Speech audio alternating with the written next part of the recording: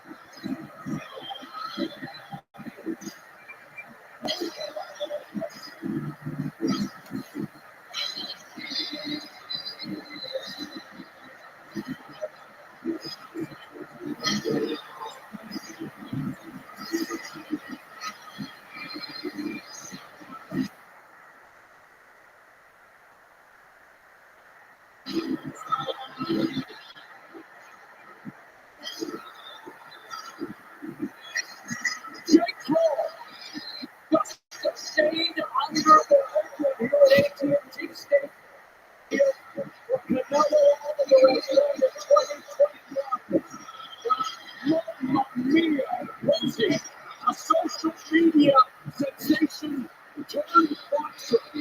Doing this story. This is incredible.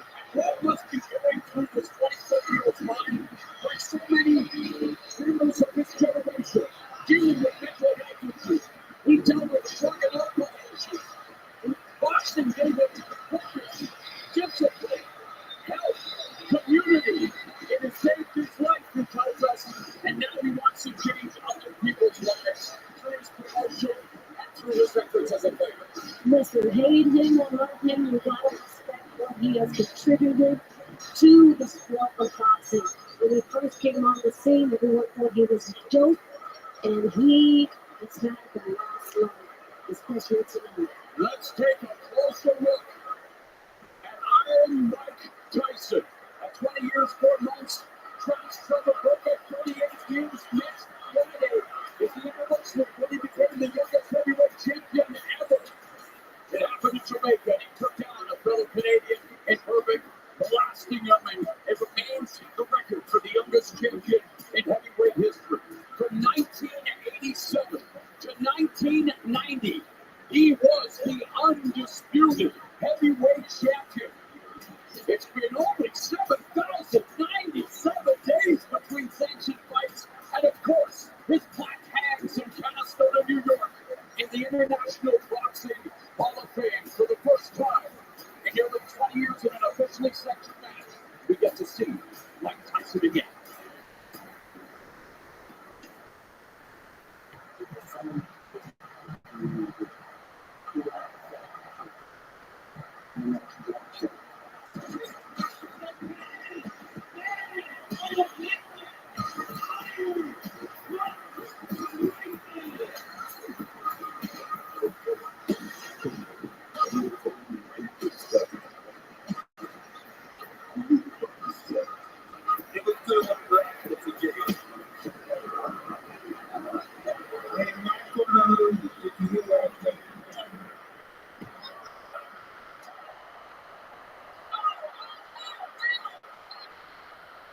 And now, ladies and gentlemen, party in Morocco, making his way back to the ring. Welcome home, Ike Tyson!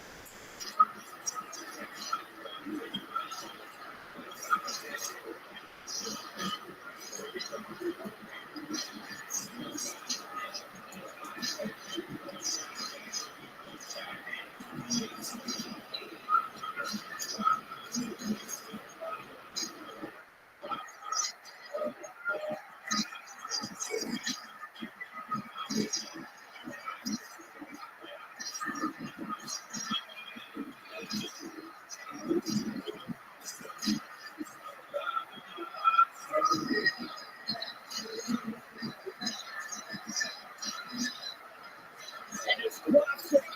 Oh, straight out the Matrix. I think we all stepped into the Matrix here tonight. Mike Tyson is in the room. What is up?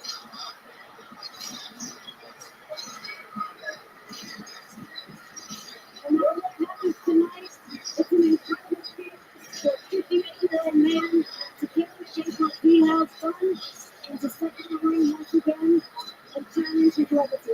Incredible and unbelievable.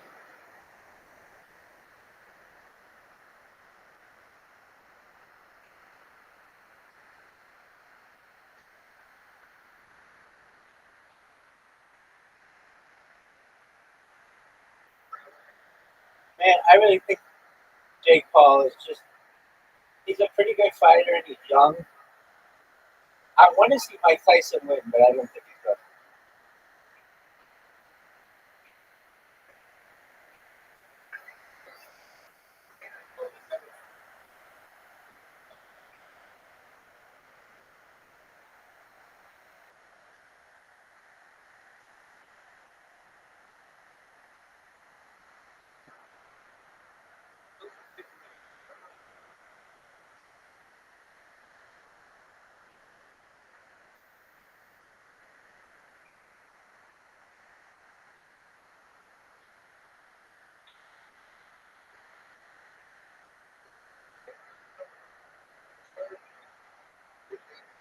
All right, I'm a little delayed than you are, so I'm gonna. I'll, you're good. I understand. I'm gonna turn it down during each round, and then when the round's up, I'll turn it back up. So that way you celebrate with whatever you want. I don't even have to turn it down, but it's gonna be tempting to just be like, oh yeah, I did like in like 5 seconds behind.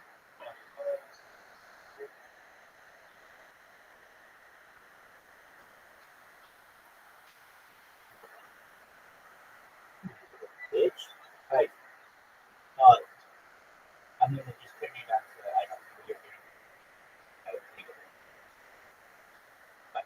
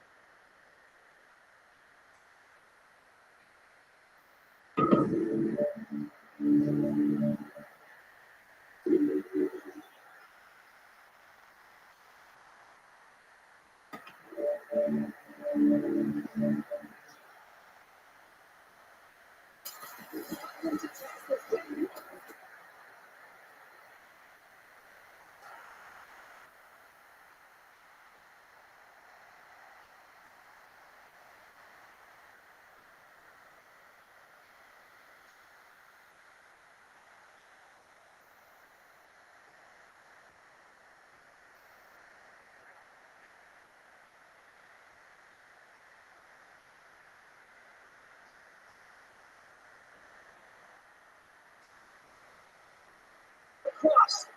But his father, Greg's favorite fighter, his dad broke down in tears when he told him he was going to face Mike Tyson. We are putting the real into real. And Tyson, in his trademark, coming out fast. For how fast he can be at 58, Roy Jones. He's real fast at 58.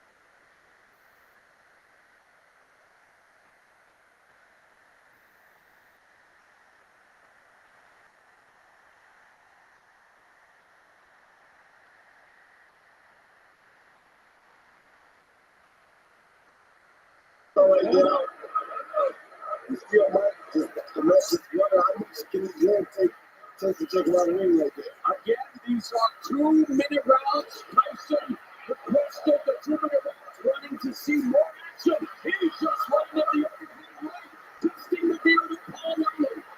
Ball is hitting too. But he pulled the trade punches out. Everyone's using the ring to advantage.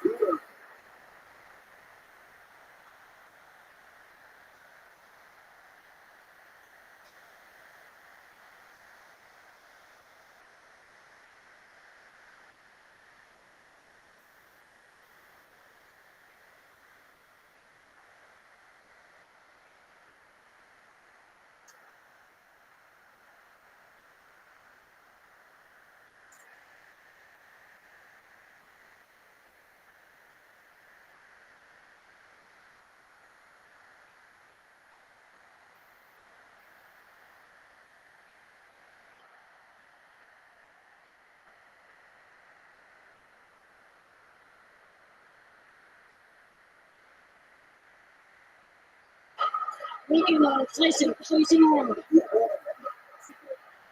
Lamar Tyson taking a page out of his buddy JC, allowed him to reintroduce himself here with a minute left, and again, early to home. Jim will have to be careful with punching with Mike Tyson. Just ask Kevin McBride, just ask Francois Walter, Evander Holyfield, you get the gist.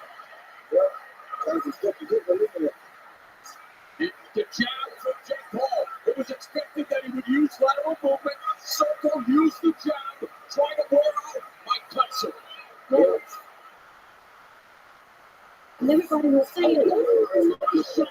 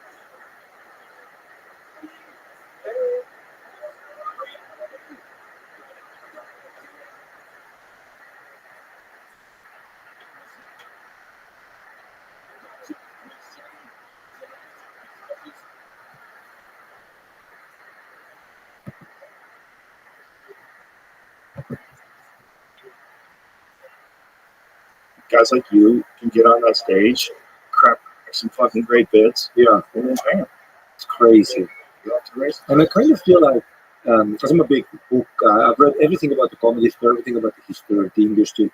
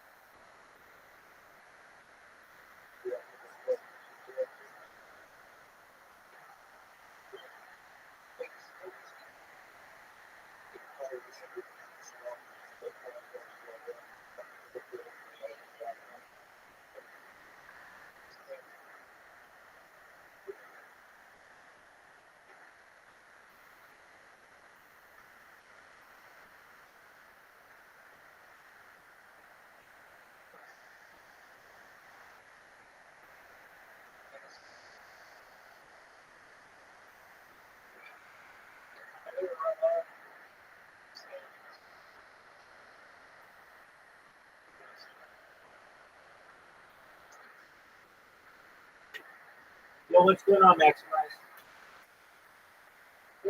Why don't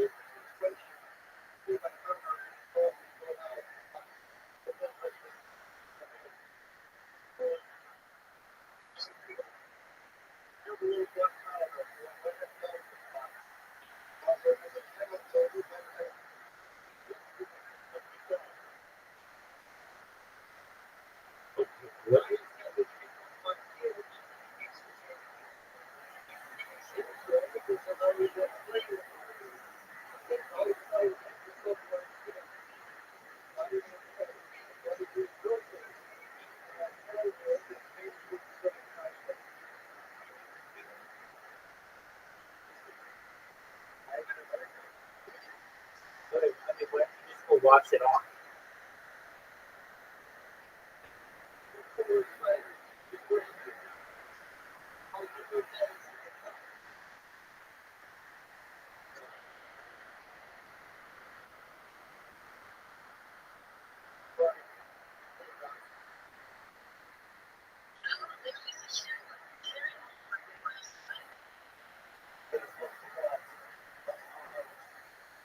Wow, it's very dark. Dude, it is. Go wash it off if you can.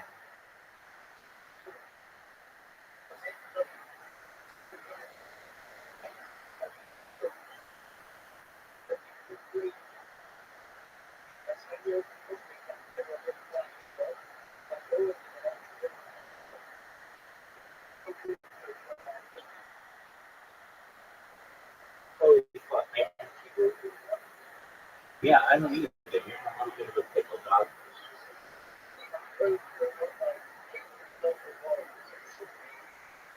All right. What up, baby? I think our friend Maximize here is about to go up and smoke.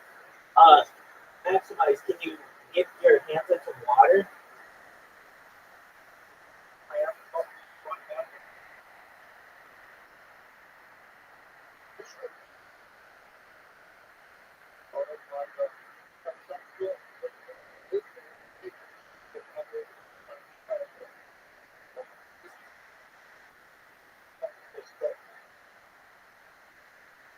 Okay. And there's no way out of the room.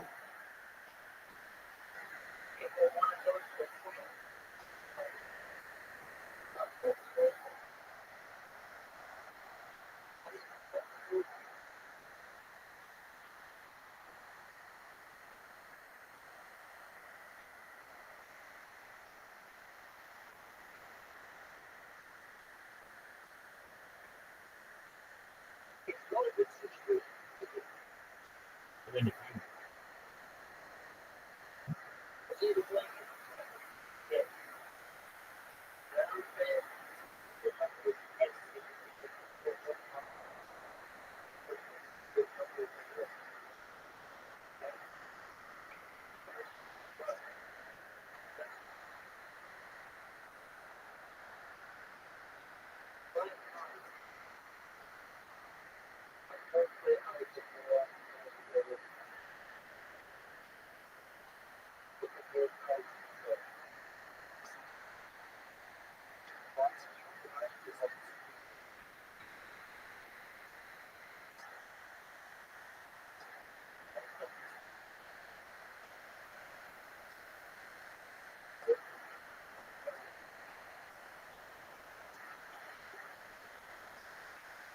welcome up.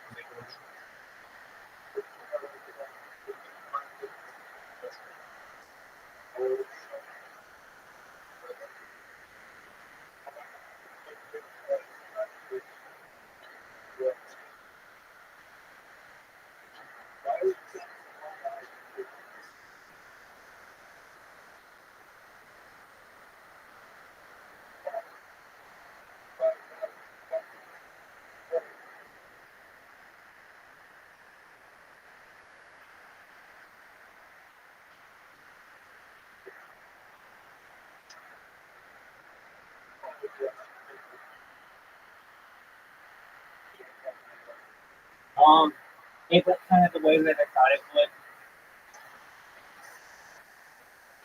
I Yo, what up, man? But it was quite interesting. It was surprised so much donation.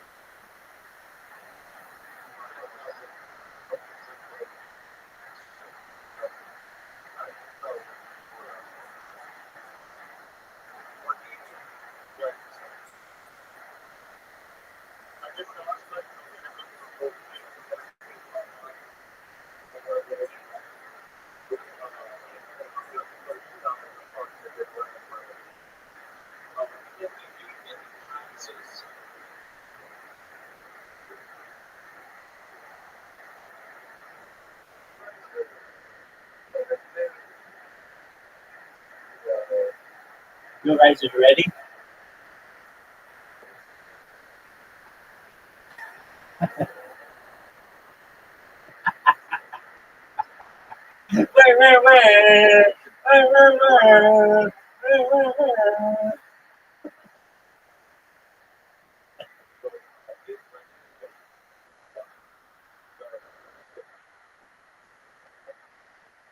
Guys, are you ready?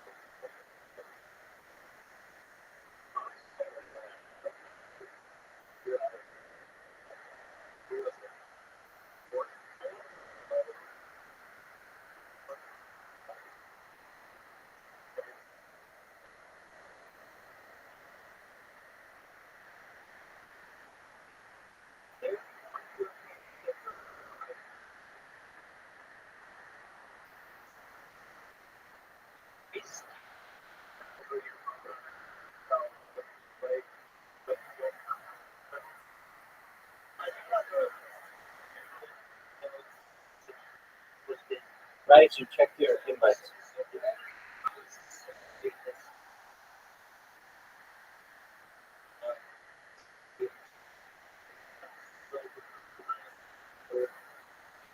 Guys, you check your phone.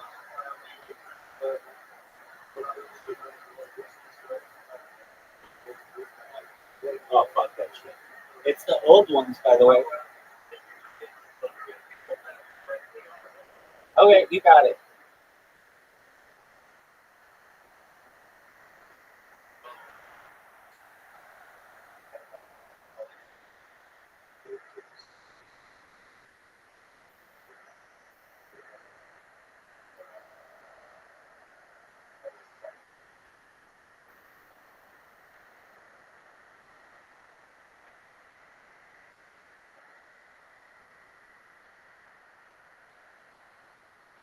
Amazing shot.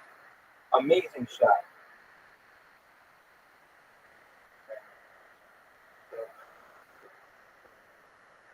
I just like seeing the green.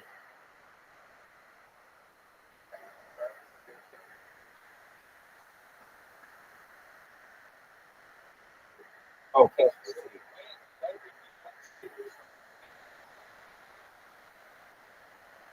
No. I thought he said he was from Kansas.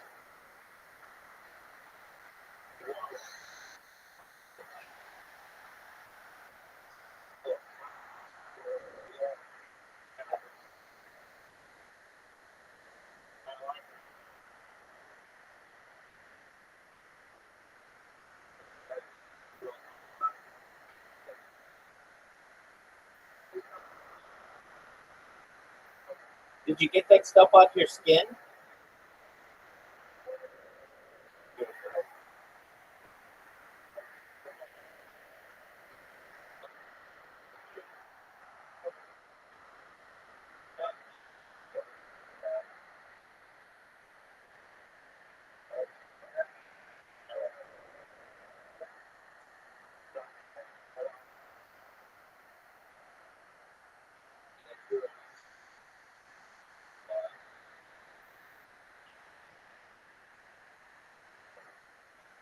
Wow, that's a new one. Any other air common attacks you want to sling at people?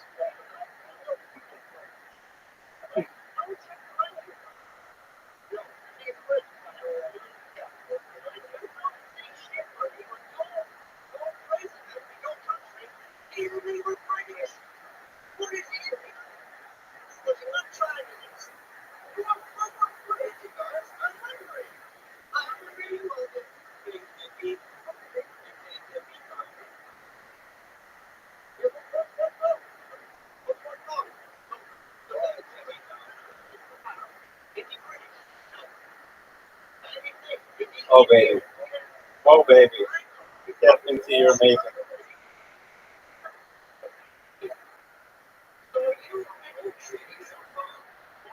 Oh, Caspiancy has a chance to fucking.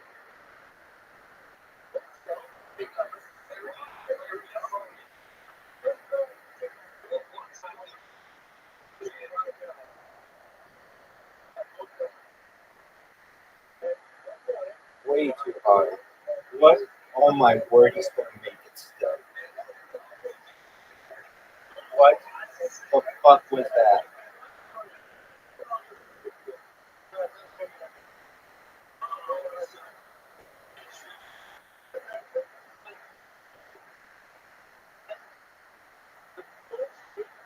Oh, that's terrible.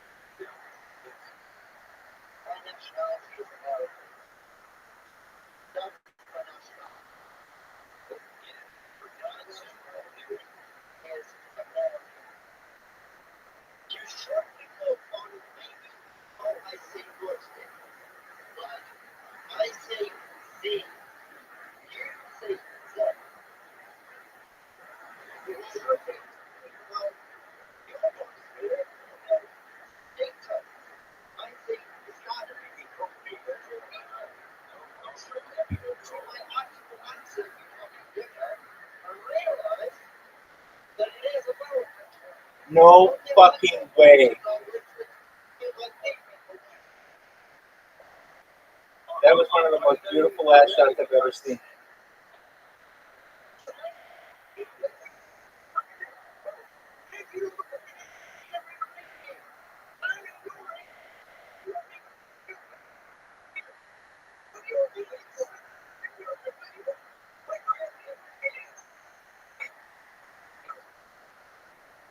Caspian Sea, check your invite.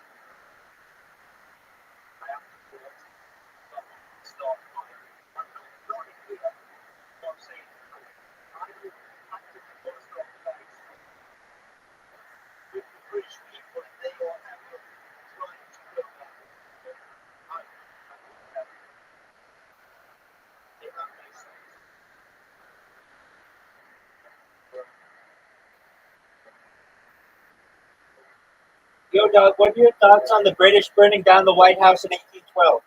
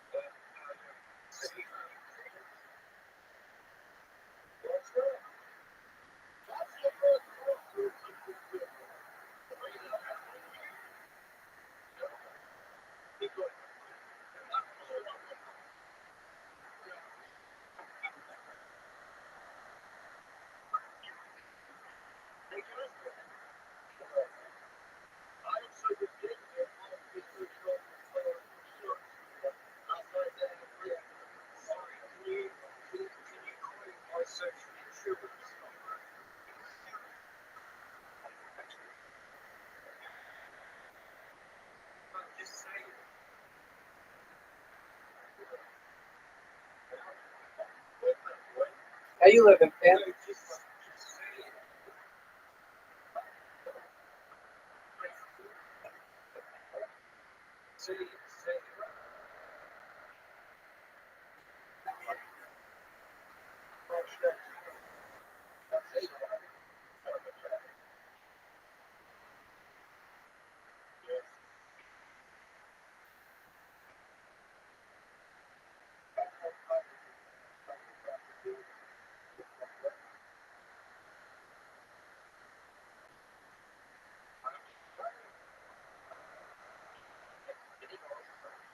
Absolutely.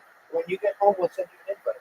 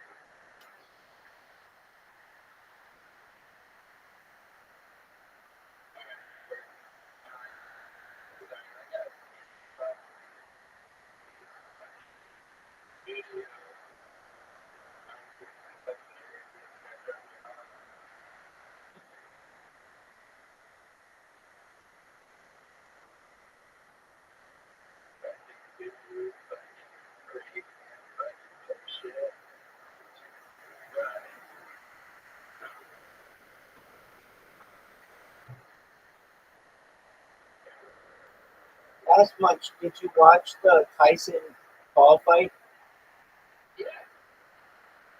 Okay.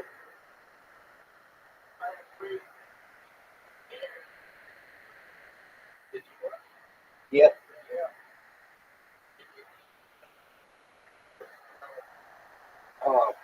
To be honest with you, I had to watch it on like 6 bootleg streams, so they looked like they were punching, but I didn't think they were really trying to put each other down. Even Jake Paul said that he wasn't trying to knock him out; he was just trying to dance the shot.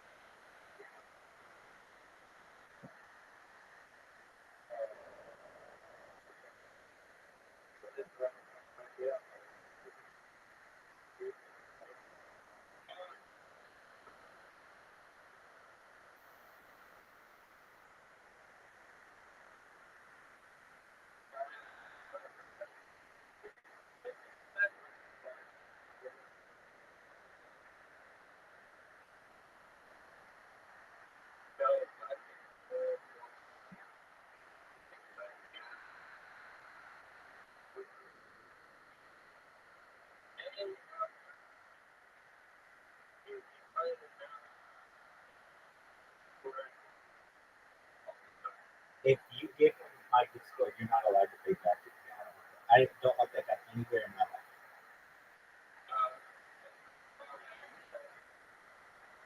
I mean, it's a public thing. That's fine. If it comes with, I don't want to talk to him.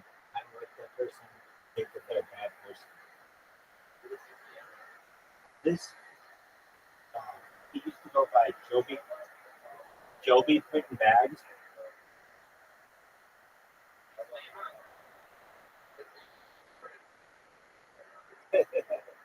He does an excellent accent.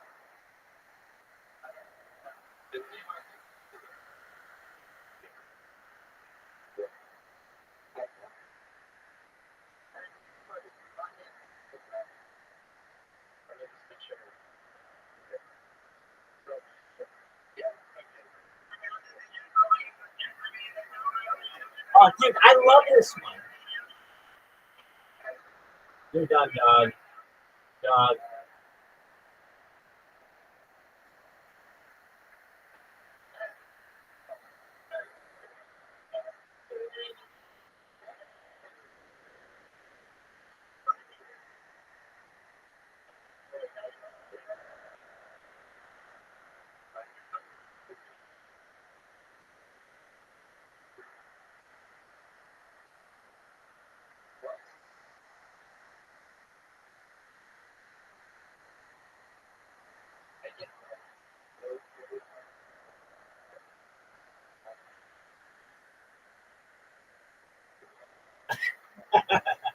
Yeah, so I just betting that loud guy.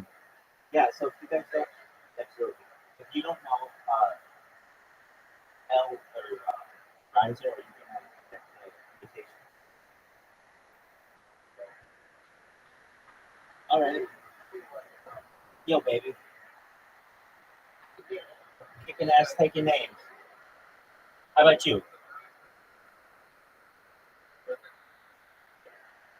What about um the left bot? Hey,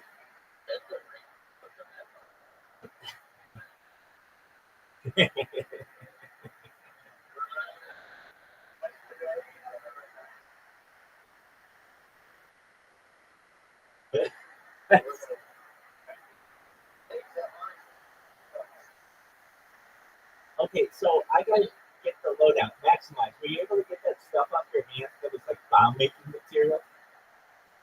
Oh no, you did. It's still well. You got some of it off. Can you like scrub it off?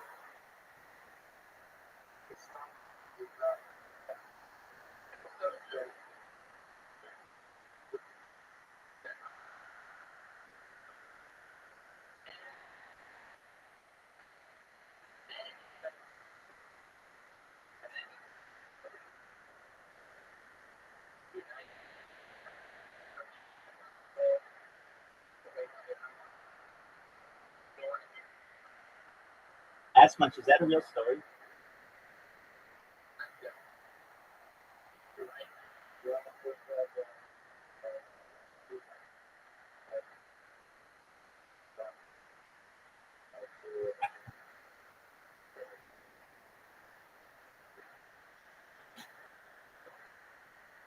Oh, cool. No, wasn't it May? No, actually, it was April. It was like, oh, once May hits, that MedBot was going to be done. What's causing all the delays?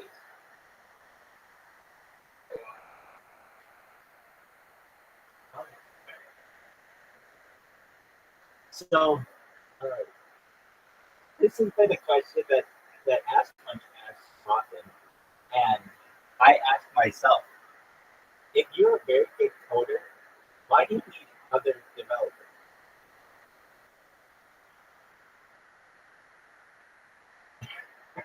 it's it's a it's a bit of, I see. I see. So it's like the super friends. Everybody's got a skill, and they bring them together like Captain Planet.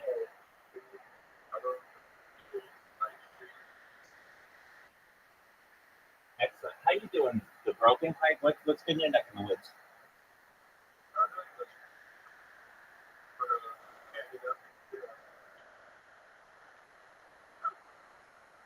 Excellent. Did you watch the Jake Paul Mike Tyson fight?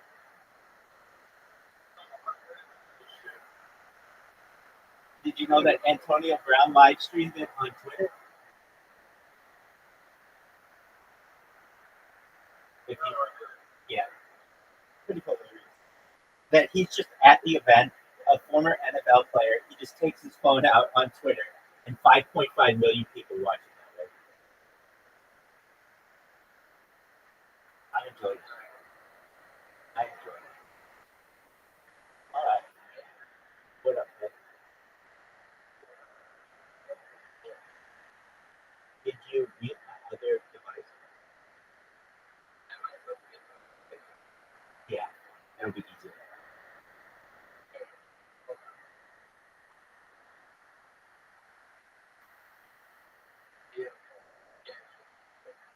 Do I sound better?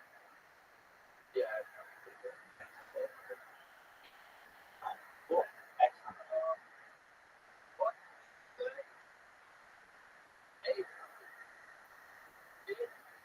Dude, I smoke as much weed as I absolutely get my hands on. Allegedly. No.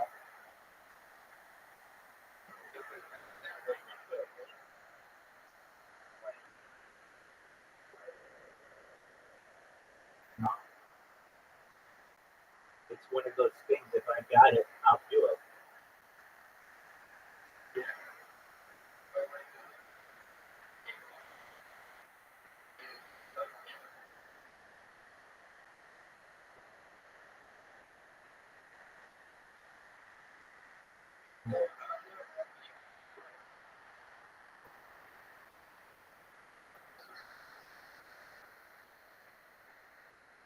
Perhaps a few weeks ago.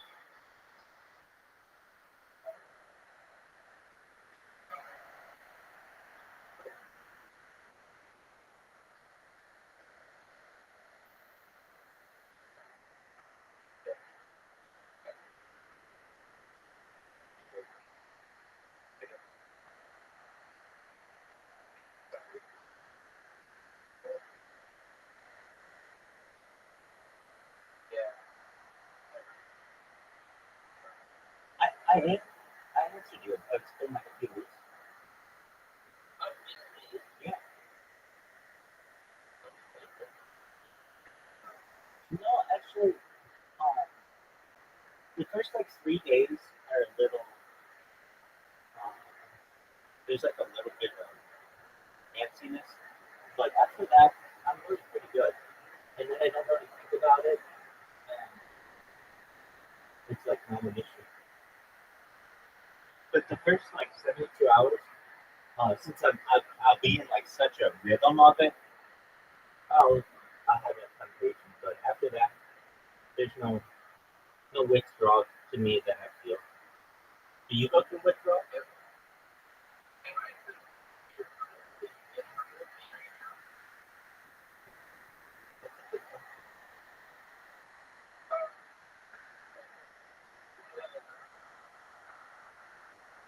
Yeah. It's a withdrawal.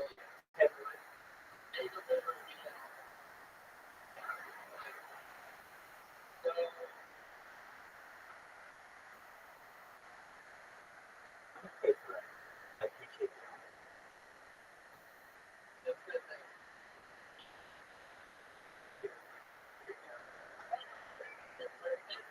Yeah, it's like 10:26, and now I'm gonna have to wait probably till midnight for it, and then get high to like 2 or 3. I'm good for that, man. I appreciate it.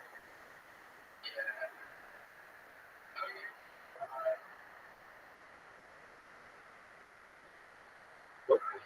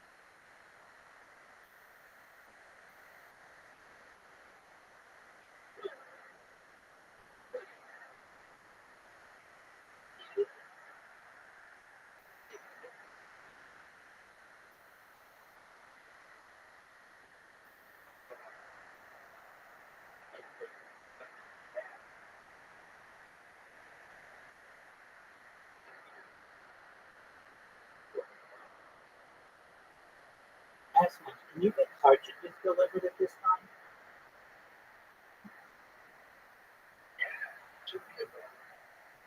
Alright.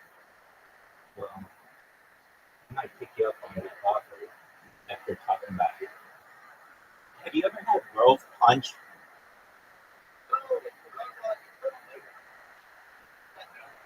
I know, I didn't want to, but everybody's talking about it. As much as being provided.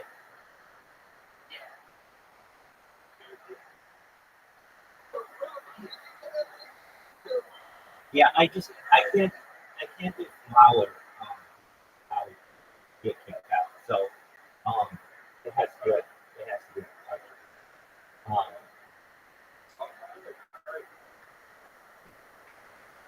no, that's fine.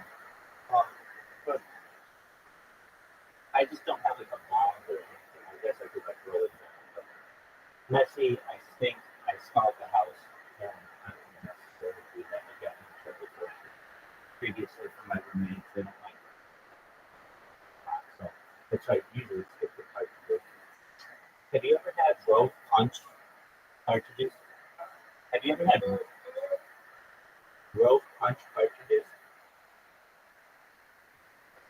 They're called Rove, Rove, the brand, and then the flavor is punch.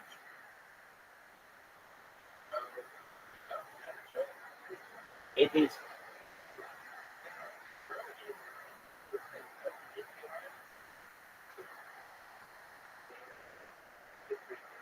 That's the thing that I love when it is the taste. It's like if you've ever, I don't know, it's almost like candy.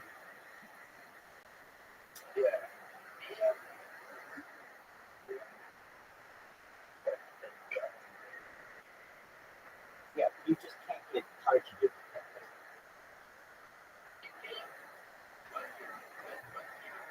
They're not. They're not. They're not.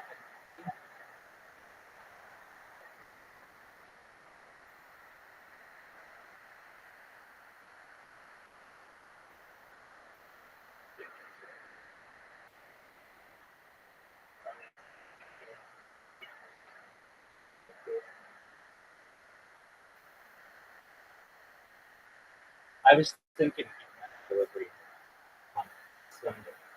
Um, there's a deal that has 500 for chicken.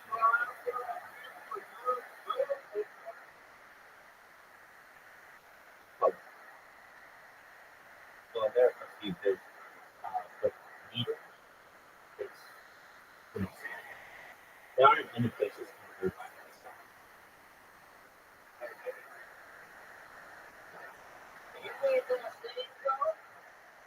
Yeah, it's,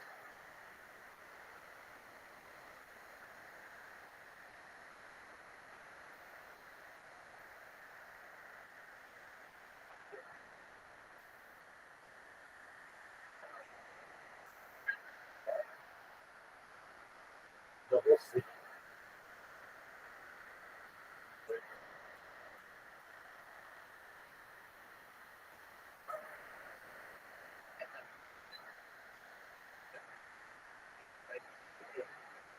You you have 24-hour delivery there?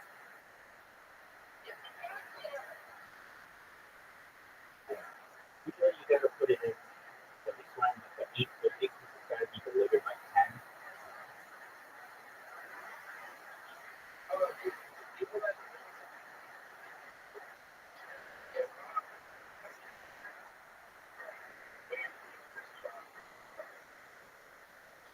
And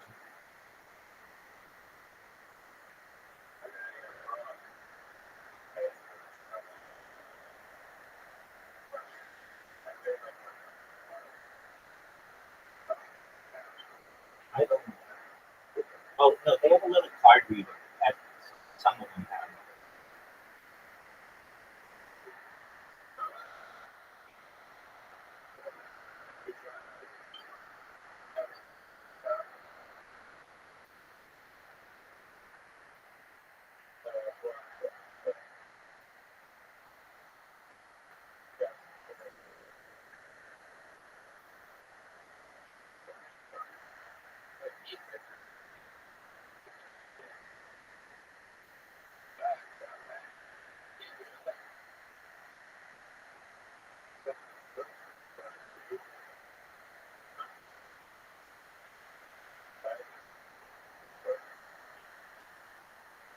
I'm not saying I don't want. I want cartridges.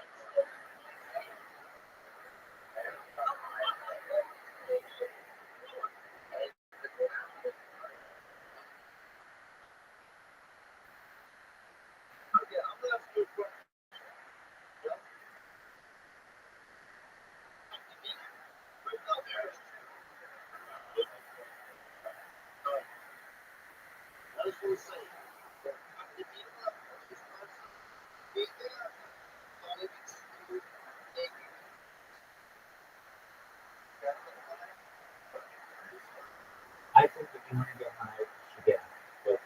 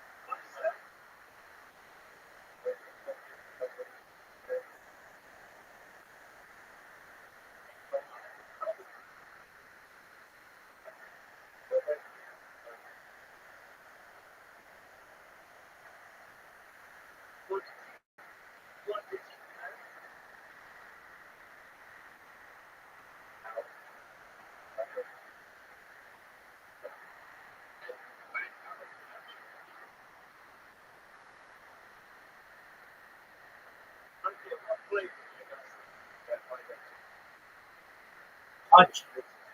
Fruit punch.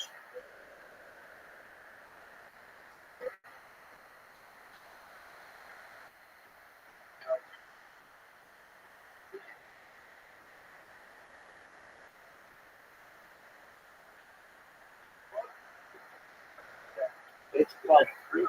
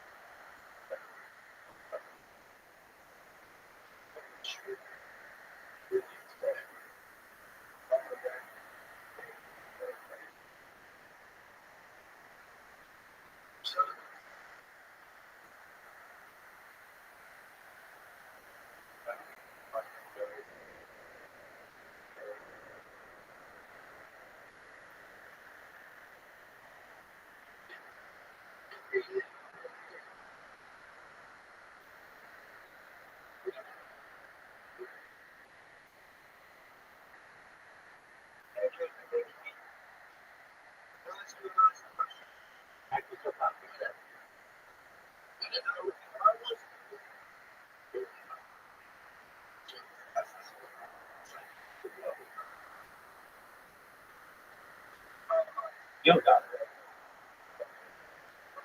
Yep. Go ahead. Go ahead. Maximize it. Listen. Go ahead.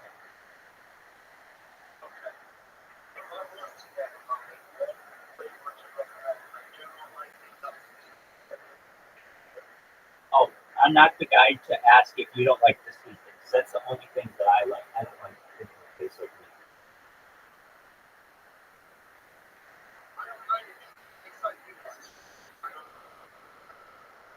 Yeah, no, I know. I'm saying I do. So the things that I'm going to recommend to you are going to be like lemonade or fruit punchy or maui maui or something like that. And those are all really, really sweet.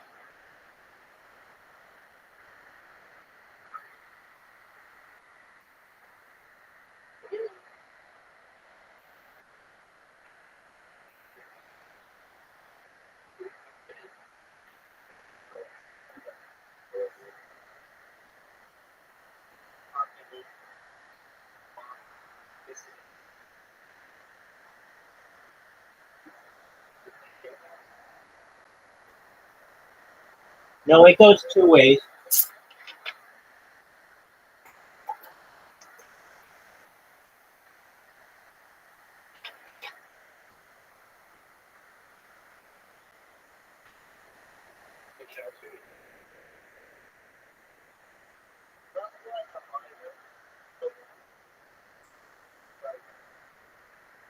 Okay,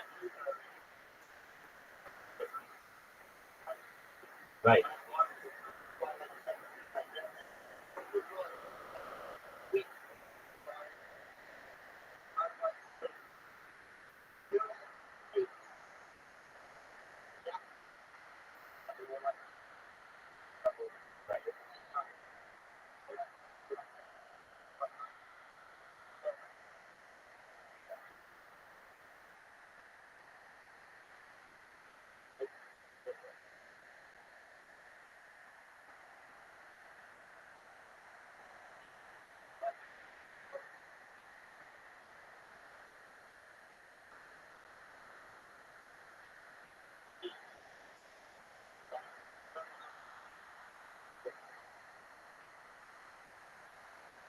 What was the flavor?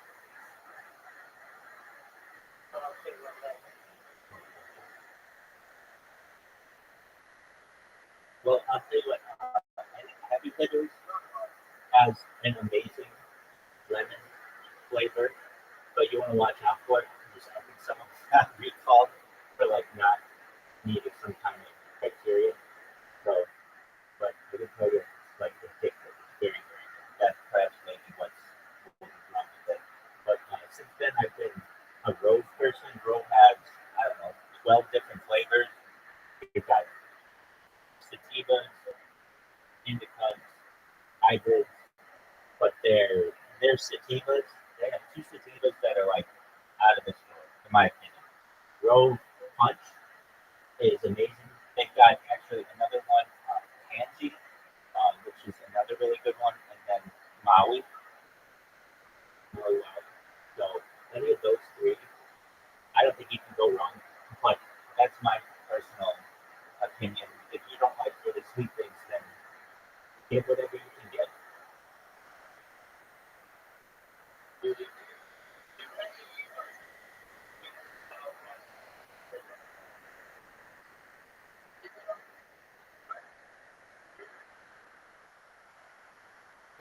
Maximize, can you just go on like Maximize? Can't you just go on Weed Maps and find the flavor that you want? Or Leafly? Oh, dude, it's like the best website you can have.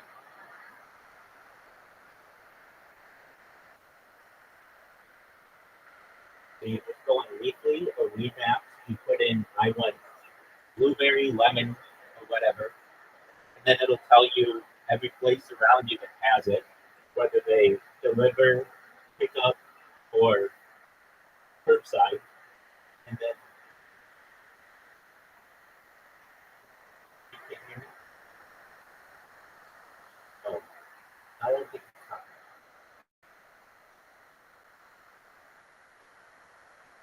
But yeah, Maximize. Get that shit off your hand first. Before you start thinking about weed, get that off your hand. Oh, absolutely. Okay.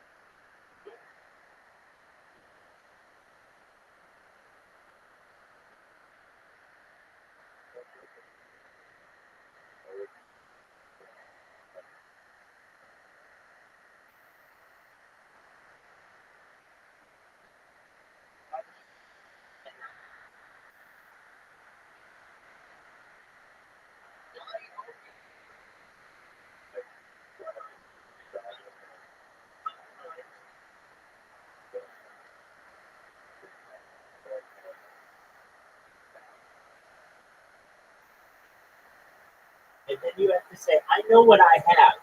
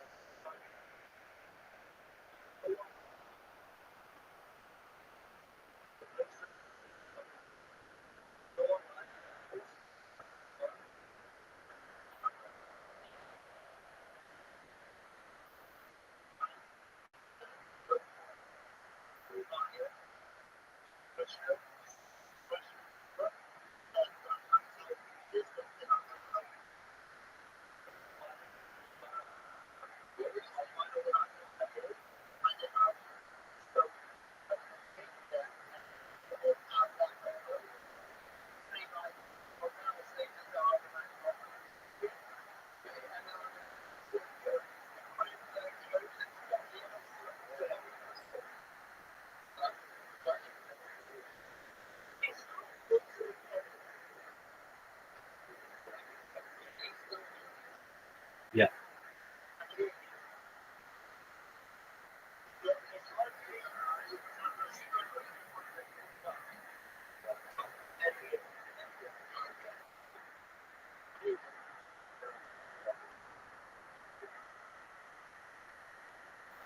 Why don't you, if anything, just turn them down to 10%, and then you can still hear when they're talking, but it won't bother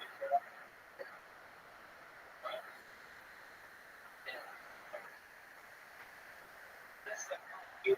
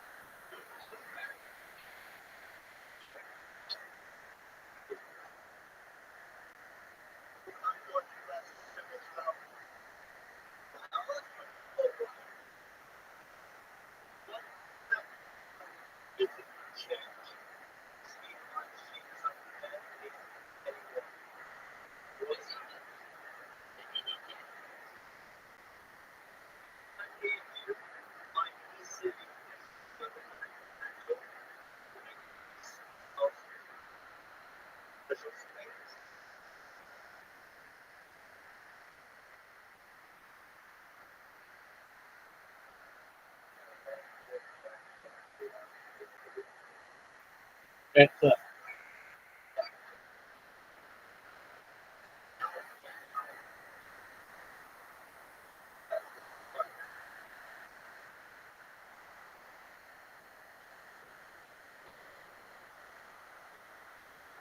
No, no, no, no, no, no. No.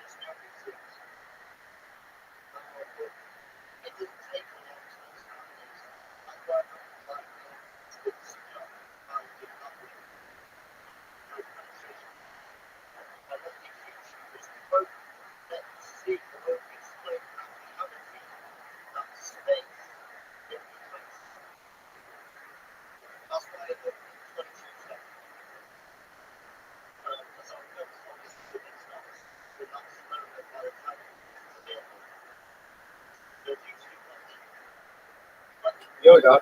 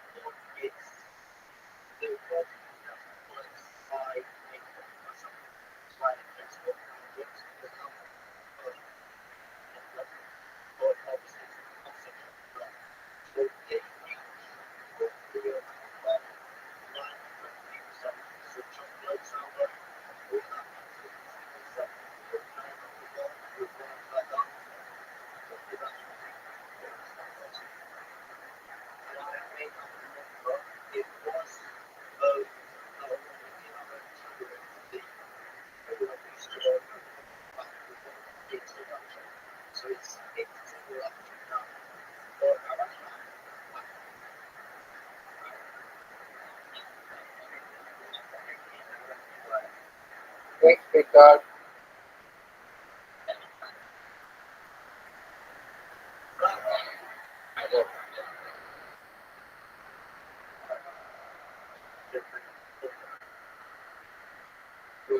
I can get it.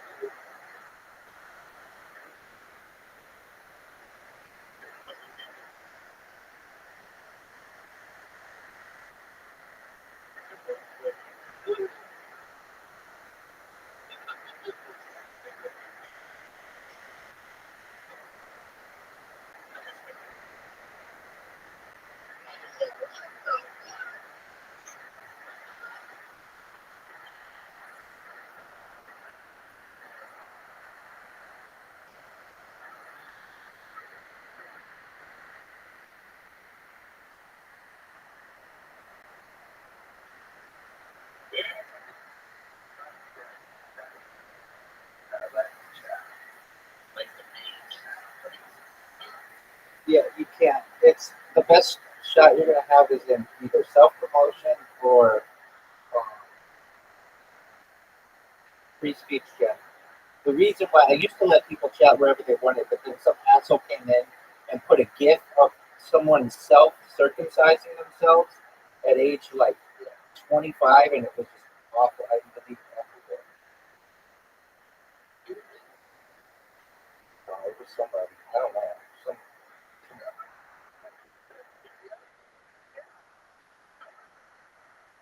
It should. Like, put whatever you want in the self-promotion or the. Okay, I'll put a link to it.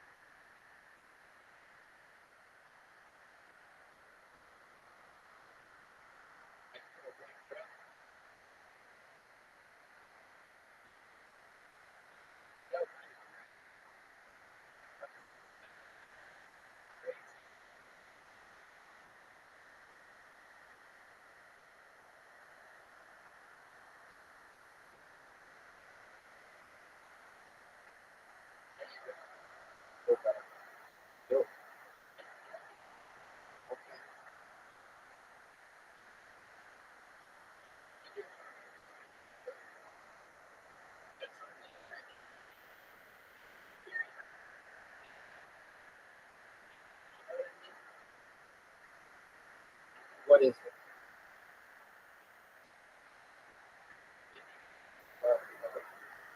You didn't send it to my other class.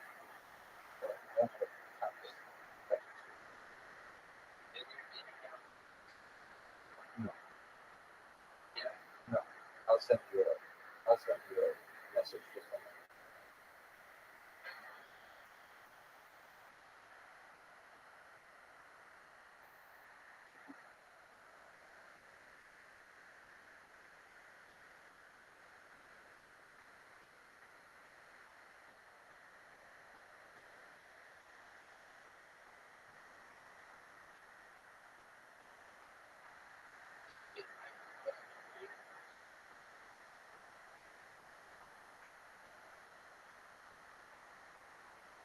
I sent you a message and it was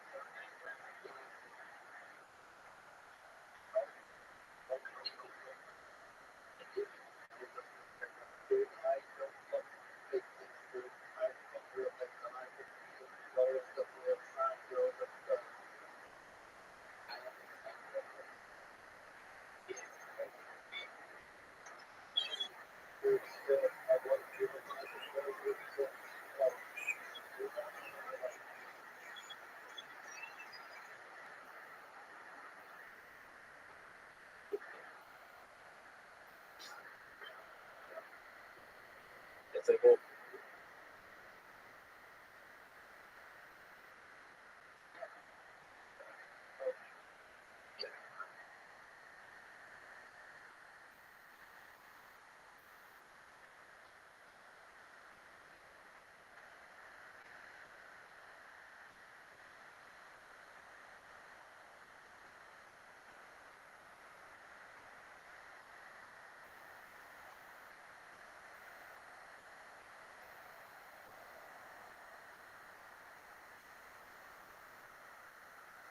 All right, friends. Joe Rogan time.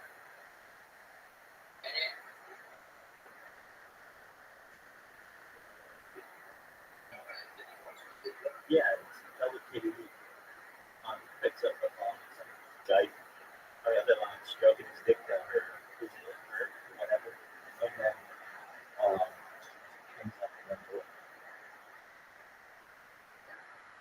I love it. I think it deserves to be in the Louvre.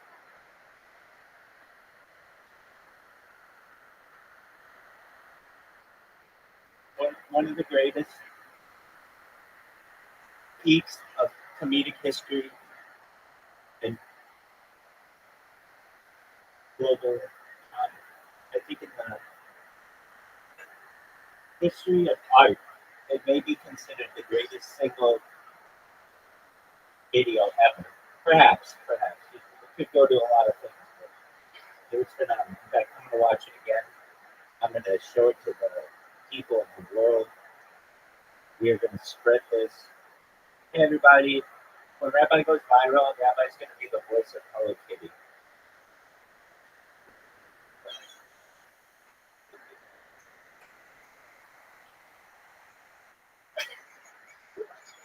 Yeah, I'm showing it to the world. Telling everyone how much I loved it. Yeah. Oh. Big stretch.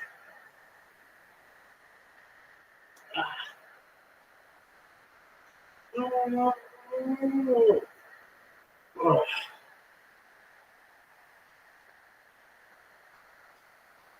Alrighty, Ask Munch. Do you like Joe Rogan, Ask Munch?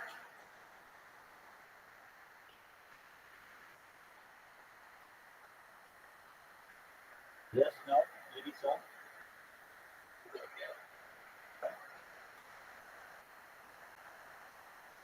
What did you think of the election, big dog?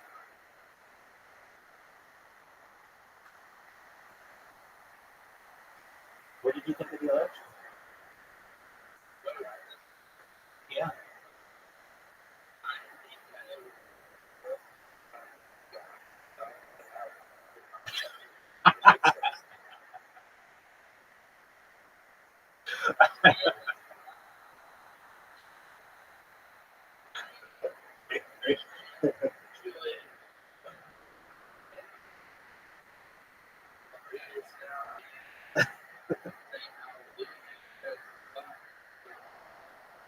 I don't know if I was more shocked in 2016 or 2024, but both of them shocked the shit out of me.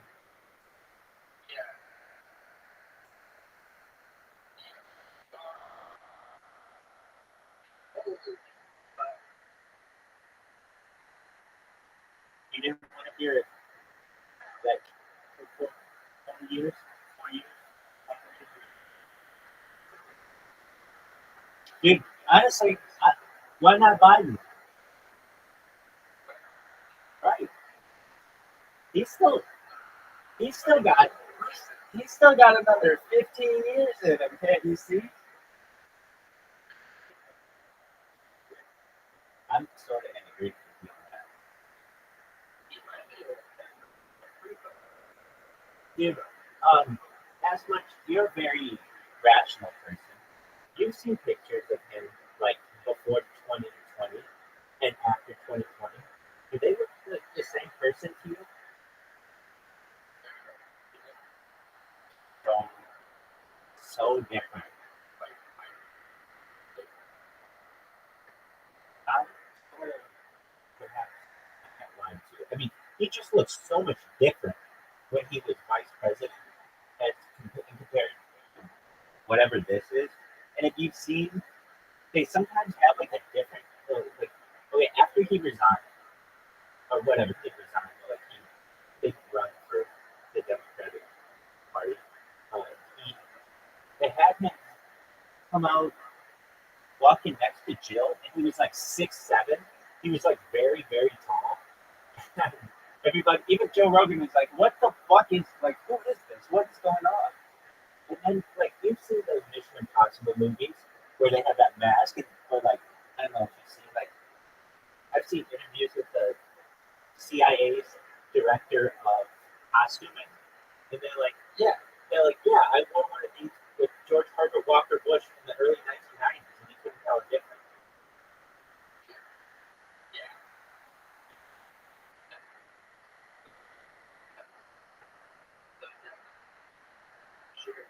So what I'm getting at here is maybe you could get one of those masks, and Maximize might be down for some role play.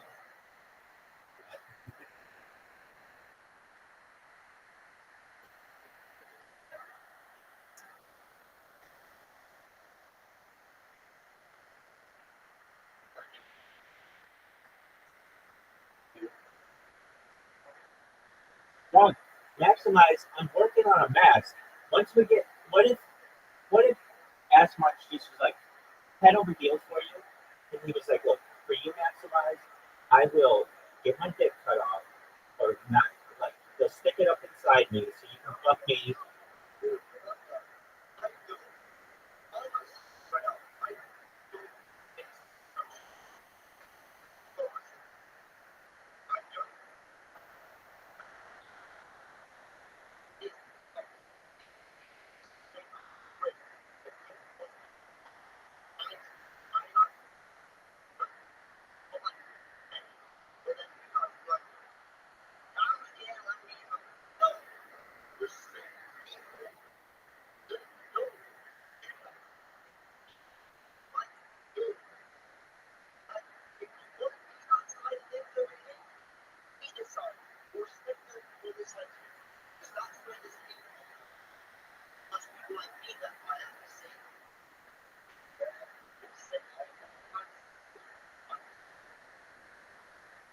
Okay, so Maximize, what if we did this? I get what you're saying. I get what you're saying. I want to see how straight are you. I'm just saying, how straight are you? So let's say we're able to use life extension technology and mind uploading technology, and we take Ass Munch's mind and his central nervous system, his peripheral nervous system, and we transfer that to a female clone of Ass Munch. But it's completely a female DNA.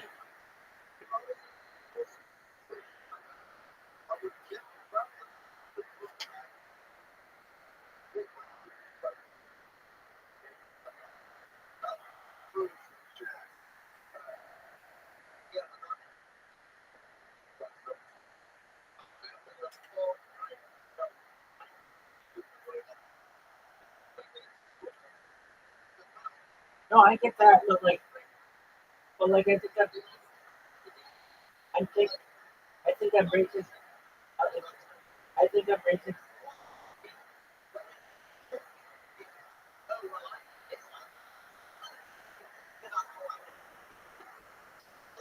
No, that's not what I'm saying. I'm saying in the future, technology will be able to perhaps allow for mind uploading technology to take place. So what I'm saying is that Asmarch could just put his conscience or consciousness in.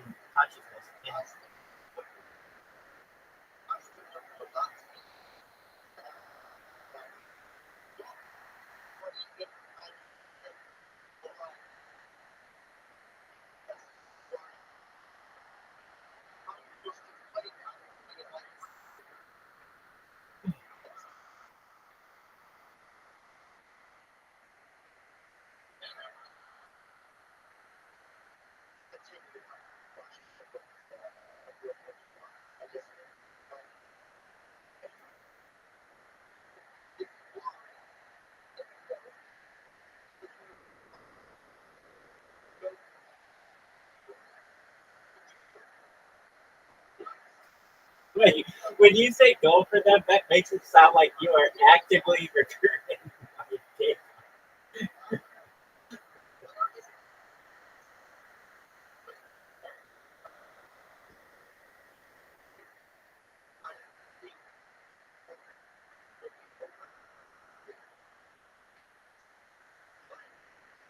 I got you, big dog.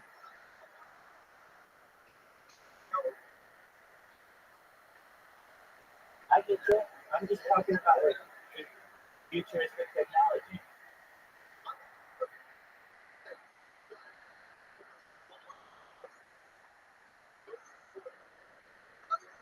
Okay, okay. So how about this one? How about this one? How about this one?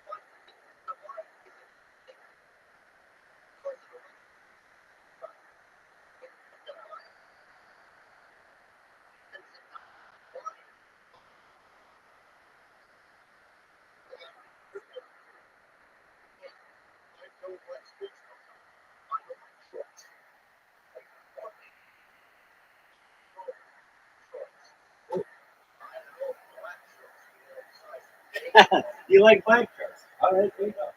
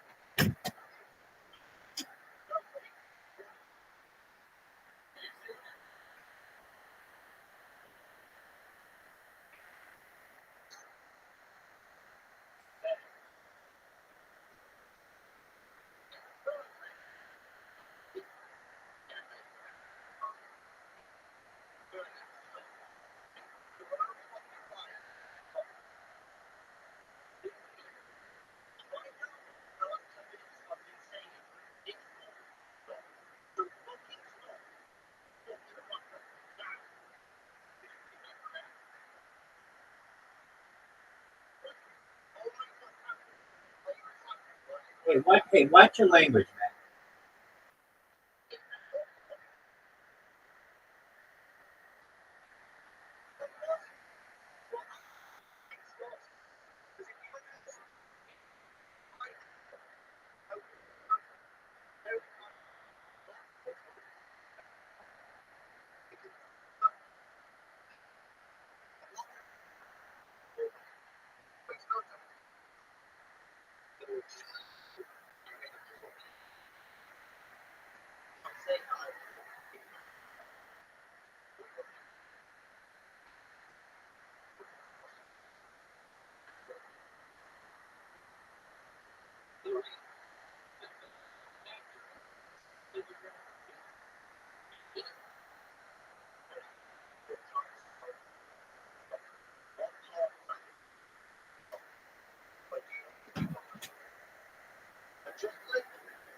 Actually, I must come in and say he understands English quite well because he was asking for clarification on the dad rating.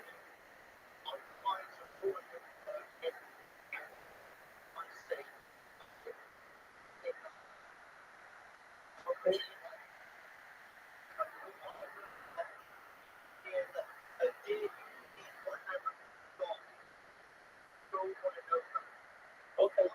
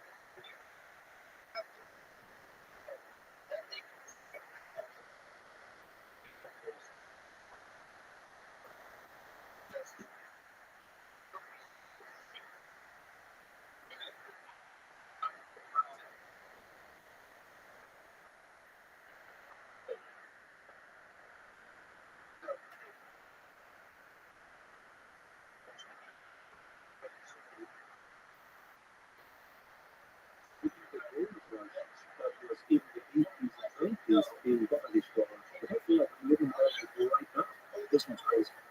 Right, yeah, this one's crazy. This one people are doing that last one. We're doing church only this weekend. Last for gardens, 2 nights. 2 nights in the church. It's sold out fast for garden. This is Tony's red bands. This is the big deal. This is the big deal. They sold this out quick, and it's a beautiful thing. It's a beautiful thing. Go, dog. Worship. And this idea that we actually work. He doesn't like to have sex with men, and he doesn't like people who do. You guys, you, Tony, and Ron, there when I was filming it. Also, especially it's just like regular people, regular aspects, right? So we're used to hanging out, having fun, and laughing, and we won't be silly songs. But then also, we have things that only where me and you were really definitely, we put for about 20 minutes just in silence, and then we class the thing. This is what it's all about. Yeah. I was just writing books and just, you gotta work at it, and sometimes we don't, sometimes we don't. And one of the things that made me a lot of this. I think that's kind of the definition. First of all, I said, oh, and my manager promised, do you want to do the last person? Yeah, I want to do that. And then I was on the phone again. I was driving. I'm like, you're scared. I was like, I'm scared. Really? This is the you could do rescue podcasts essentially they're recorded. You just breathe, right? So why can't you do that one? Like just prepare for that. Just prepare for that. So I was preparing. Oh yeah, watching it. I thought I would say, What's up, Dan? Also, I've never seen you all. I think you just turn it down until you want to listen to it. Yeah. You go on stage, it's select city, it's crazy. Well, I spent there in this set, but I thought it was going to be a special, that was a dream. Because I've done 2018. So I did 2016 was Triggered, and then my next Netflix special was 2018. That was Strange Times, and I was going to do in 2020 called Safe Corner. And it was based on the Coda Field. Was the person that tried to make under because you couldn't make under it was bullshit. They were like a spiritual person in their tribe. Yes, they're and so I was like, that's perfect. That's what it is. You just talk shit and make fun of things. You should be able to do that with everything. Everything you can't make fun of is most likely bullshit. That's your comedy club thing. I love that you hold your comedy rooms authentic to nuclear bombs. The show, there's no rules. There's no rules. It's over. And I was right. So it's perfect. That's what do you know? Yeah, no rules. You know what? Reason I decided to definitely call it that? Because I told it to Lucy.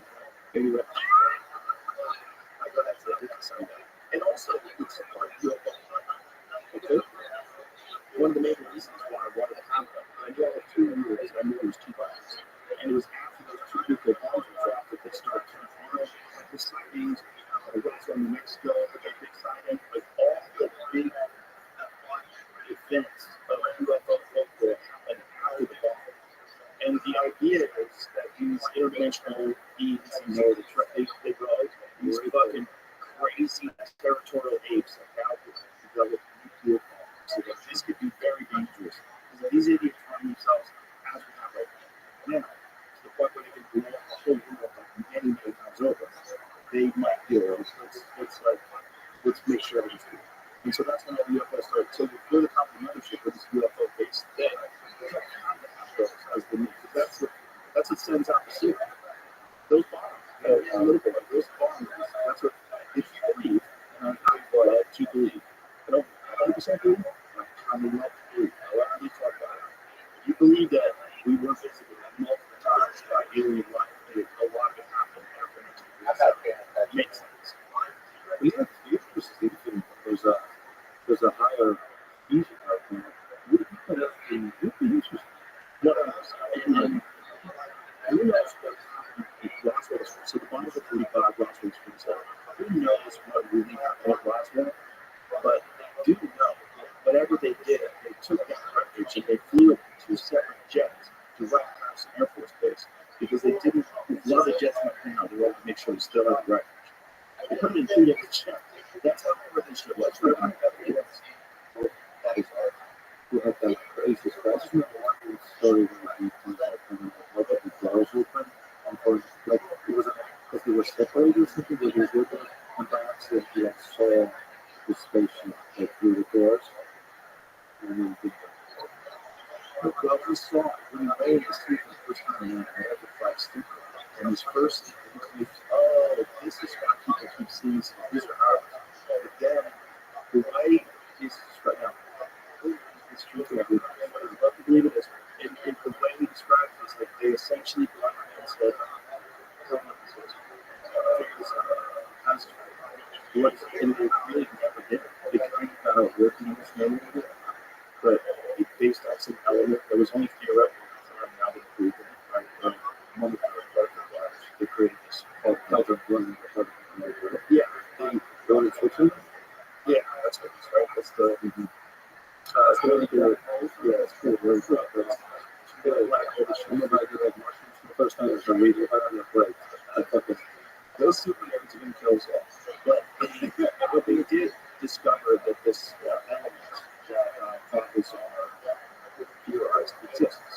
But then what I've heard is like they already knew that was one of these elements. They're saying that there's a lot of things that are exposed, and there's a lot of things that they knew existed, but they needed to get proof of it through the and so a lot of people are not impressed with that, but he said they had a stable concept.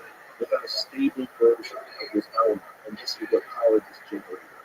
This stable version of this element would sit inside of this container, and it would be bombarded with radiation, and it would somehow or another manipulate gravity.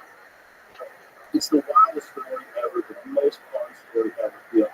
But he essentially said were trying for years to try to figure out how to reproduce it. They couldn't figure out how it would work. They did a bunch of different things. On how to do it. Yeah, that's not a shit. Yeah, and then there was the box inside the walls.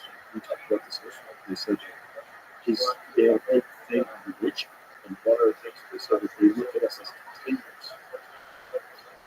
Yeah, and that religion is here, so they don't damage what's inside the religion is here to give people rules and regulations instead of destroy souls.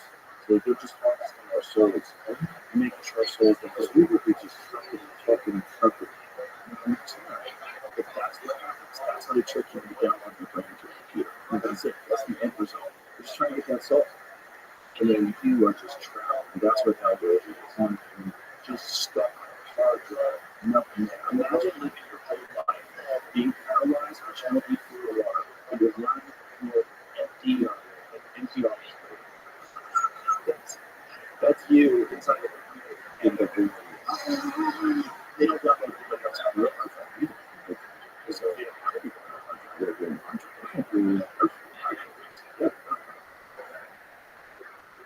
Yeah, we're in a weird time. We're in a weird time because the reason why comedy, as you were saying earlier, is like this kind of comedy is like the most prevalent comedy. Because the only one you could actually be free and do. You can't make Tropic Thunder. You can't make, there'll be a movie. It's a thing, culture is always a thing. There'll be some dude.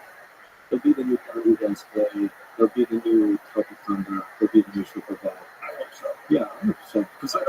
Because as soon as something is like 51% of popular opinion, the 49% becomes true. The rebellion becomes true. Yeah, but it won't even be popular opinion. The popular opinion is almost 100% they want Tropic Thunder. The real popular opinion amongst people who go to see those films, let me say it that way. Because popular opinion amongst people who don't go see Superbad, what difference is it? But the people that do go see those movies and do enjoy those movies will go see them right now. Most of them.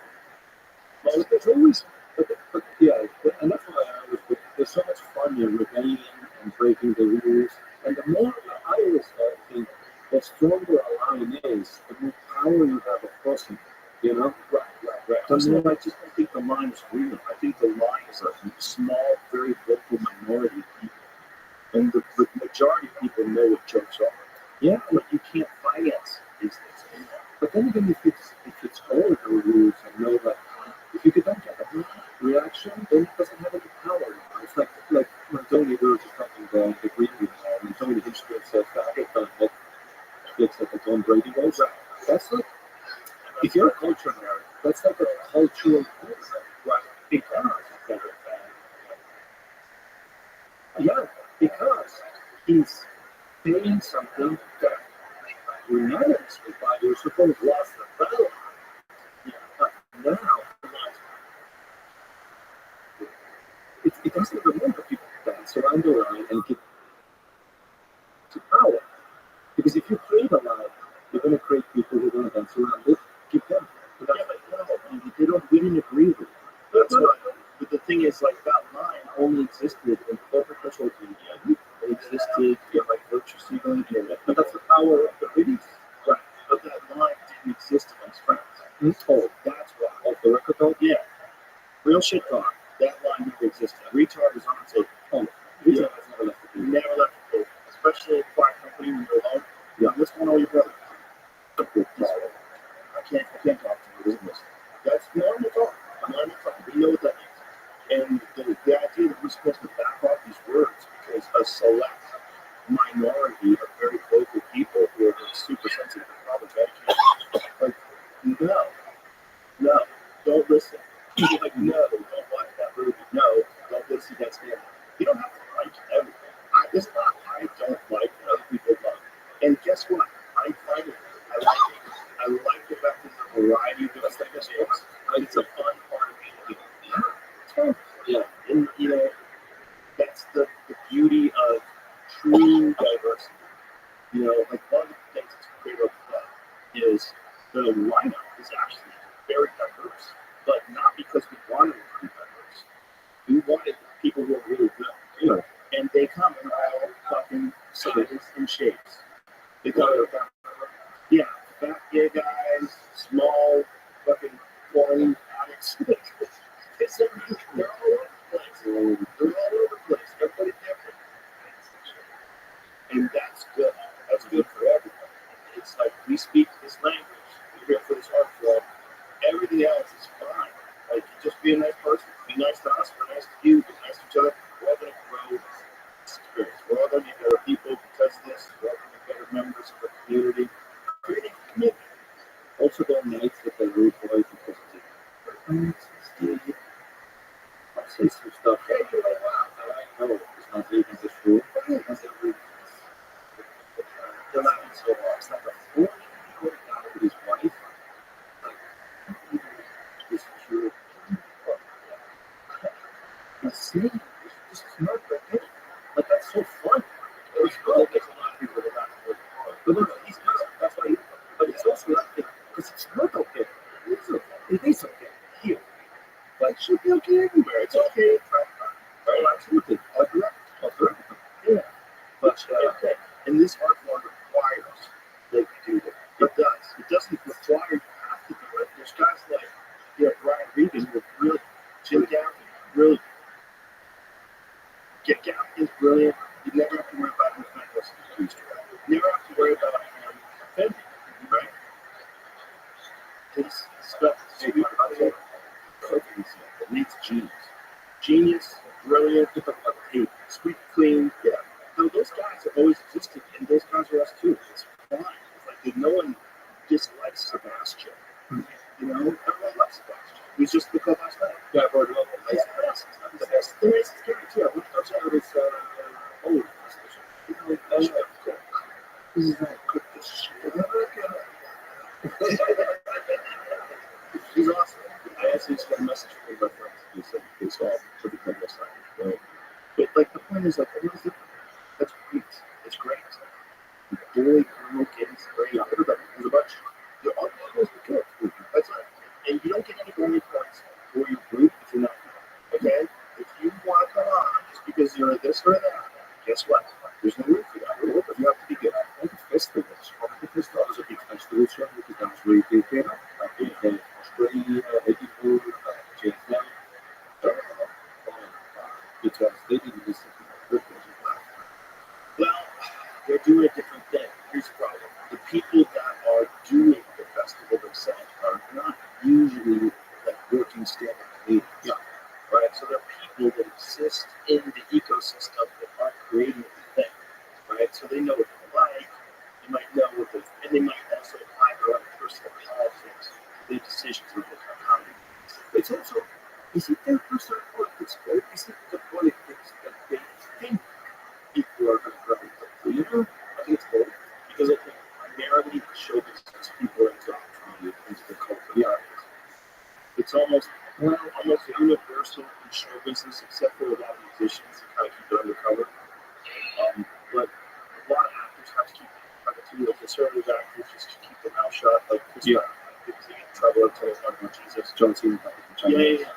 That was a little bit odd. I didn't do that, but the whole thing about it is that, you've got to let people express themselves however they are. However, what are you? Tyler Fisher is very different than David Lucas.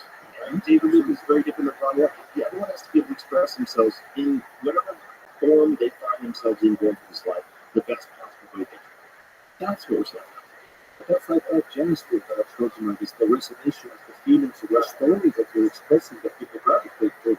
And when you start putting the bullshit agenda out there, it's needed. I see it. And that, the anti-bullshit is that good. Because you bring up some fun, and you go on stage from there with those good vibes. Like, oftentimes I'm like sad that I have to shut my phone off. I'm like sad I'm going to rest. I'm sad. I have to leave our fun club. So I'm not sad that I have to leave stage. I'm not really. I want to continue the conversation. I know I'm not going to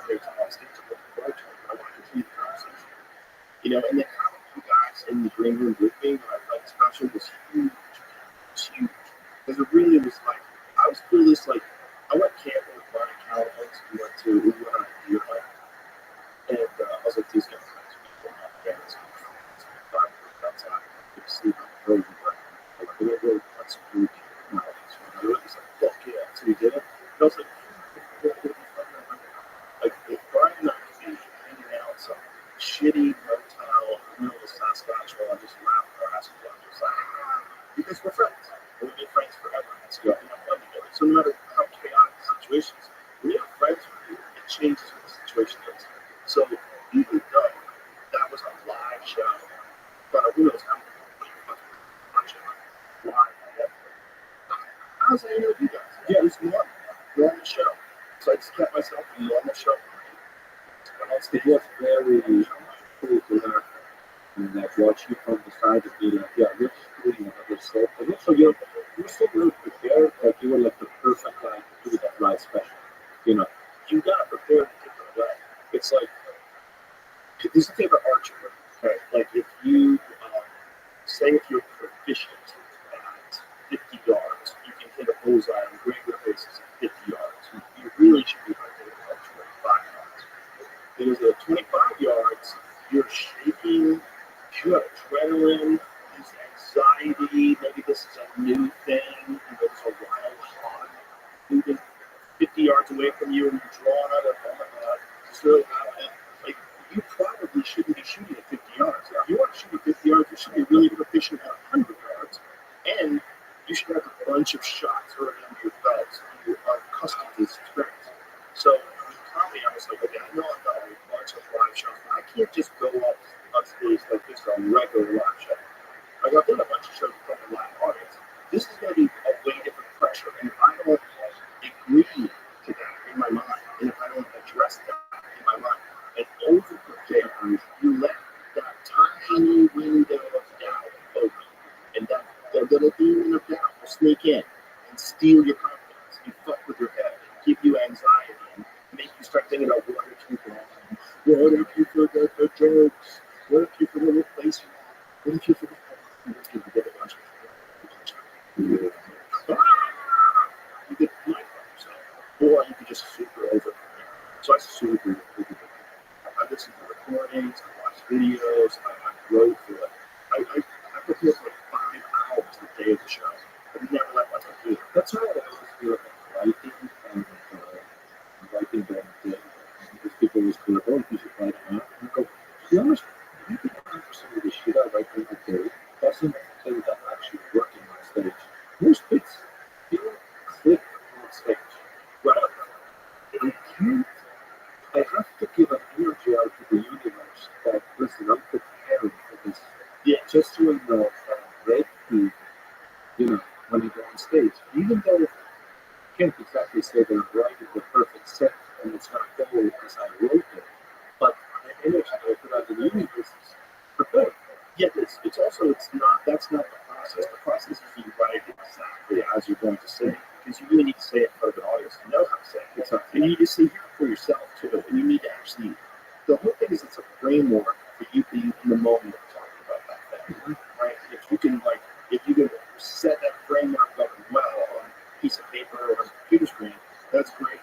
But then you review it and then you keep tweaking and you keep fucking with it. But also if I don't write, I just feel that why am I not working hard at it? Right. And that gives me anxiety of being that honest. Because I remember the first lesson in martial arts, the first lesson in my life, I ripped the culture of 2 shirts in Estonia, which I didn't do. I regret it. The only reason I didn't do it is because sports. I went to do the military shirts. They shit food that back countries came out. It was the year in athletic life, and a year as you know, athletic conversion.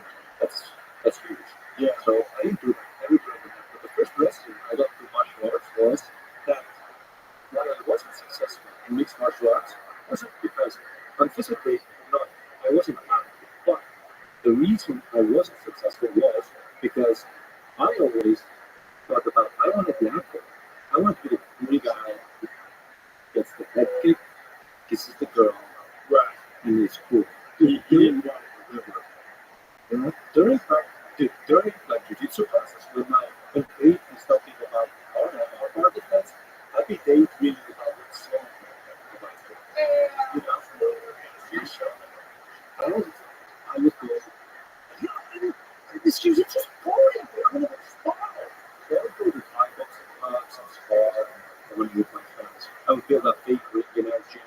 We would do all the cool do stuff that we wanted to do. And then I remember maybe a year later, there was this very guy who started saying it. No, not physically, not gift at all. A year later, he started it, and he was fucking world fucking lovely job. That's because he gave, he had a lifetime. Right, we always call it this expression of lifetime. Sure. You can be amazing at talent, whatever fucking beast. But if I do 400 hours, you do 22, no matter, at the end of the day, I'm going to get you. Because I have that time. Especially. But it's also how much energy you're putting towards the thing. Exactly. That's really what it is. And it wasn't that. And that's what I learned from the whole thing. I was just like, yeah, he was putting energy into the universe and committing. Yeah, I'm putting that out there. And even though something you can get to a result, he's involved in the process. You have to trust the process. That's the process of writing. And this is one of the things that I talk about all the time. Listen, I read on stage. I do too. We all, especially when we do bottom out, those references. Fuck around. I fuck around with it. That's right. For most of it, it's come like this. Sometimes they do, but also you can write. Yeah, it just doesn't hurt you. It doesn't hurt you. No, and me preparing for this last special, made me really concentrate on like writing, segues, anything to be quirky. I wanted to like really make sure that fucking polish down. Jerry Seinfeld had a great post with the comedian to the writing stage. He said, "It's in for years." And if you can write on stage, there was a great article that was out. That was about Jerry Seinfeld and Chris Rock. I think it was in Fortune magazine. See if you can find it. But it was essentially they were saying that Chris Rock said this guy. The guy was going to, what do you do during the day? Nothing, but if you ever put the mics every day. He said, during the day is when you make the money. At night, you collect your money at night, but you make it during the day. So true. It is just about. It's a great art. It's the perfect mindset, especially coming from a guy like Chris, with a bigger black fur, and who's the other one that was like, there's two great ones when he first came out. Who's the other one? Wrinkle Baby. Those two are some of the greatest comedy specials in the history of the history. And that guy, I mean, like, listening to him, whatever the fuck he has, he used to come to the comedy store. He had a very good story. He would come to the comedy store. Premises, like, ideas they had, did not have to work out. And he would just eat shit, like let it be like some blank spots, let there be some dead air, and force himself to come up with the money, find the money, and then you see it move on. The next time, that was what they said about Pryor. They said Pryor would show up at Tuesday with a bunch of ideas for kids, and they would ball. And then on Wednesday, they might ball a little less. And on Thursday, they would start kicking. And then Friday came along, he was in the neighborhood with some shit that he came up with on Tuesday. But that's because those guys aren't scared to start down the road. Because a lot of guys get their first break and they're so scared to let it go because it's so hard. It's so hard. And it's hard. People always say, oh, it's hard to be an open minded. No, bro, it's hard to be Chris Rock. It's hard to be open minded. No, it is, but what I mean is that it's harder to be open minded because you don't know what the path is. Like, you don't even know how to get fun. But what I mean by that is that the open micer, how many guys did you know? How many guys did you know who were so much funnier than you just because they played poker without chips on the table? They would show up on their friends for their favorite food, do their favorite activity. They would have a couple of drinks, but they would then disappear. And then when they have the weekend, and it's Thursday, you gotta be funny. Pick up Friday, you gotta be funny at 7 or 10. They would kind of fall apart because they're only playing poker by deal. When they're comfortable with their friends in their favorite groups. Right. But can you be a professional 5 times a week? Also, when you feel uncomfortable going to the same place, and then you know you do it a long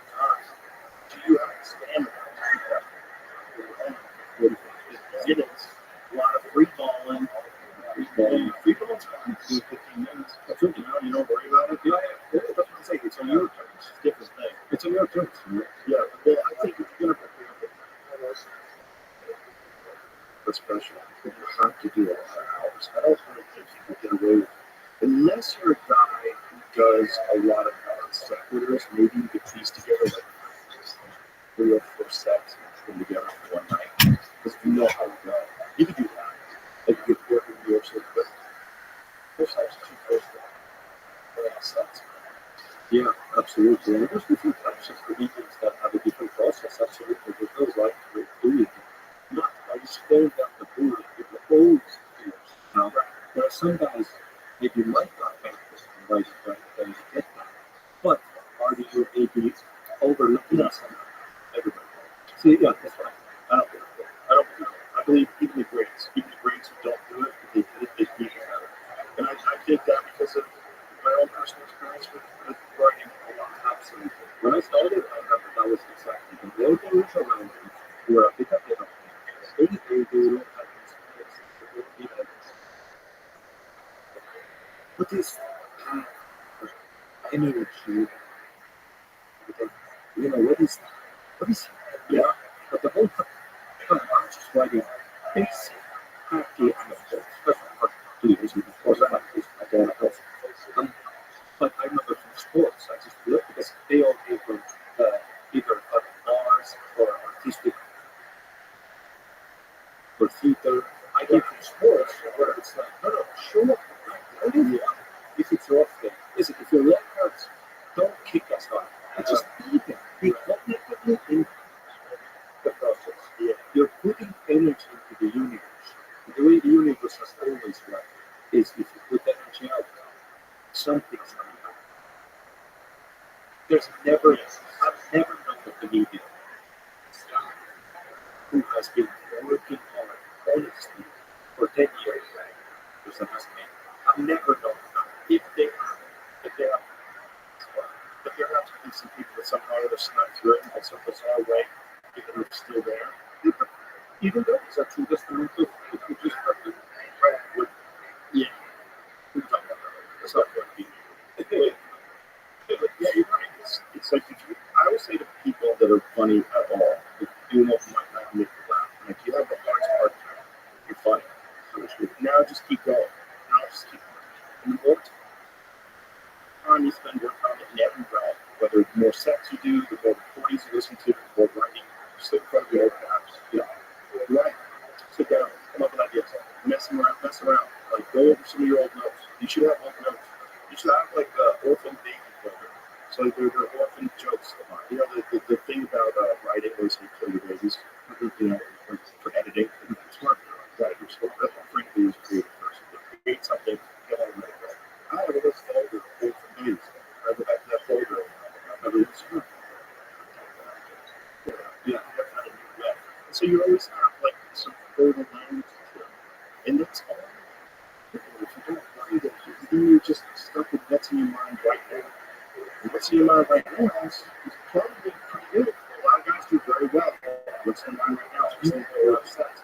And you're really better off if you also spend some time working on ideas in silence, by yourself. Sit down.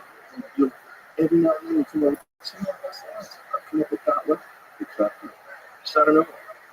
And then A little. Pretty low, but yeah, I get it.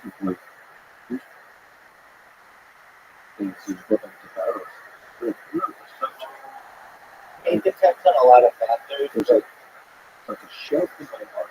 I think that's the 7 years. I just what is that? I really get excited about it because I'm so stupid. It's like it comes out of my mouth. I really do. Somebody go to the group. Go straight to yeah, that's the beautiful thing. Yeah, it's interesting to me. I don't know if I did today, but it's definitely. I'll take it crazy. Yeah, that was crazy. You know, the first time I saw you was in Australia. How much time do you think? One of the dog guys, he was a good friend of mine. And he writes during the day, hey, don't eat straight. And this was when, because I told him, this was 8 years ago. He was already good, but he wasn't the feel that he is now. The guy. But he had that squirt. So when he opened for you, I remember he opened it. And Australia, lots of white people. I heard it was super difficult. How leaves? There needs to be tension for them to be released. And I remember Tim Burns, and he got up to Northern and they're coming through. And he was other guys, it was like an Australian guy shooting or something. You know, that's his headline show. And he was big in Australia, but not like that out the top. They heard older people, it was like a regular crowd. I was nothing superstar rock star, but all of it, my girls, all of you, everybody gets back into the room to watch you. Because you're our first famous one that we've seen on video. And now, we're all like, let's see something like that. It's 4 years. Oh my God, I was big. Yeah, what do you think, dude? I mean, 2 minutes of this guy. The fucking life, So we're all like, houses. And you compare it, and this was, you have the urban experience. It was, I think, you just went from the street to the YouTube. It was big in the comedy community, but in Australia, pop culture, not that big. You were the fear. I would say most of it. Just looking at the crowd, what they thought. And you get polite, nothing like it with people there. You get a polite applause. And you got, it was your tweaker, so it's so clever to you to do it. I'm the closer, right? Because I saw you the next day. Dude, you weren't married the next day. You didn't get Kim Kardashian. And you're driving us. You're kicking what? Yeah. Sweat was dripping. It was summer. Sweat was dripping down, I remember. And all of us, that comics in the back were like, this is not a crowd that for who Kim Kardashian is a incredible figure, but your bit was so good that it transcends the record. It's like me as a young kid watching Dave Chappelle do cracking. I'm on a stone-in white kid in a suburb. What do I know about my farm and the arches? Have you ever seen a black person? Like he said, literally that. Like this talent transcends with this reference. And I remember you reminding someone, that's when I was like, holy fuck. Like, because we all thought you were just like a famous guy who just does stand up on the side. We were like, no, this guy is murder. And I remember that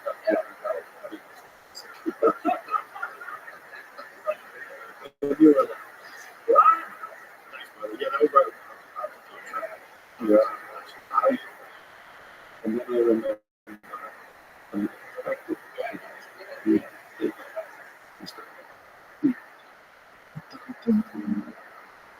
didn't you have this balcony area with flowers there? Oh, so let's not get up with this. So you have the balcony, and I get the weed, and I tell my friend Tim, you see, I'm cool. I'm not going to talk to him. We're never going to try to talk to you, man. I'm just going to give you a fist bump at the weed. I go, I have the weed. Tim grabs the weed, turns around, walks away, and in my head, I wish I could have given you a fist bump. But now, 5 years later, fuck you, Tim. Fuck you, Tim. You hater. You take his weed. Yeah, that was fun. It's cool. It's really cool to do the and then you murder in the theater, 7 a.m. I see you at the UFC, Motorhome Rothschild, the amazing KO.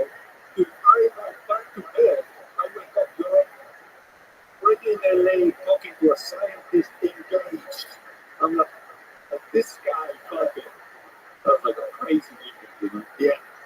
So wild fun. Anyway, again, thank you, my brother. Thank you for being well. Thanks for being off the guy. It's great having you around. Thanks so much, Church. And if people get a chance to see you live, don't miss it. Art is a real killer.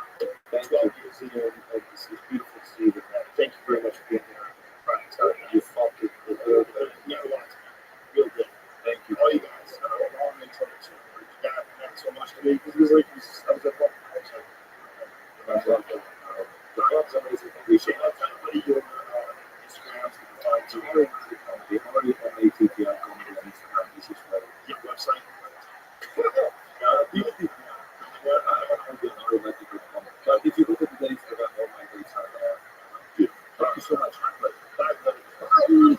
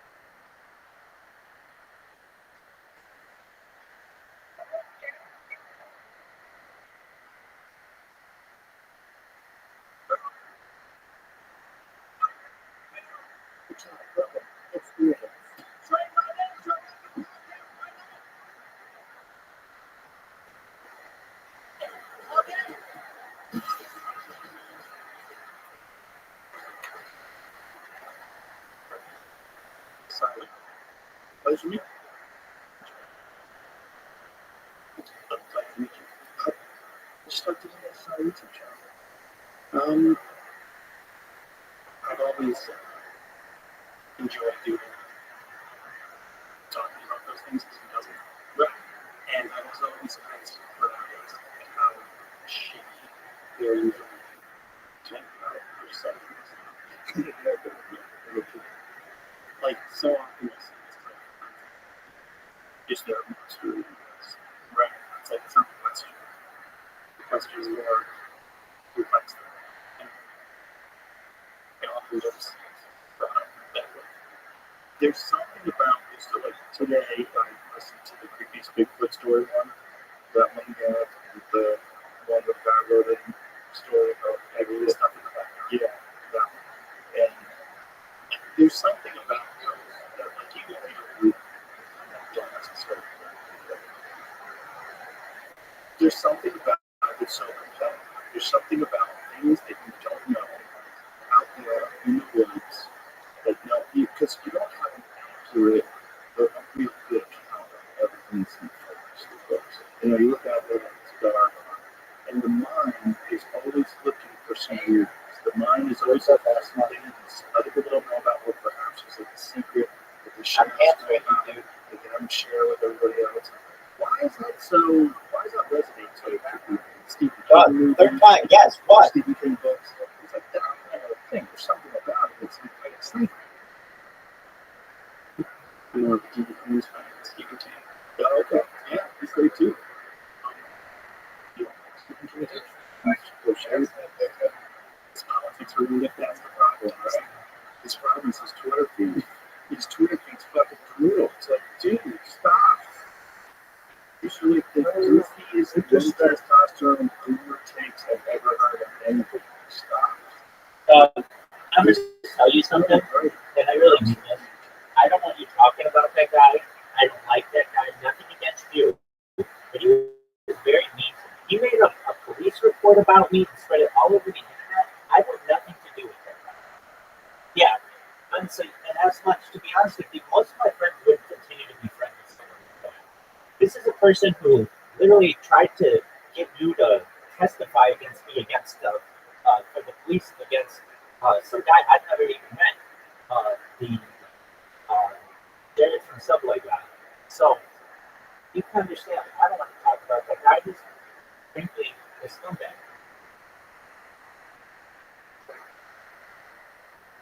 We are in agreement on that as much. But just put yourself in my position. It's one thing to be like, oh, I don't like that person. It's another thing to take a fake screenshot, put things that I hurt children, and then spread it all over the internet.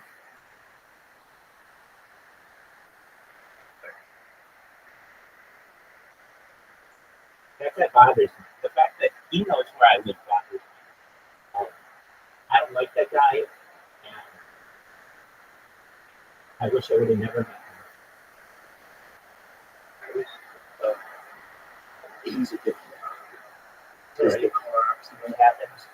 I think that was a big one. You get hit by yeah, shit. Oh, I love you too, baby. And also, getting up fucking booze. Yeah, that was the worst. I mean, I hate alcoholism, cocaine use. It's, goddamn good for I'm like, Caspian Sea. We're very close. I'm Capricorn. Doesn't even remember. It's like it was Yep. so was the shame to another level. He was deep in the Rose addiction and just writing this. Yeah, I think we're 5 days apart. It just what you capture is there's this part that Yeah, we're literally like 100 hours apart. that people didn't expect, couldn't imagine was right, and yet that's like a lot of stories. And you did a really good job of finding the why. Also, you no disrespect. No, I mean in a good way. But the way you tell the stories, it's just something about it. It's like you do radio. You do radio with illustrations, but you're doing it on YouTube. Right? Well, that's actually how it comes to you right. And because, so, my ways that start to happen. And all I use for was big content. Watching about you care about them. Oh, yeah. So, and those just kind of really slower pace. There's so much of the content. Yeah. But you know, more immersed. Yes, you do it like this. You do it like those people do it like people when they tell stories. And, if you would sit, before they would tell, you could sit like this and they would listen. Yes, and they just realized how much people do that we're actually getting condemned by our leaders. Yeah, yeah. So then, when did you start this job?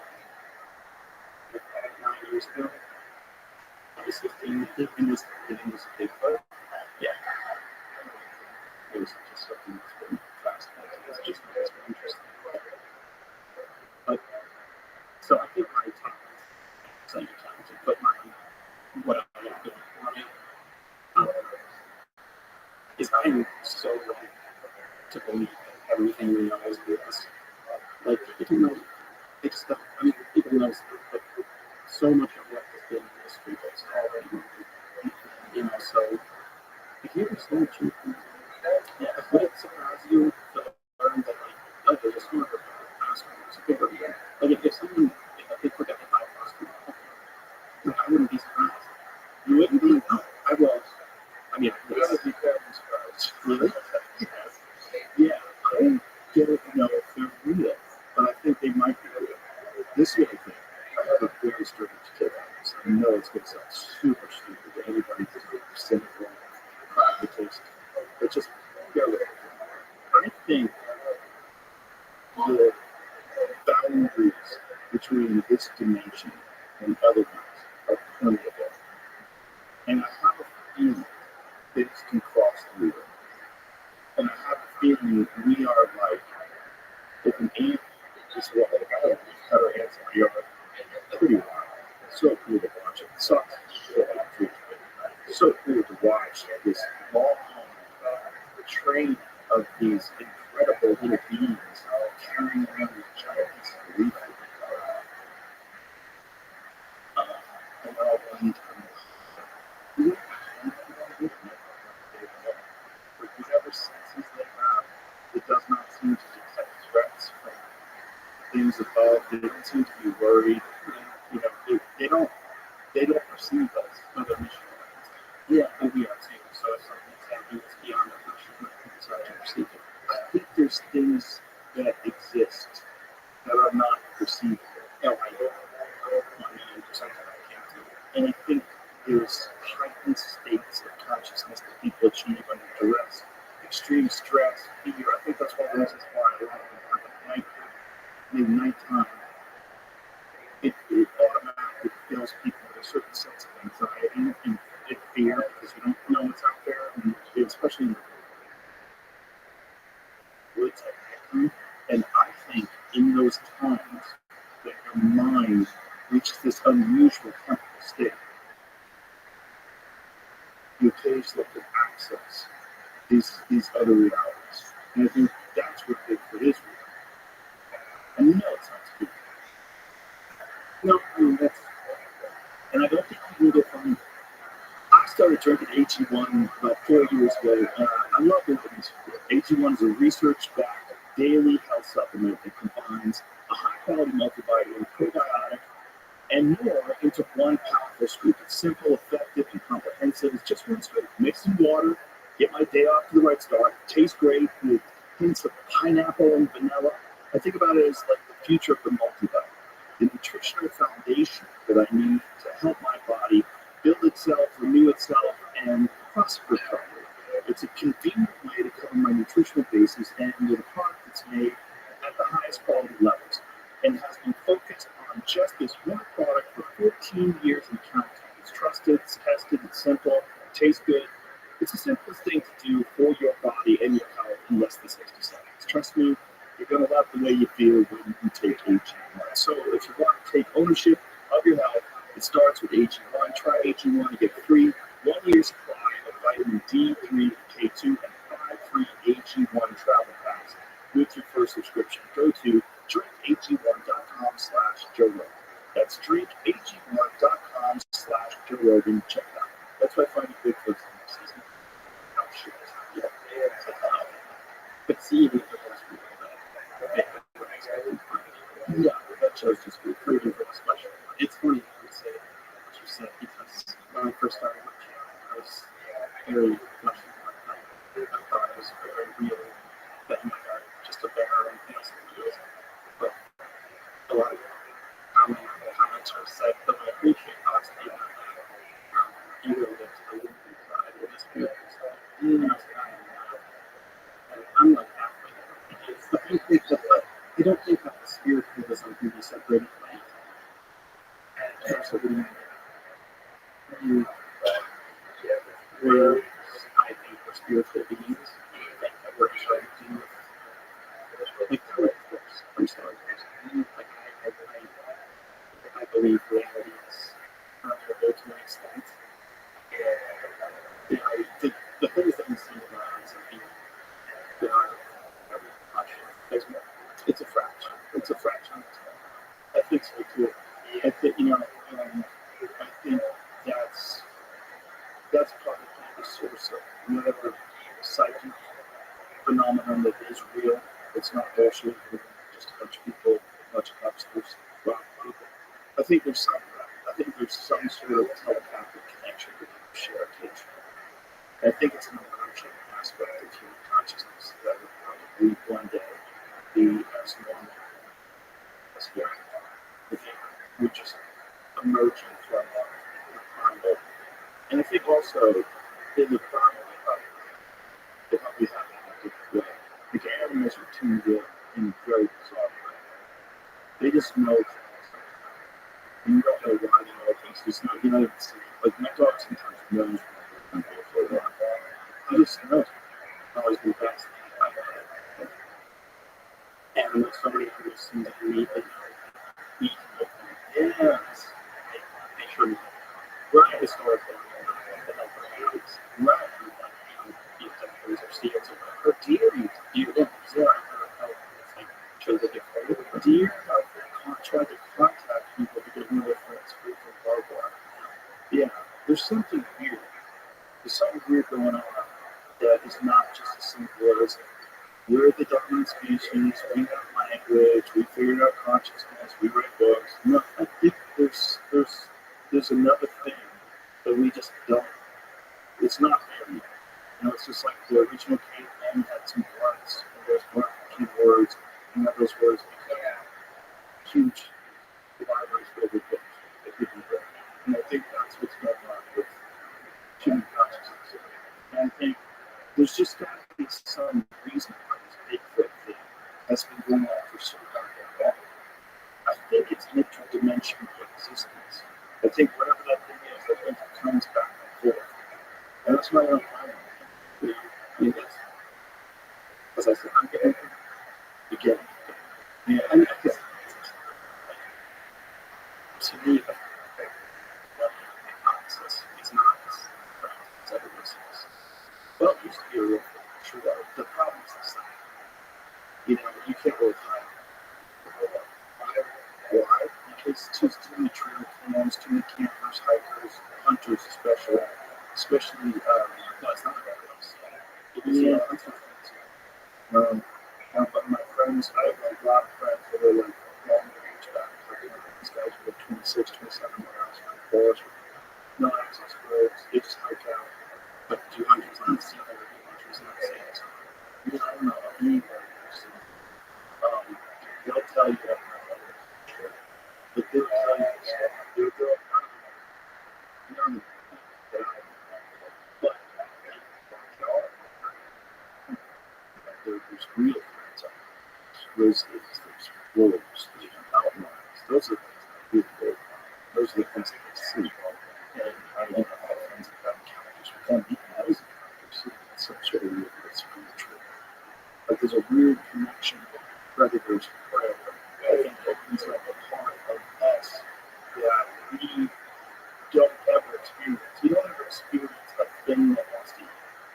And when you do, I think your biology is like, oh, remember this. And like a switch gets turned on, and these genes that we've had inside of our body for hundreds of thousands of years plus one of the predators, they get ignited. This bizarre connection. Have you ever looked in the eyes of a predator? Sure. What do you see? I look at a zoo. Okay, so Chicago for 50 years. And so just this is really there. And the lion was really nuts. And different. But it was very close. There was no real thing. That little barrier was not. And I lived in Rothschild, so I know parasites and stuff that they can't get out of the house. It's like, no, this is not this. It can't stay. And did you ever have? I don't even know about that. I just watched it.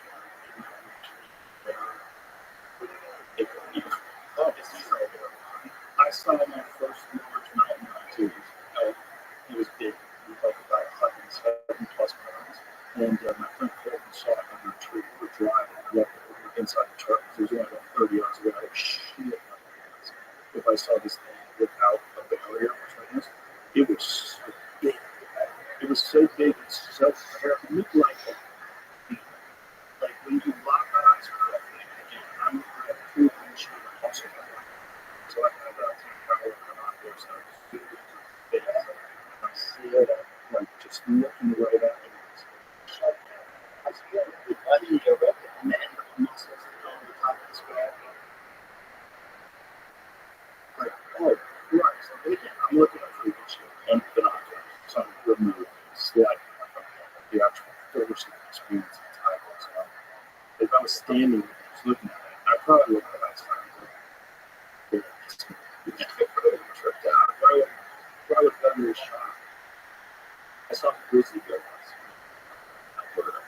So one of those, not even about 6 foot grizzly bear. But it looks like I've seen black bears before. That was the first grizzly I saw in the wild. And they look right through.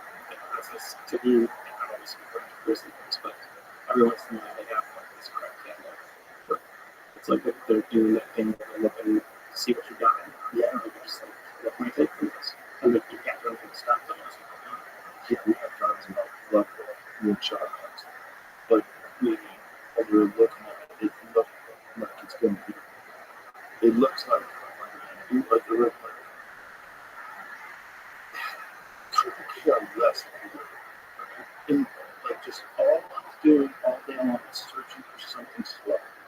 something will rip, something that fucks up, something that looks behind a kid, something that, dogs chained up to a tree. Oops, got one. And that's all it's doing all day long. It's just a big monster. And if it didn't exist, if a grizzly bear didn't exist, and there's reports of this enormous dog-like creature that eats everything, can kill it loose, and lives in the woods, it would be way scarier than Bigfoot. Yep. But, it could. Yeah. Could it? Scary. But,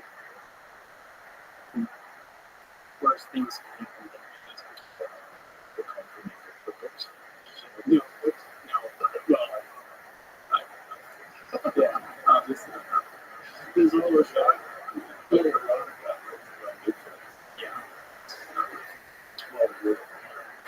Well, it seems to be ladies they like their stuff right. That's what they like. They like reading it. Yes. Yeah. Vampires are falling in love with them. Yeah. Yeah. But you can change it. Yeah, you can change it.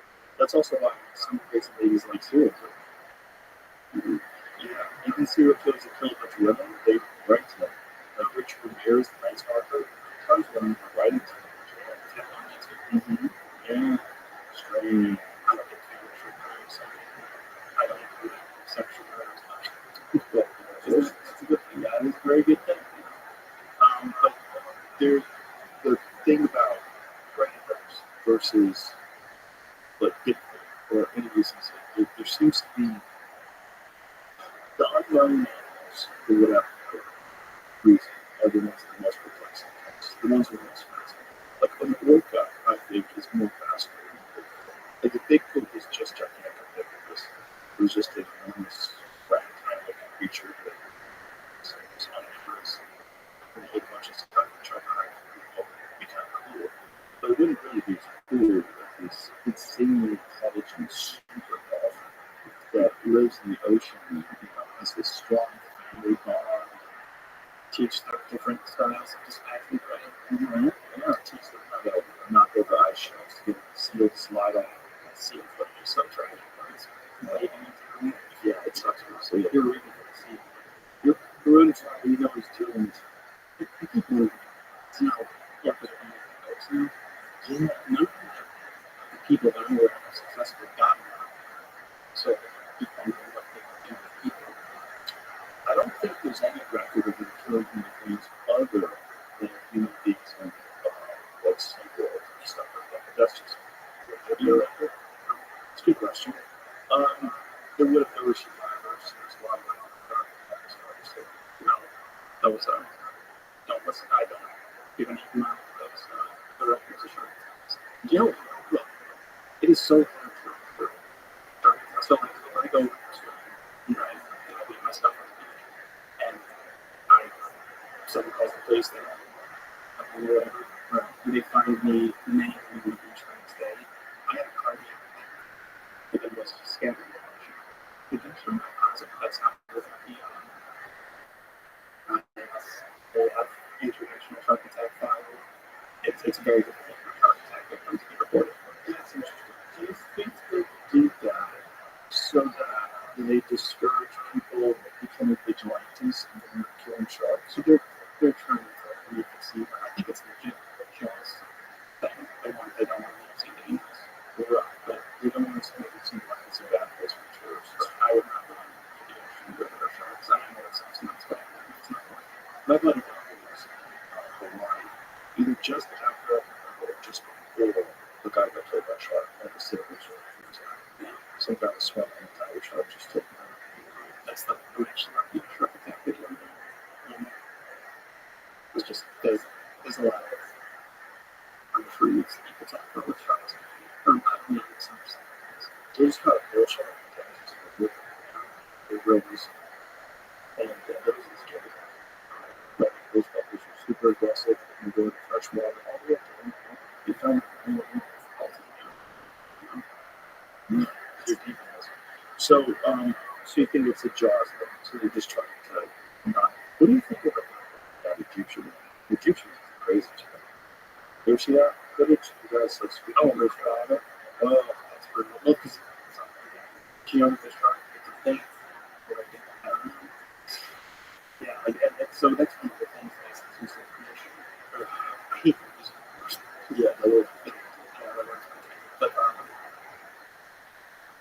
So they say it's taken identity or like, sharks attack is their best. Yeah, that's why they attack. Yes, I would put, I would can't be certain, but that would be my opinion. Because do you remember that we were, I remember when I was a kid, I saw all these shark documentaries that they would show like a surfer and then a sort of sea turtle and a seal side by side. If you read the documentaries, they don't make the same thing. No, and sharks are really, they don't have they can move sunlight, they can see perfectly. They would limit water all the way up to the that's where no one can take it. And I think that people are the way. Because that was the assumption with that guy. But again, it was never yeah. Well, stand partners. It seems like it does. And because and you know part of the times but is that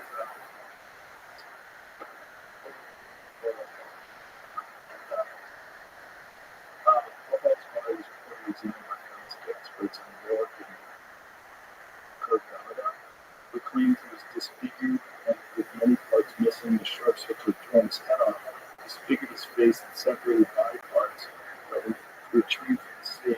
It's also reported the beast ripped apart his chest and 8 parts of his abdomen and fins. So that's not a text, but they interesting. So you think that people get rid of fish and seals, and that's probably what the sharks are trying to eat. Anyway, these assholes are flopping around, floating in the water, and in order to just absolutely eat without. There was also the story that I read about that particular attack where they were saying that some ranchers had dumped sheep carcasses. Did you hear about that? I still don't think of that. Sharks and see, because if a shark bites something hard, it really hurts them. They know what they want. And I agree, sharks don't see us as food. They may sometimes think we're desperate, but I think we're hard. Because if they didn't, they'd do us all the time. Right, all the time. Yeah, so I think, like, you know, Great Whites in California don't eat people. Right. They only cat people. Because we're literally in the sort of rare seas like that. So we're in the right, they know the seals come to them, they're surfers a lot. So they're like, oh, these things are like, and we know what we're doing this. People are going to do them. Right. We're clearly area. Right. Is this your own person? There's a amazing channel called Sharks Happen. And it's so fun too. The guy, it's not a movie anymore, just his name is just Adams on the streets in Michigan. And it's so fun. I fundamentally think he was more of a sharks than one that I was with. And I think it's funny because somebody got in Michigan. He's the expert. It is fun. Yeah. Like, how do you get new information from him? He goes newspapers, because, you know, to him, the holidays are just so cool. And there is they will so hard that to not in the sharks. Really? Yeah, like this kid, when you're spinning out, has an leg wrapped by a shark, which is terrifying. Like, that's coming down his calf and shark will not work as big. So and I can't recall his name, but that was not in the shark stats. That was in the shark stats as about because the kid was fishing. So that's a heroic thing. It's like, so fishing is a heroic thing. Being like a 7-year-old knee-deep water after someone was fishing is a heroic thing. And that's not the same way. So like that's not interesting. So there's shark attacks where there's no possible evidence of provocation. And then there's provoked shark attacks. Like, oh, you were asking for it? Correct. Yeah, and that's what he's working on. He goes through all the attacks and he says, yeah, these are people say, people think I'm wrong, but like 11 or 12 attacks, they say are legit attacks because they want to provoke it.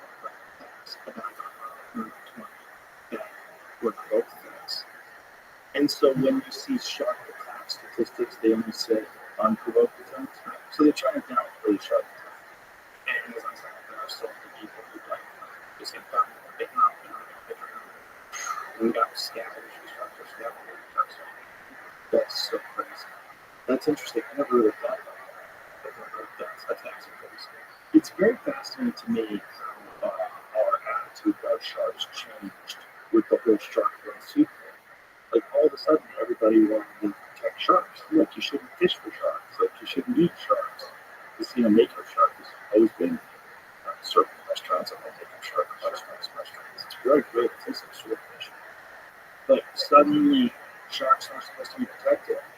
But Jesus, shouldn't we protect the fucking tuna? Like, tuna are delicious. They don't kill you. They're majestic, amazing creatures, and we killed 100% of the ocean. Fuck sharks. That's right. I mean, I love sharks. Me too. I just yeah, they can go fuck off. There's an area at Key West where people fish off the piers, where you have to pull in your fish so fast because the water's infested with sharks. Well, that's a whole problem. Sharks, so that means it's easier to pull it off. Mm-hmm. Yeah, sure. They see the big on the piers for people to fish. Then it's going to catch the big one, and it takes a while again. It's there's an incredible video of this guy is pulling a tuna, and as he's pulling the tuna, this great white cuts the tuna in half. Have you seen that? Don't really keep us on. Right. They're real. And if they weren't, they'd be the craziest monster ever. We have this very bizarre thing with the human mind where we become accustomed to things. We're accustomed to cell phones, show cell phones are 1400s, things are vision. And we accustomed to like, oh, that sucks. But there's something bizarre that we get accustomed to these insane creatures, like sharks. I have to think that there's so many creatures right now. I would get anything being to see them, extinct. Mm-hmm. But that probably something I think they works.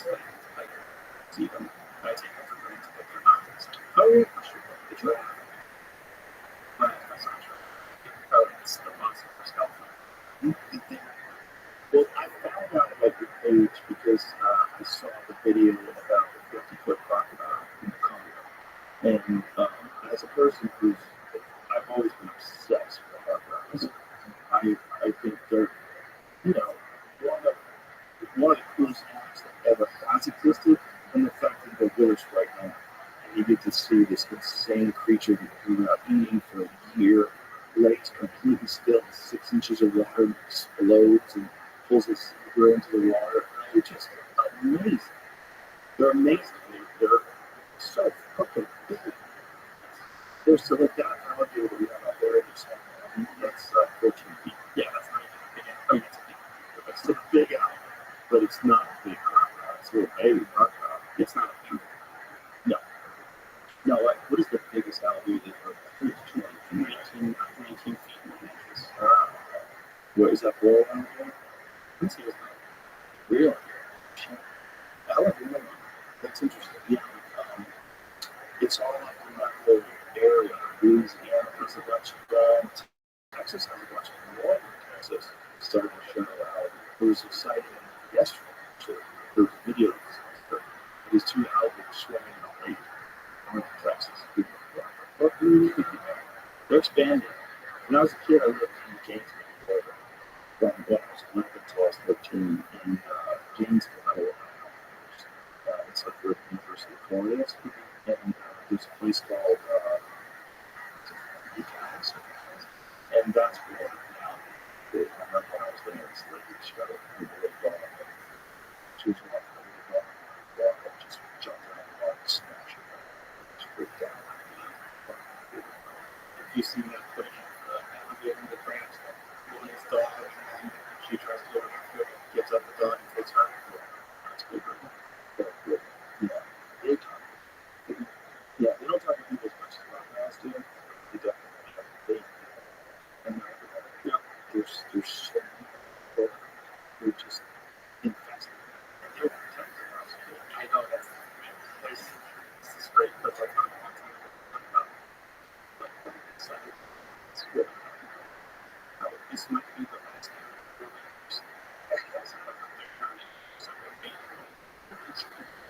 they were, I wonder why. I wonder why they were, and I wonder what kind of accurate counting of the animals in the Everglades they have. I don't think I mean, with poison, I don't think there's any feasible way to exterminate alligators and track everywhere. It's certainly not now. I wonder if maybe the ecosystem is better in check for people killing them. Like, when you think about Florida. So Florida, I think, was the first city in the country. Is that correct? I think it's Tennessee. Yeah, I think you're right. So that's where basically the Napa landed in Florida, right? It was what made us try to cross the country. And so it's a long, I mean, there's hundreds of years ago, but cities don't really emerge. Like that kind of part of life. When is that? Like, when is Miami emerge? When did we start seeing cities? Early 1900s? What? What is it? You know what I'm saying? Like, when does it start popping up the habitat of the alligators? Because a lot of Miami actually put it in. Yeah, like, right. Legitimately. And they had to, that's the real concern about the ocean level rises and all that stuff, super porous, just flood all the area. But I wonder, like, how much of an impact is that? Like, maybe there's a Florida panther, and then also back then, there was no snakes, right? So right now, not no snakes, but no pythons. There are these pythons, which are an invasive species that apparently there's two sources. One of them is pets, and the other one was there's a research center that got hit by a storm, and they lost a bunch of pythons, which is kind of and also, it's weird. Yeah, there's a breeding population. They've already found several, and they have shoot on site photos. I see reports of unreliable guys. They have like a cattle, they're feeding farmers. I don't know if that's true, like a 16-foot Nile crocodile stealing cattle. But it could certainly could. But I don't know if they would have to be that big. And I do know that two that they captured share the same genetics. So they're from very close genetic line, so they think they were related. Serious threat. Like, and they can be disrupting pesticides like TNT. I kind of makes sense. The other thing I read was more about hunting for leather. Okay. Yeah. It's up to 5 million. Oh, that's so crazy.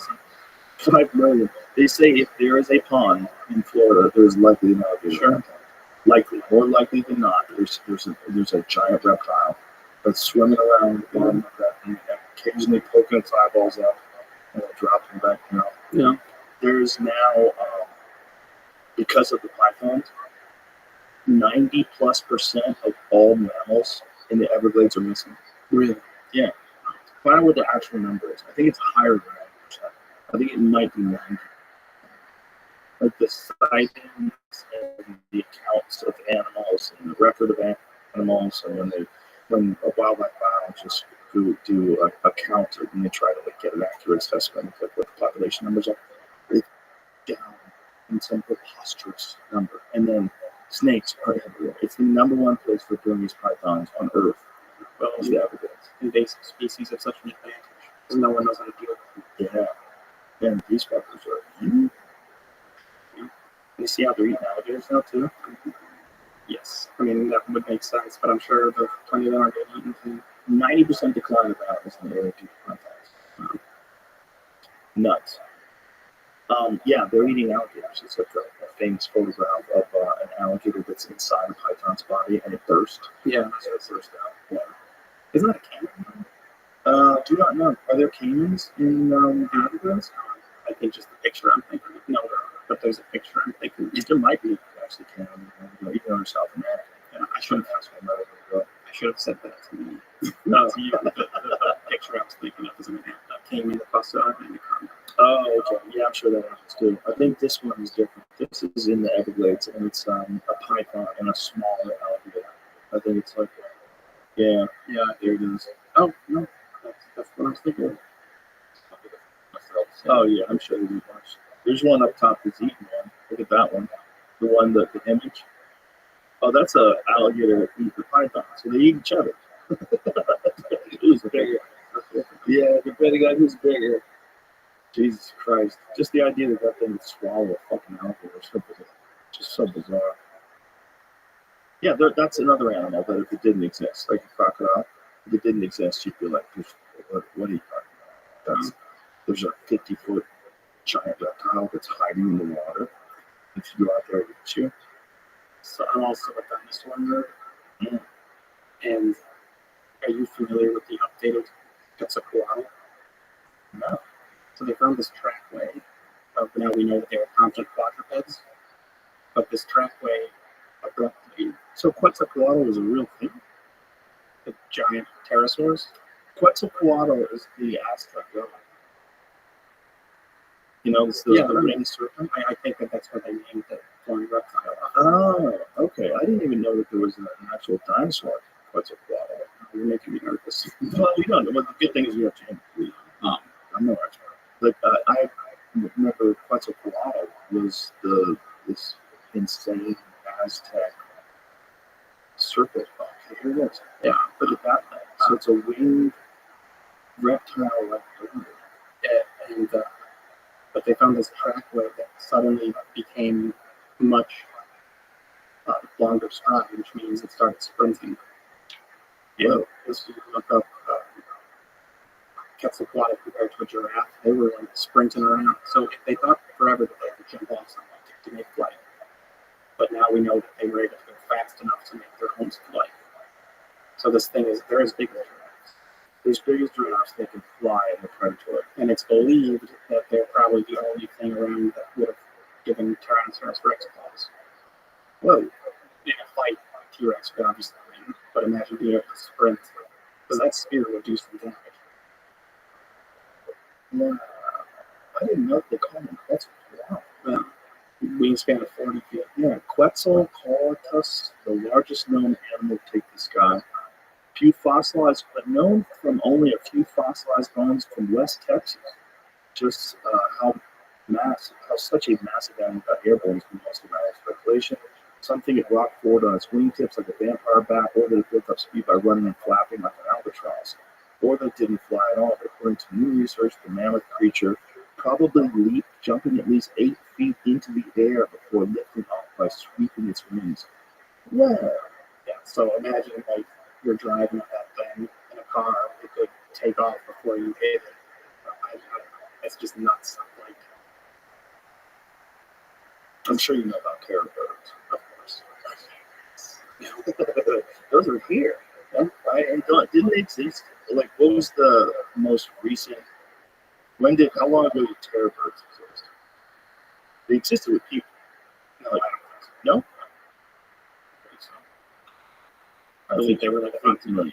Yeah, right. It says didn't exist with people.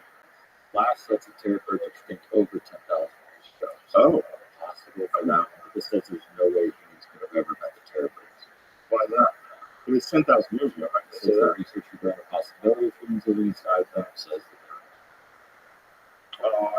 Researchers. Yeah, you don't know, bitch. There's no way you know what happened 10,000 years ago. If they lived 10,000 years ago and we lived 10,000 years ago, it's open to speculation. It's open. this one says between 53 million and 18,000. Oh, how weird. What a fucking window. Like, they don't know. Hey, man, you guys need to do some real work. Don't be making me fucking look stupid from a Google search. That's crazy. That's such a wide stretch. 53 million to 18,000. Well, if it is 18,000, people would bring the found footprint. Or I think 22,000 years. Yeah, I thought it went up even more recently. I think you're right. Mm-hmm. Yeah, I think you're right. And this is like what's throwing that Clovis first hypothesis into a sort of a tailspin. I suspect that there was a lot more civilization than we know about going on in North America particularly, but everywhere else too. I think you're right. I think you're definitely right. And I think a lot of Native American people take offense to the Bering Strait hypothesis. That people all came over here from Asia into the North American landmass through the Bering Land Bridge. A lot of Native Americans say that's crap shit. Really? Yeah, they think that people were always here. They think people had come from South America, they existed in South America before, they made it up through here, that people lived here, and that we really don't have an accurate count. Like to say that, I think the idea behind it is Native Americans, if they really did come from Asia, well, they're just immigrants too, right? And what they're saying is there's no real evidence of that. In fact, the evidence of human beings being here is so far back before that, before even the Ice Age, that, and this is pretty clear with the footprints that they found, that there's other explanations for how humans got here, and perhaps, even though the problem is there's no other primates, right? Like North America, the humans didn't, as far as I know, didn't evolve. Right. Wasn't it only the Caucasus in Africa, I believe? Mm-hmm. And then also primates in South America. That gets weird because you have different monkeys. Yeah, that's a big mystery. Yeah. I mean, right now, the best hypothesis is that primates came over in floating vegetation. What? Well, so the distance was less, but not by a lot. Oh, so this is Pangea times? No, there's still continents, but it was. But I mean, as it's like separated, correct? And I don't know. That seems weird. How many monkeys can get on a raft? Like if there's a hurricane, right? But how? That's crazy. I think North America only has one primate that was not believed to be invasive, which was Smilodectus. So all the primates in South America are believed to be invasive? Well, I mean, it depends on how you define invasive, but from what they're called old world versus new world monkeys. Wow. There's so many mysteries, right? There's so many mysteries with human beings, like when they settled here. Are you aware of this guy who's done a lot of research on that wall in Montana? Do you know that wall in Montana? Mm-hmm. So there's an ancient wall in Montana that some people try to say is a natural rock formation, and almost anybody looks at it goes, "You're right." That's 100% placed in stacked stones. But the problem is this ancient wall. Look, I mean, shut the fuck up. How is that? Oh, just shut the fuck up. Can you see the original picture, Jamie? That one, where, yeah. I mean, shut the fuck up. Someone stacked that, for sure. It's in a straight line. They're stacked on top of each other. They form fit together. They're placed, at the same height. They're all transported. Yeah, something was going on, right? So some ancient civilization had this. I think it's several football fields long. I think it's really long. Like, I think what they've discovered versus how much more of it could be, because also a lot of it is covered in dirt, and if this thing is 25, 30,000 years old, who knows how long it is, how long it's been there. Like, who knows how deep it is. The Sage Wall, that's what it is. So what is that all about? Like, that was on private land. And apparently, originally, it was covered in trees, and they cleared the area. And so initially, people were thinking that it was some sort of a natural formation, but as they cleared the area, they were what is this? So no explanation, no civilization tied to that area, especially when it's capable of moving monolithic stones. In 1996, they found it. While hiking on the property one day, we discovered the Sage Wall. The wall is 275 feet long and 24 feet high, a jaw-dropping marvel. In order to make these boulder areas more accessible and highlight their beauty, we created a moderate 2-mile trail system. Additional features of the trail include 400-year-old Douglas fir trees, the spectacular views of Ruby Valley 20 miles away, and the Highland Mountain Range sitting at 10,000 feet in elevation. So this is like high elevation, covered in trees, on a piece of private land that these people just haven't noticed that they have this thing on there. It's probably some massive ranch in Montana. And then, like, okay, what's this? No explanation. No one knows what it is. And I love how people try to write things like that off. Oh, that's just well, fuck you, it is. Right. You know it's not. I know you don't have an explanation, and this throws your whole understanding of human civilization in North America into the garbage can. It really does throw it in the garbage can because, like, what happened? What was going on there? Is this Vikings? Who fucking did this? Who did it and when? Well, I think a lot of people make the mistake of thinking of Native Americans as like one group. Right. The people are sure different groups came over many times, and probably a lot longer than 20,000 years ago. Or before 20,000 years ago. Well, we're not exactly sure when people started traveling across the oceans. Like, when did the Polynesians make it to Hawaii? I don't know. We really don't know. It's just guessing. You know, it's kind of guessing. What is the? Do they have any sort of carbon dating on any of the material that's related to that stone wall? Where they have some sort of a rough estimation of its construction time? But you know, just that. One of the things that's interesting about the Bigfoot is that for whatever reason, Native American tribes don't have a bunch of fake animals. Right? They don't have a bunch of, they don't have dragons and werewolves and shit. But they do have Bigfoot in not just one tribe, but many, many, many tribes, as a story of this sort of man that lives in the woods. Right. Which makes you mad. It sure does. Yeah. But like I said,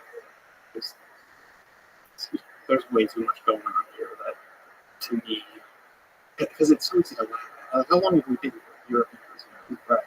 And how long have we had the equipment to even find it? And I do think that if it is, which is a big if, I do think it's being suppressed. Really? So the government's hiding Bigfoot? Yeah. Would that surprise you? Yeah. It would? Yeah, I think they're too stupid to hide Bigfoot. They're too stupid to do it well, which is why so many people believe in Bigfoot. Why would the government hide Bigfoot? What would be the motivation? If you were the government and you found Bigfoot, you know, you would keep this from people.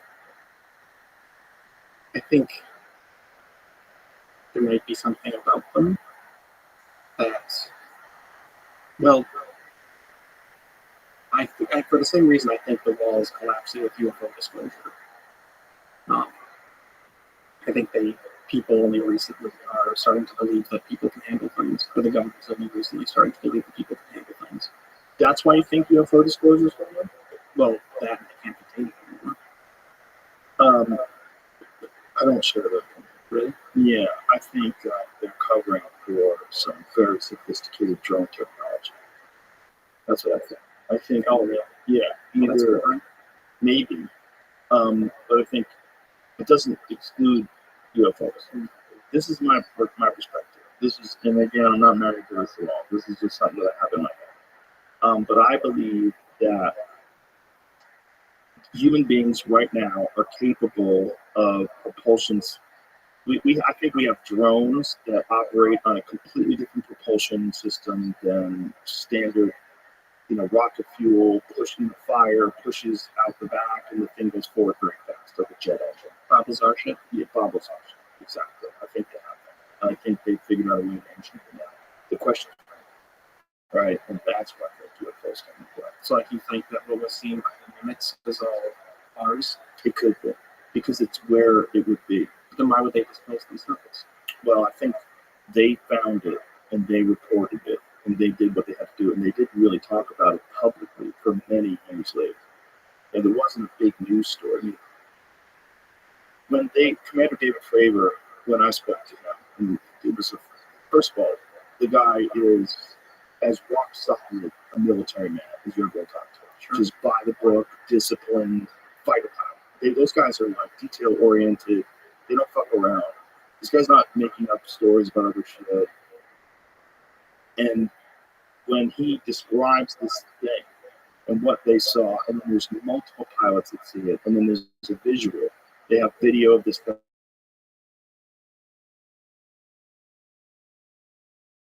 Above 50,000 feet above sea level to like 50 in a second. They don't know how to fucking do it.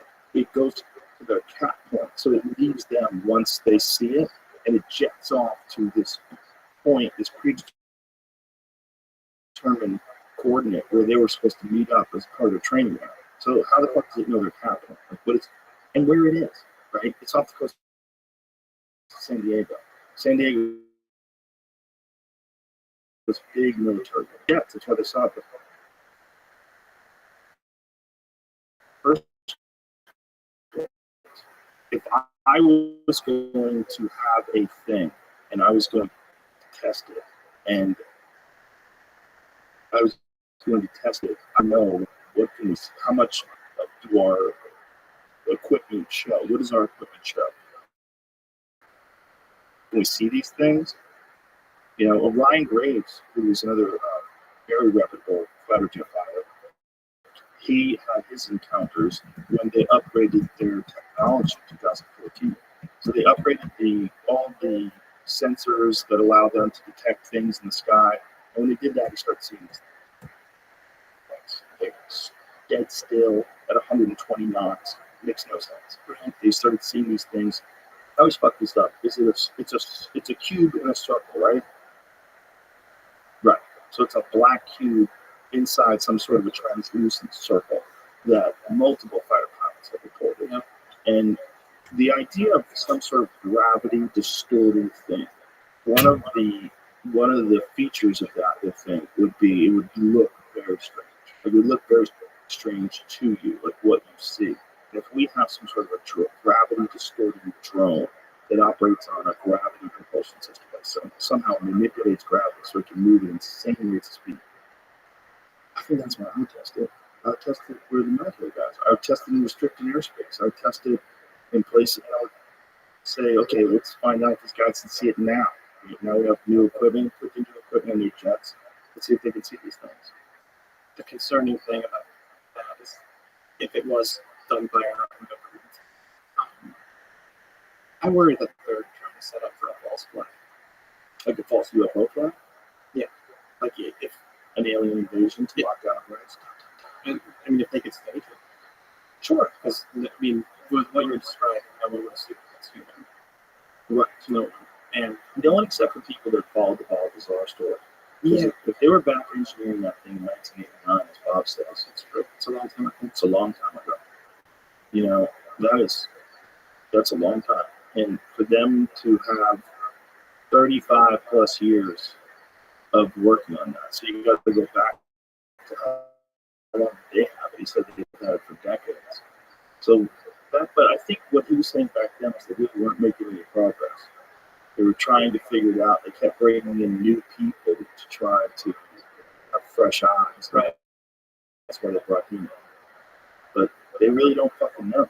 They said they didn't understand how it worked. And they were trying to get some sort of a working model of it. But they were able to operate. And that's what he was able to observe. That was one of the reasons why he got in trouble, allegedly. Where he got fired. He brought people and said, listen, I'm not crazy. I'll show you they have fucking UFOs. I'm going to show you this stuff. He brought people, and those people all said the same thing. And people have filmed it too. They actually had to increase the restricted space around Area 51 because people were going to a very particular vantage point, and they were filming some of these things. So there's footage of these bizarre crafts that seem to be moving through the sky in a way that no conventional aircraft can do. We don't really know what they are. And we're assuming there's some kind of a drone or something. But I think if you go to 1989 and they have those things, and then if you have all the money in the world, which they essentially do, they could print money. Right? You have black ops projects, you have things that we, because of national security interests, we have no idea what they're doing or how they're doing it. And then you get some of the best physicists in the world, some of the best propulsion experts in the world, and you throw an ungodly amount of money at this problem every year for 30 plus years. Then you develop these things. And I think that's one of the reasons why they would probably keep it secret. Because I would imagine that money was moved around in probably an illegal way. I mean, without congressional oversight, there's no legal way to do it. Exactly. Right? So if these guys were doing that and they were funding this secret military projects, who's qualified to be able to see these things? But if I had stuff like that, that's the best cover story in the world. They have observed crafts that are not from this world. Like, Yeah. oh, that explains everything. That's insufficient to me. To me too. But it's fun. It is. Both of them are fun. And I think both of them, listen, the universe is fucking huge. We exist. We send things to other planets. There is a rover right now on Mars. Right? We send James Webb telescope in space. We send rockets. We do things. We do. We would assume an advanced civilization would do this, of course. And we would assume that if an advanced civilization was interested in studying something, we are some of the most fascinating creatures that have ever existed in our, at least as our understanding of Earth. We're the most fascinating by far. As weird as sharks are and this other stuff is, we're the fucking weirdest. We're the weirdest and we're the craziest to study. Right. And we're intelligent and also stupid. We're capable of great things and also terrible things. Like, we're a very, very, very bizarre creature.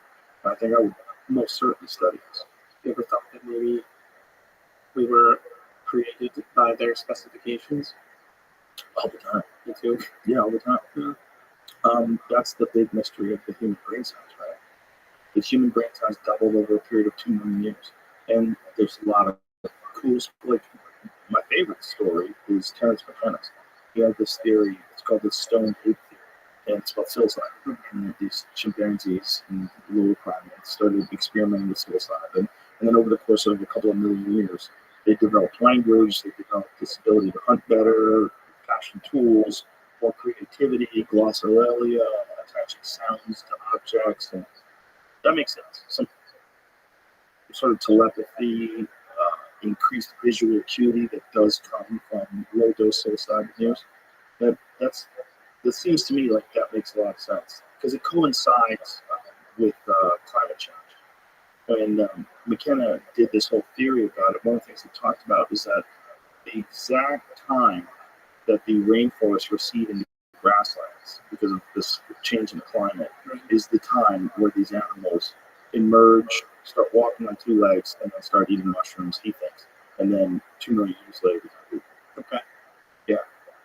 That's an interesting. Most interesting is the came here. They saw us. We were like Australopithecus or some hairy creature that was kind of primate. Like maybe we even started using tools. And we said, we're doing that. Let's make a laboratory. I don't think people think big enough in regards to that kind of thing. Because, like, if we had the technology to do what alleged aliens do, we would be doing all sorts of crazy stuff all the time. 100%. And I don't know. If we could introduce intelligent life into a planet, if there was life on a planet, and we could introduce our DNA into these lower primates and make them more like us, you think we would do it? 100%, right? Yeah, I mean, we monkey with all kinds of things all the time. We're always messing around with creatures' DNA. I mean, there's a story that we talked about recently during World War I in Russia, where Russia was experimenting with hybridizing human beings and chimpanzees for soldiers. Orangutans too. Yes. And they switched brains with the orangutan and the human.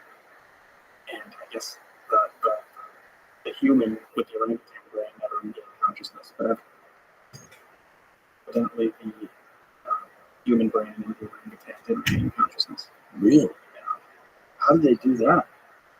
I don't know, but there's I only know this one. Is that real? Monster Quest might be full of shit. Although Monster Quest did bust one of the dumbest things that I used to do. The flying rods.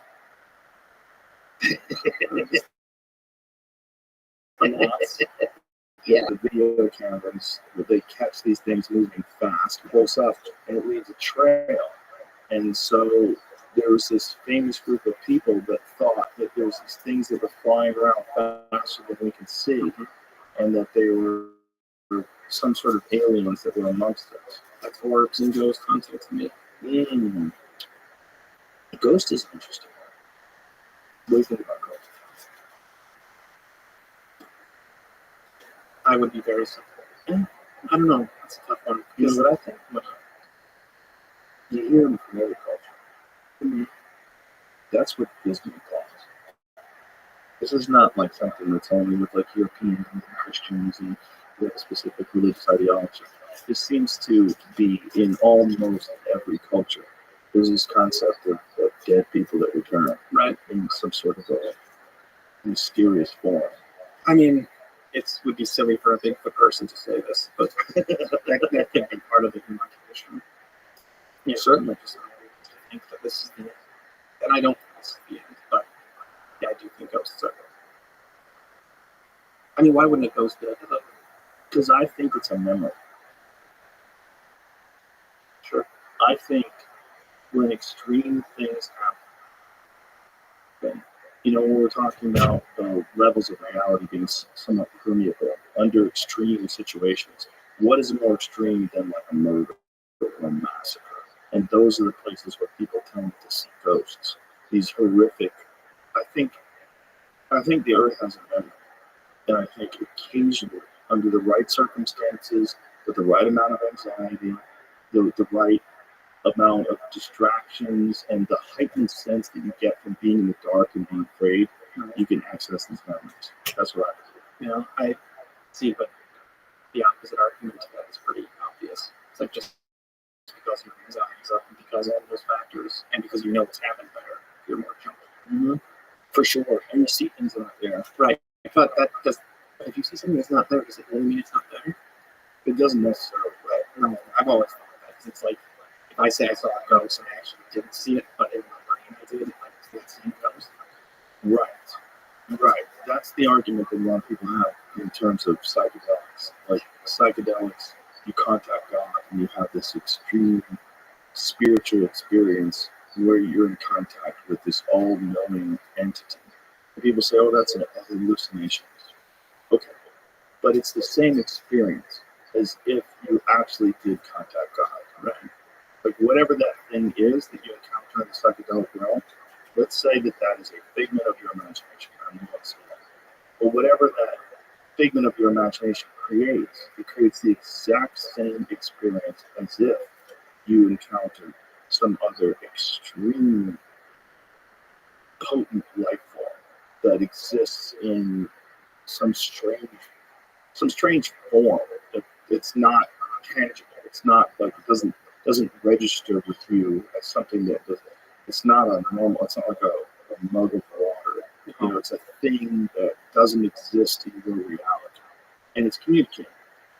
It's exactly the same experience as if it's an imaginary thing or if it's a real experience. I think that's what happens with people with the ghost thing.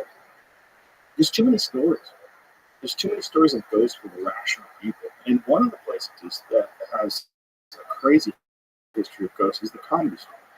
I used to try to see ghosts at the Comedy Store. I would stay there late at night when everyone was gone. I would sit in the main room and just wait for the ghosts would show up. Nothing ever happened. But maybe it was I was too mean. Maybe I was too try-hard. But there's something about like that club itself was Ciro's nightclub. So that club was owned by Bugsy Siegel in gangster era of Los Angeles, and for sure people were murdered. Like for fucking sure. Right? I mean, those guys were killing people left and right. And if there's ever going to be a place where you're going to memory of some horrific experience that expresses itself in some sort of a spiritual form, some sort of ghost-like wraith type form, that's the place. And you can say that I didn't, but many people I know have seen people walk through doors and they go into it, it's an empty room. Like, who's that fucking guy? And they'll see it like at the end of a dark hallway. And then they open the door of the room's completely empty. Yeah. And there's been a bunch of stories at the Comedy Store from really like reputable people that I know that aren't drunks, normal folks, and they tell you they look fucking terrified, and no one wants to believe them. There's a guy named Carl LeBeau. Carl LeBeau was a great comic who used to tour around with Sam Kinison, and he got kicked out of his house, and just was staying with his girlfriend, and was trying to make it as a comic. And comics in the beginning, they make no money. Of course, a lot of them sleep in their cars. So my friend Tony slept in his car. was they have a dream. It's not like YouTubing. It is, except YouTubing has a more direct path to success. With YouTube, all you have to do is you have this platform that is like the biggest video platform on earth, and it's available to everybody. As much as people complain about YouTube, I think YouTube is fucking amazing. I agree. I think the real problems with YouTube is advertising revenue and managing at scale. And then woke ideological crackheads that are running at the helm, which is real too. People are paying people for specific content that's completely legal. But outside of that, you have a path. If you get a video and it's your video, you're here because I saw your crocodile video. Why are you doing that? You know, Can't defend the video that you saw. oh yeah, man. That's how you get me, folks. Get me with a giant reptile video. There was no 50-foot ride. You don't think so? No. You? Yeah. Oh, yeah. Yeah, I do. Yeah. Head transplant has been successfully done in a monkey. Maverick neurosurgery. Oh, this is a head transplant. Yeah, I've heard of that. Yeah, I wasn't brain. I went back to the Monster Pets episode. So the one about the Soviet Union? Yeah, they were talking about a supposedly successful test where they transplanted a head from a monkey to another monkey, and it, according to the doctor, regained consciousness. So they said it was a success. It wasn't. They didn't. It died 9 days later, and it was paralyzed. Yeah, it has to be paralyzed, right? Because you can't reattach the spine cord. Well, that's cool. They had this one. This one, which is they're saying successful, happened somewhere else, and they killed it 20 hours later. But they said it.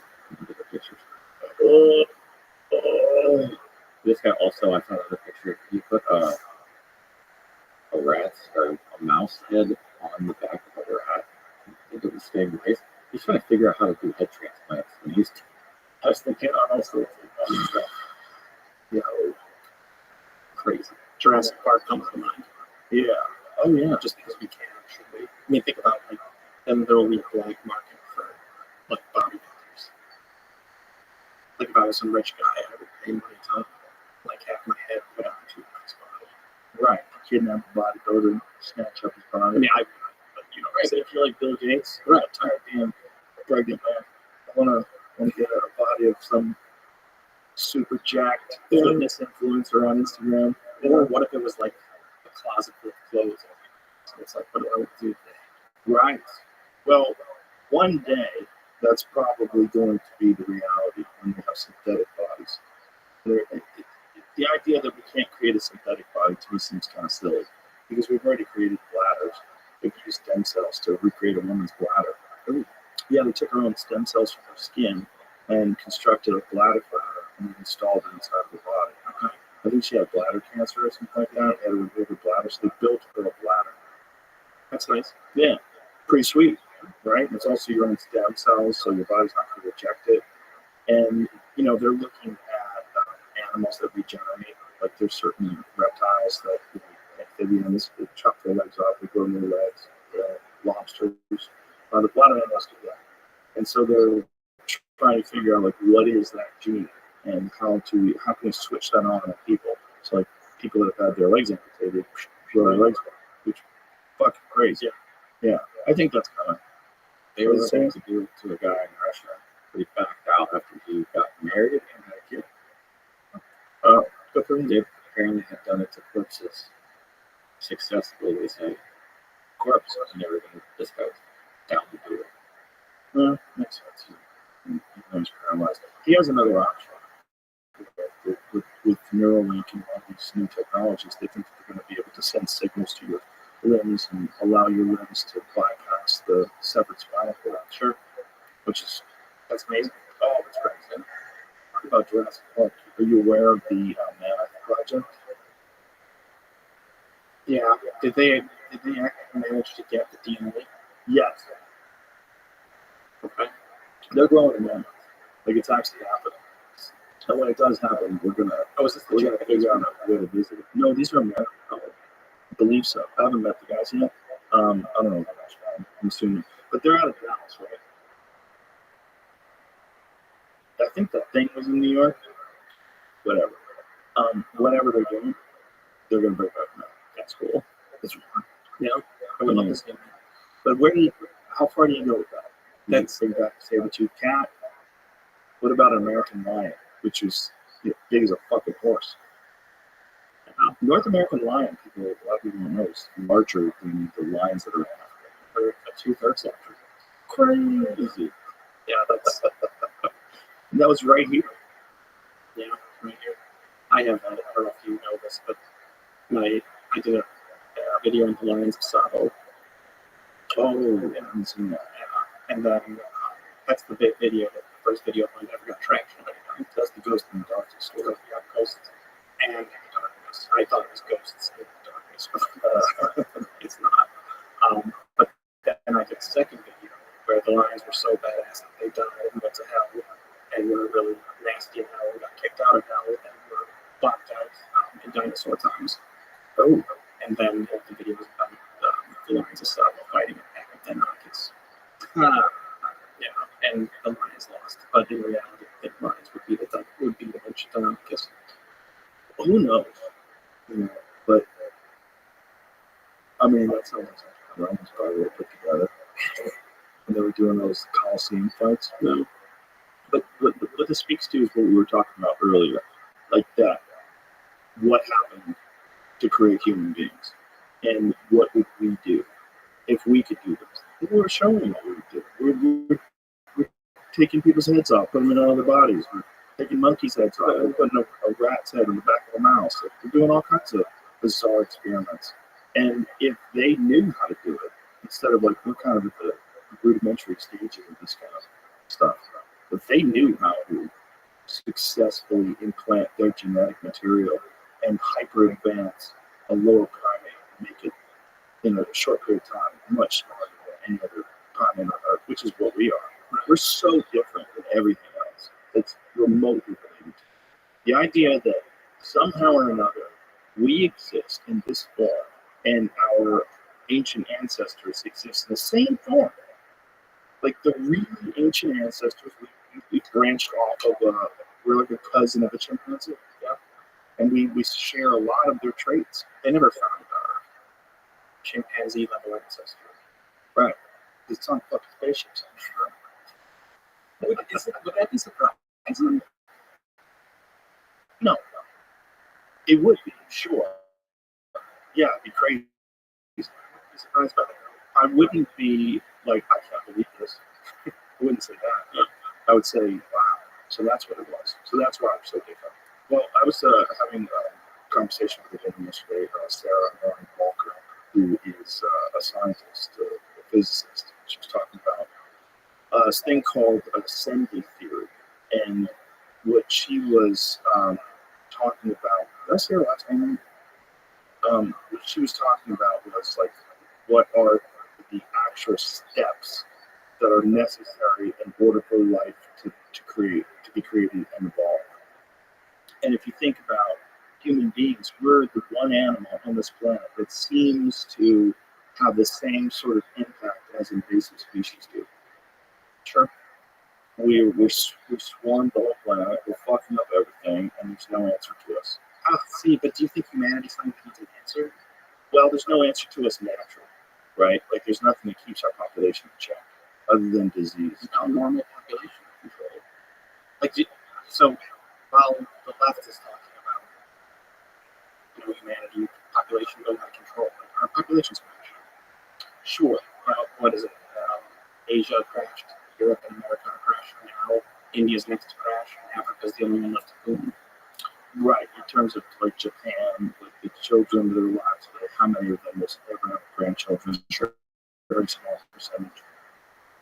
Yeah, that's true. Elon talks about it all the time. Yeah, I mean, because like you can look at more kids, you can look at the charts, like it's very clear.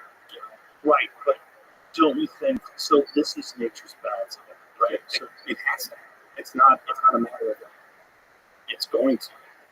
Those are the rules. I think nature probably balanced us out when we developed cities, right? Because what's the byproduct of cities?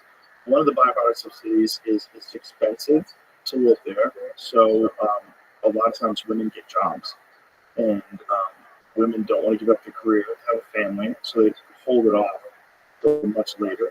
And if they have a child at all, they have less kids. and people who start having kids when they're 18 and 20. Right?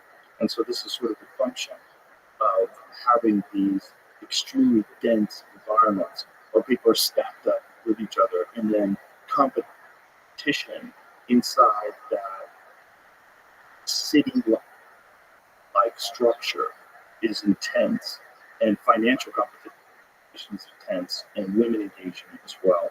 It lowers the population. That happens to almost all westernized societies, first world societies. They experience a drop in birth rate.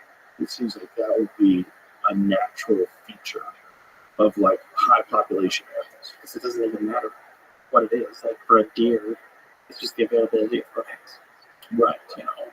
So I find it fascinating to think that humans are not we're very different from animals, but the rules don't apply to us. Right. Well, we are animals for sure. But we also are invasive. If a wild pig is invasive anywhere on Earth, right? That's true. Then we're invasive because we weren't there, and then we were there, and then we took over. Yeah, that's true. And we're so different than every other animal in how much different we look from each other. You know, with the variety of sizes we have of people. You know, it's just, it seems to me like, I thought about that before, though. Like, what if 7 gorillas that exactly the same to us are all like hyper? Like, what if, yeah, like they might all look really differentiated to themselves?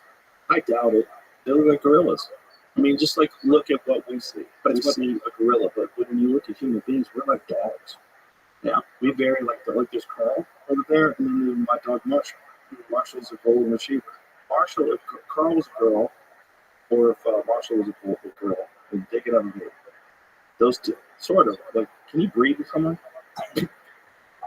We can find out. Try. Can you hear me? You're good. You're good. I see that you sent me something on flying saucers, which is like my favorite subject. Okay, so I'm reading. This is the director, psychological strategy board. Subject: confirms the idea. Time: and today transmitting to the National Security Council proposal, in which it is concluded that the problem connected with unidentified flying objects appeared to have implications for psychological warfare as well as intelligence and operations. For 2, the background for this view is presented in some detail in Tab D. And 3, I suggest that we discuss at the early board meeting the possible offensive or defensive utilization of these phenomena for psychological warfare purposes. Well,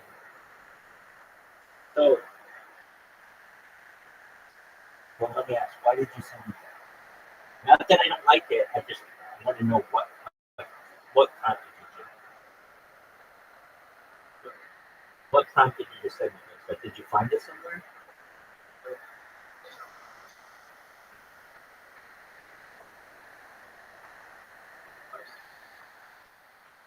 Thank you. Okay, now that makes sense. I didn't know why you said. Okay, so what I understand this to be is basically no, it's up my alley. I just didn't know why you sent it. Like, did it have to do with what happened the other day with the debrief? I didn't have any context. So I've got context now. So as I understand, from reading this, looking at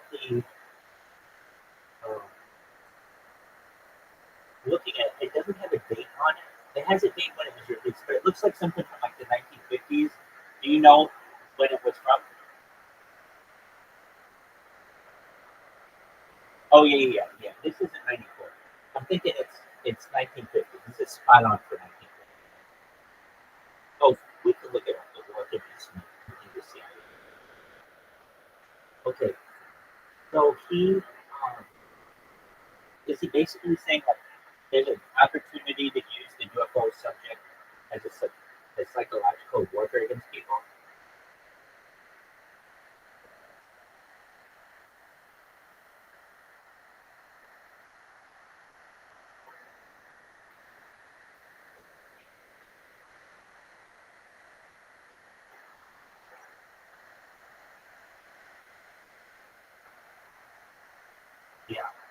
Okay, so it looks like Walter Smith was CIA director during the 1950s, so that's pretty accurate. Um, from 1953 to 1954.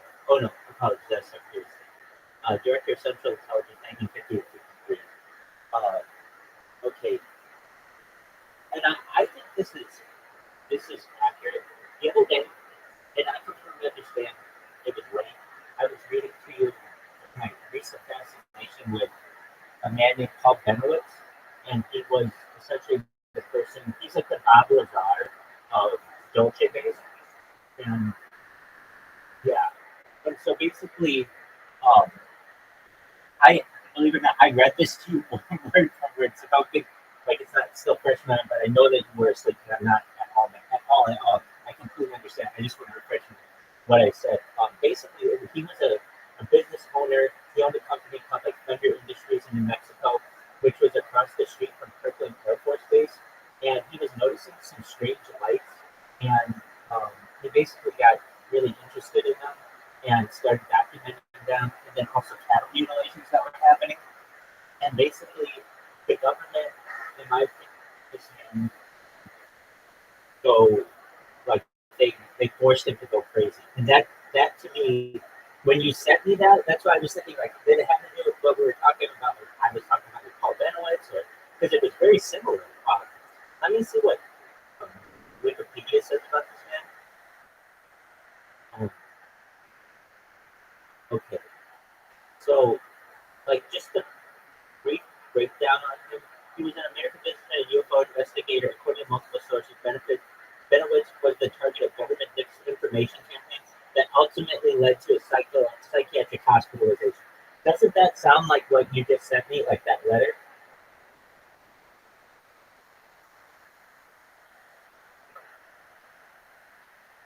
You're good. You're good. You're good. You're good. You're good. So, Paul Benowitz is like the Bob Lazar of Dolce Base, meaning I don't know if we know what Dolce Base is without Paul Benowitz. And when you just read his Wikipedia, it says Paul Benowitz was an American businessman and UFO investigator. According to multiple sources, Benowitz was the target of a government disinformation campaign that ultimately led to his psychiatric hospitalization. Like, what I'm saying is that he I mean, I'm sure what it said on Wikipedia. In the 1970s, Benowitz became a member of Arizona's ARPO, a civilian UFO investigation group. By the mid-1970s, cattle mutilations had become associated with UFOs. On April 20th, 1979, U.S. Attorney Thompson and U.S. Senator Harrison Smith held a public meeting about cattle mutilations. The meeting was attended by about 80 unattended Paul Benowitz.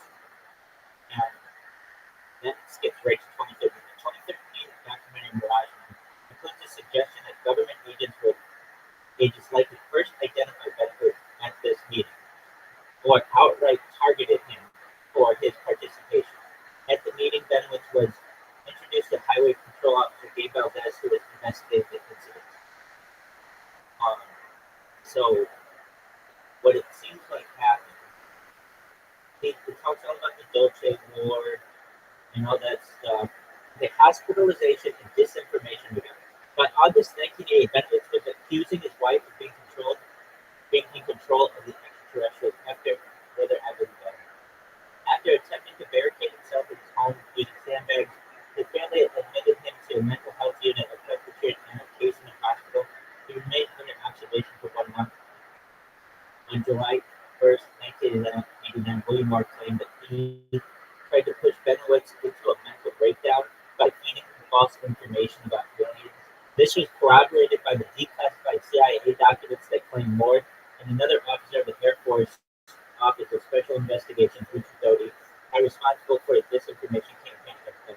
Basically, like the thing you just said is like, hey, we can use this subject not only for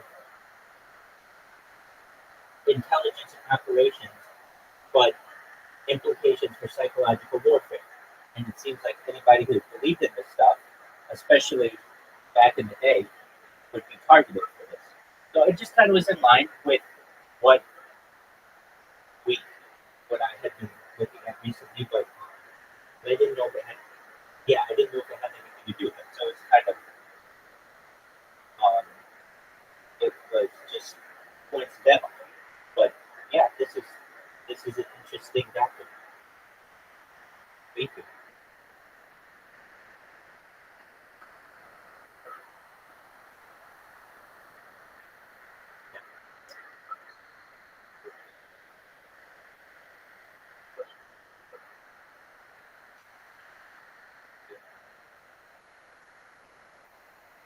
Correct.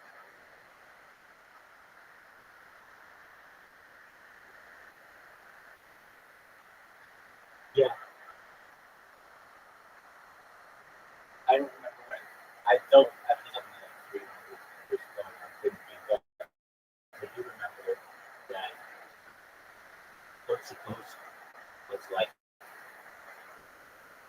Bob was out going coast to coast, and then John Lee was going coast to coast. And the thing that probably opened my eyes to it, even in the beginning days, were well, not that I believed it, but I probably did something about it. What a chicken you look at them. There you go. Go figure. Anyway, yeah, very interesting. Thank you for sharing. Try. That's the Mark Martin. He tries. If Marshall was a girl, he tried to help him. Marshall just gives up sometimes. Carl's just biting on his face while he's lying on his back. He just gets tired of this little psychopath. But the point is, like, they're the same species. They're just a weird breed of that species. But they are the same thing. Like, you could take a wolf and you could breed it with a dog. You know, they all started off as wolves, and we manipulated them to the point where we have this incredible variety of shapes and sizes through manipulation. And that's what people look like. I mean, that manipulation could be environmental, like the reason why people that move to Northern Europe develop very pale skin because their body has to act as sort of like a solar reflector to create vitamin D. You don't get it like the way you would get it in Africa, where we originally started. But we're kind of like a manipulated animal in that regard, at least our appearance. And that would be 10% of especially if they make a bunch of different kinds, right? You know, like initially, like the thought is the fun stuff is the Anunnaki, right? That's the fun. Sure. The Anunnaki came here and they manipulated with humans. Then you look at the Sumerian tablets and see the images of the giant Anunnaki guy who has the monkey person sitting on his lap with the tail. You ever seen that one? You never saw that? It's like a 5,000-year-old tablet of this guy who's this enormous person with this beautiful like garb on, and he's got this person sitting on his lap, a small person with a tail. What? Yeah. Oh my goodness. Oh, dude, if you studied any of the ancient Sumerian tablets at all, honestly, that's I'm like saving that for a rainy thing. Get into it. Get into it. Because the whole Zechariah Sitchin version of the Sumerian text is really, really, really interesting stuff. Is that like, no, that wouldn't be worth enough for them. Yes. Yeah. That's their version. The Nephilim is the Anunnaki. Nephilim is those from heaven to earth. Nephilim are supposed to be giants, right? This is the Anunnaki. They're much larger than human beings, and they did something according to the Sumerian text as translated by Zechariah Sitchin. Okay? And this is why the symbol for medicine is always that Caduceus, the two serpents, right? That looks like a double helix DNA. I mean, it's exactly what it looks like. And that's the connection that he makes with all this stuff. And a lot of people disagree with him. I should just point out, if you're interested in this stuff, there's a whole website called sitchiniswrong.com, and I've read that too. And it's interesting, and I appreciate when people have varying opinions, right? But there's something about Sitchin's stuff that is very compelling to me, and one of the big reasons is there's a lot of mysteries about the understanding that the that the Sumerians had that sort of defies conventional logic.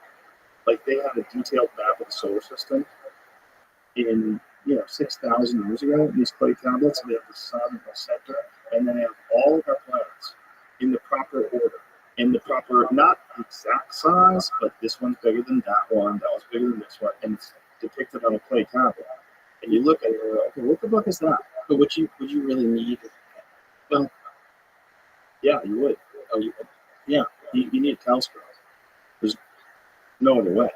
Like, there's no way with the human eye you can see the rings. You don't see it. There's no way you see Pluto. You don't see them. I mean, You're not going to see it. They saw it. They had, find the monkey one first. Did you find it? I'm not exactly sure what I was looking for. Sumerian tablet Anunnaki with monkey person on his lap.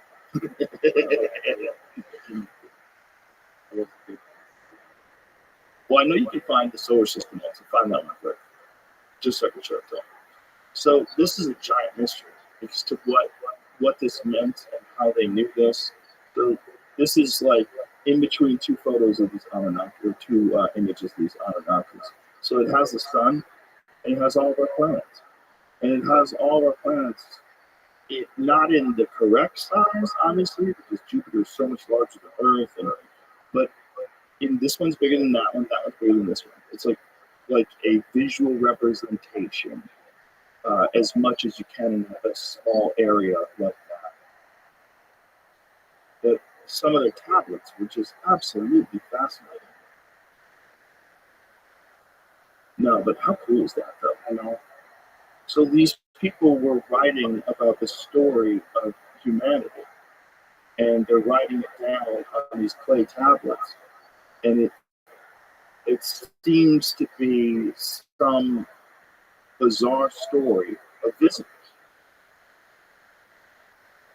A lot of them have wings, like that one that shows the eagle. Sure. Like, what's that all about? Who's that fucking guy? Rob. Yeah. But also, wouldn't that represent some sort of space? You saw that would fly with birds, right? And you were trying to represent something as something that flies. You would, Yeah, didn't the Jewish the cloud get translated to? No, what was it? The shield got translated to cloud with the pillar of fire. Mm. I believe that led the Israelites out of the desert, wasn't it something like that? Oh, no, but that makes sense. You could have. I said I wasn't going to talk about anything I wasn't sure about. Yeah, that's what this show's all about. Yeah, I could have sworn it was like there was in the Bible it says the pillar of fire and a cloud, and that's what the Israelites followed out of the desert. It could be. I've read that more pragmatic translation is actually shield and it wasn't cloud. Huh. Here it is. The pillars of the guide the Israelites through the desert during the Exodus from Egypt. The pillar of cloud provided a visible guide for the Israelites during the day, while the pillar of fire lit their way by night. Yeah.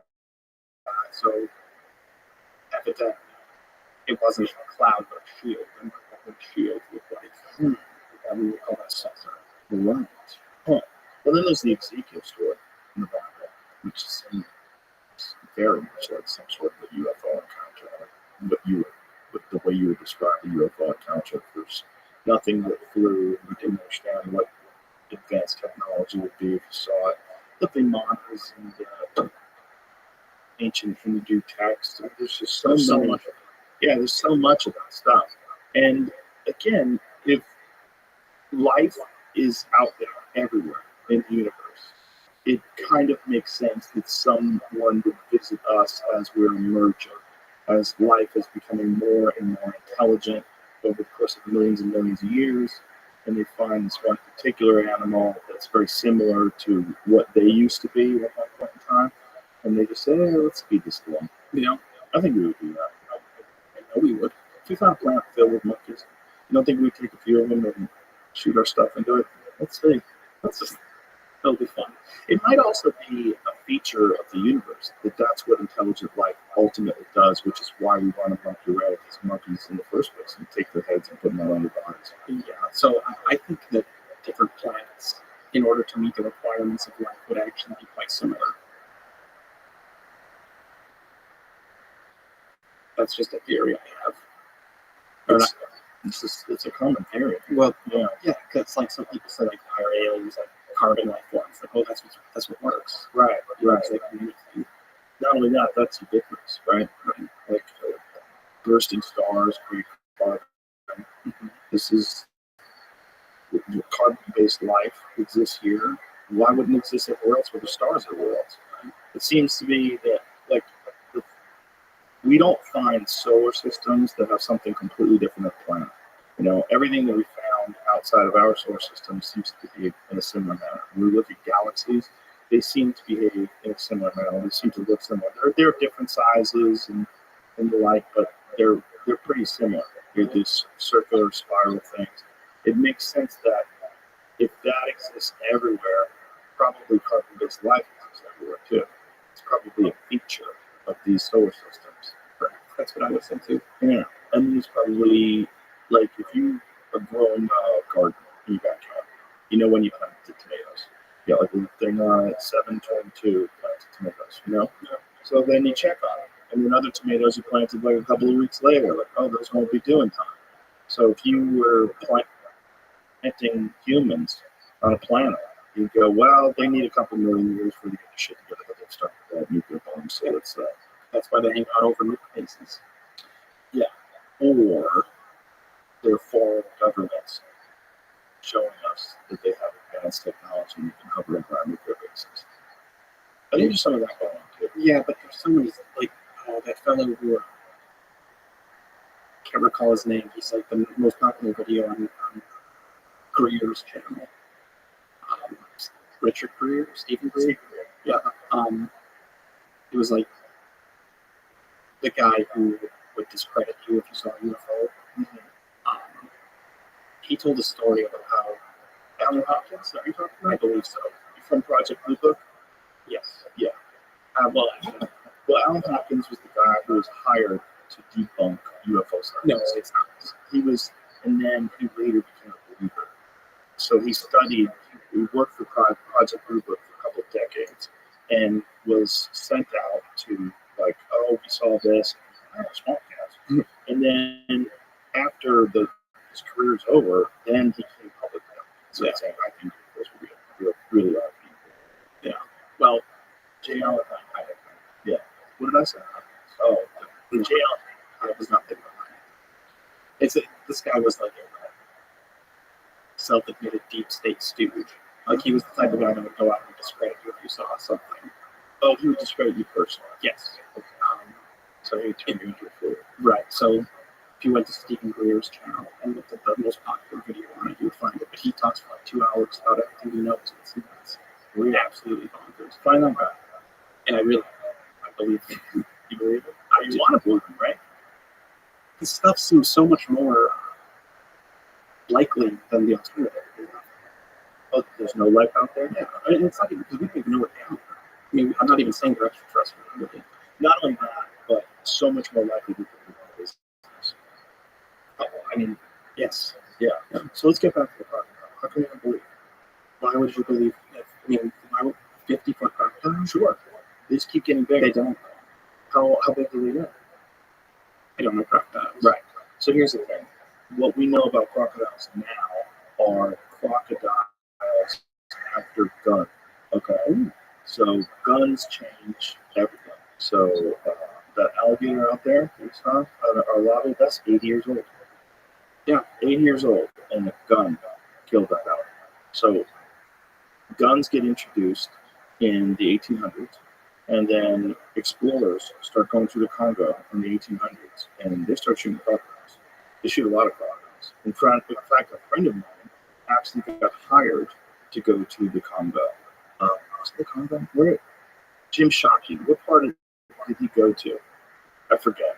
But he went to Africa. Because he's a hunter, and they hired him to shoot crocodiles. Because so many people in this village, he went to this village, it was so heartbreaking. Like this guy's missing an arm, this person's missing a leg, their bike's taken out of them. And while he was there, a woman got taken out. Like while he was there, a woman was washing clothes and a crocodile snatched her and dragged her to the water. Yeah. And when human beings start bringing guns, the whole ecosystem changes, right? So these 50-foot things that have been apex predators just sunning themselves on shore. Now some guy lines up a shot from the beach, or from a boat rather, and just takes it out. And they're shooting all these different crocodiles. And so doing this over the course of, 50, 60 years, all the big ones are dead. And it takes fucking forever for a crocodile to become a 50-foot crocodile. And they don't die. Yeah, but they just stay alive. Like they only die when something happens to them. But there's one crocodile in the reserve in South Africa who was born in like 1890 or something like that. And he's only like 17 feet long. Right. So you think that's because his environment was something? I think it's because he's born in 1890, not 17. Oh.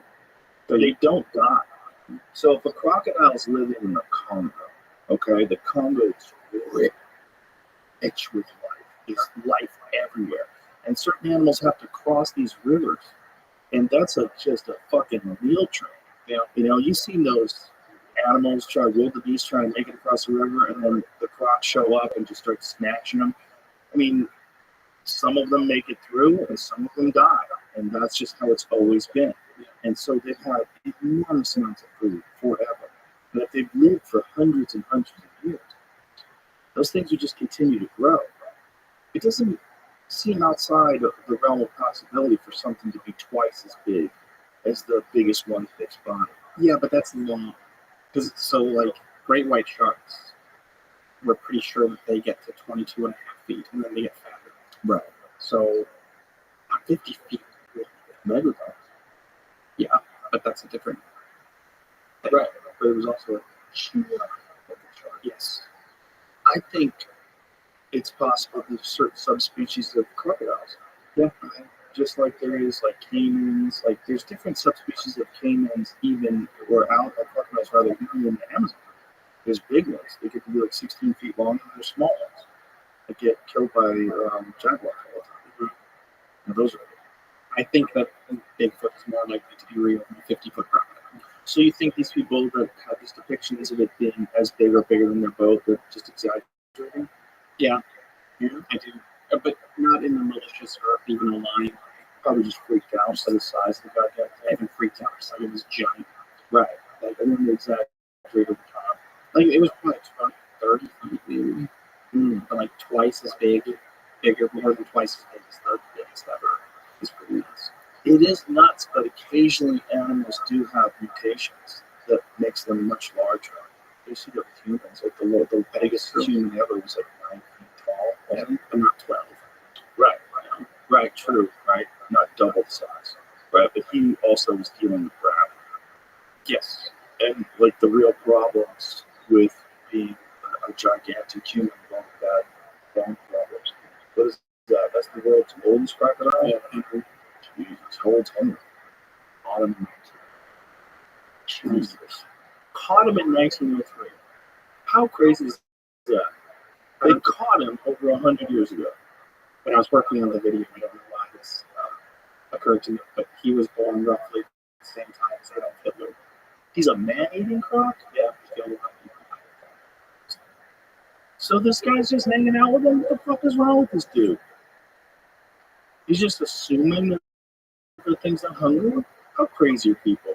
We want to sit right next to a goddamn giant monster like that. Look at the size of that thing. I just can't imagine why anybody would stand next to that. Can you stand really far away and just film it? Let's talk about surfing. 700 kilos, so it's like 1,500 pounds or so. They're so cool too. Look at that face. The way all the teeth like integrate with the gums. And when you know that this thing, so it's captured in 1903. When was it born, right? I think it was about 15 years ago. That is so crazy. So this thing's somewhere around 135 years old. Yeah. This guy's just grabbing its dick. Look at it. It's like, hey, bro. If you compare that giant croc that really pops up on a golf course in Florida is known to be about 10 to 12 feet and 1,000 pounds. that's an alligator. Right? That's 15 plus feet. Yeah. Like I said, the one that's out there is 14. Yeah, I was really surprised to learn how much smaller, even when the size or when the length is similar, how much less heavy alligators are. Oh yeah, they're twice as heavy. Yeah, crocodiles rather are twice as heavy. They're so dense and they're so aggressive. Have you ever seen when they have yeah, it turns towards them like that guy could just get taken out like that. But they drown. That's how crocodiles kill. Because they're too big, right? No, I'm saying, Oh, how they kill people. yeah. So like a crocodile like that, if he's going to drag you in the water, Isn't that nuts that like they're actually not. yeah. Well, they can hold their breath forever. Right. So it's like, I know you can. Right, because like their teeth aren't just meant for holding. If their teeth are meant for chopping or chomping or anything. Have you seen the one where the crocodile takes a pig and snaps it when you shake its leg and chokes down the whole leg? Mm-hmm. Have you seen the one where the crocodile just like rolls and rips its friend's leg off for no reason? And the friend doesn't even flinch. It's just like, what the fuck, dude? yeah. The lady was feeding him, right? And just what do you got there, Joe? Oh yeah, here it is. Look at that. Oh, he just snaps that thing in half. Yeah, with a quick little fling of its neck. Sure did. Oh, it's my screen. Watch this. Snap. Like it's nothing. Just wanted a bite-sized chunk. No big deal. Just an animal that's been around for how many millions of years? Richard Doty. Okay. Spread disinformation about UFOs on behalf of the Air Force Office of Special Investigations. So that's the guy. Yeah. So his job was to make you look an idiot in UFOs. Now, why do you think he would do that? To discredit people. But why? Why would they want to discredit people? Man, you are, I don't know, I guess, to keep their secrets. What secrets? Right? And keep your secrets.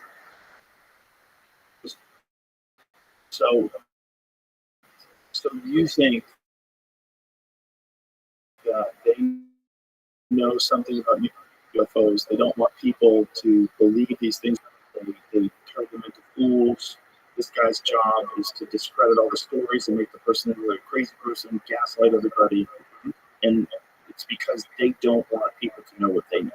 I would imagine that the truth is worse. Well, yes, but because what they know is wrong. What do you think they think? What do you think they know?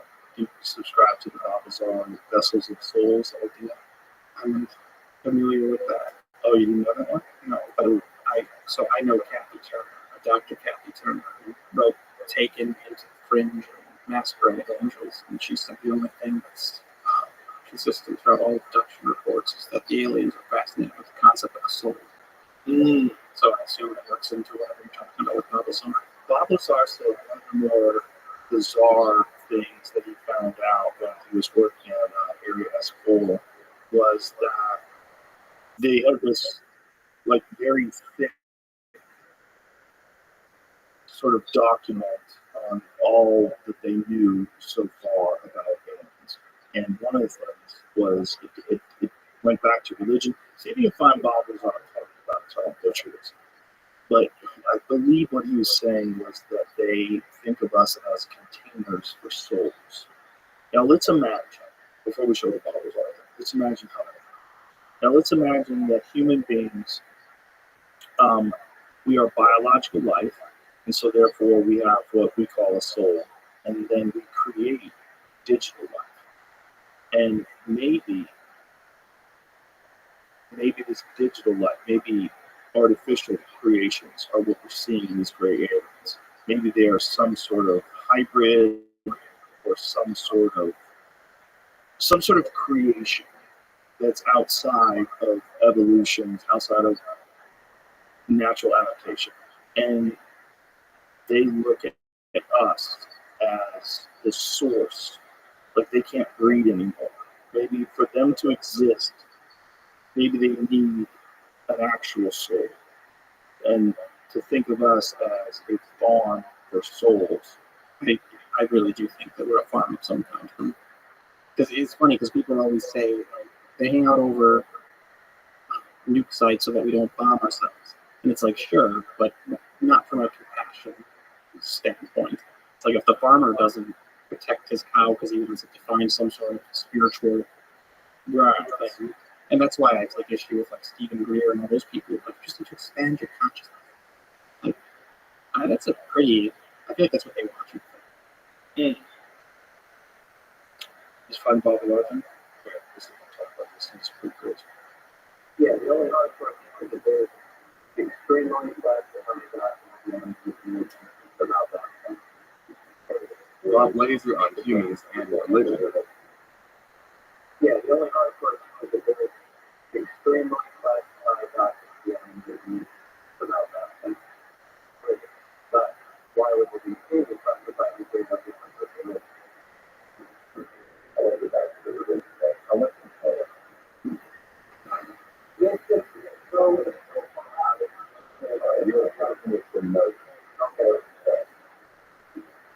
Network is it. That's how the whole season was nothing but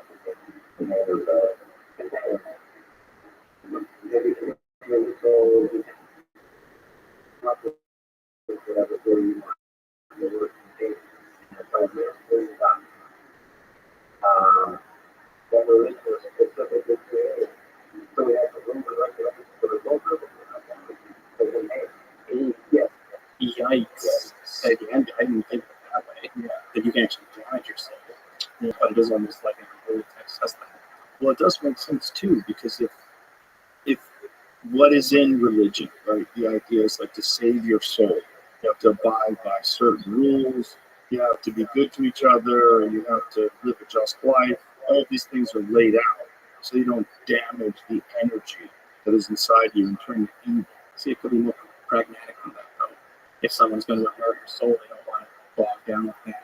Right. Yeah, we don't want it to be evil. We want it to have negative energy attached to it and the karma of killing a bunch of people. Right? Who wants Dick Cheney soul?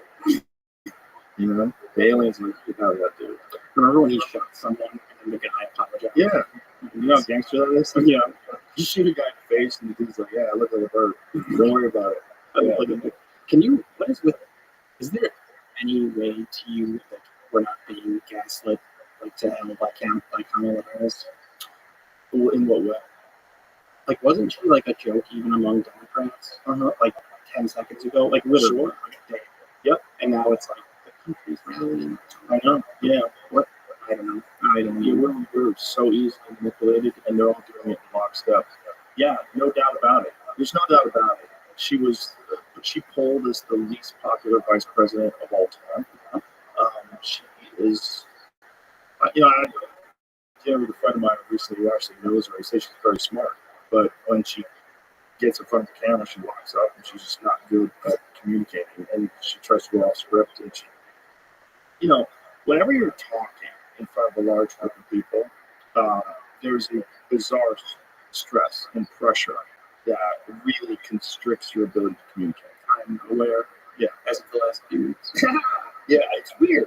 And this is just you and me, right? This is just you and me. And now imagine you and me in front of 15,000 people that are hanging on our every word, and you're kind of free balling, and maybe you really haven't done the research, and someone's asking how you can fix the economy, right? And then you have something not, well, the problem is everybody knows money because the bills, and we're working on that. Like, what?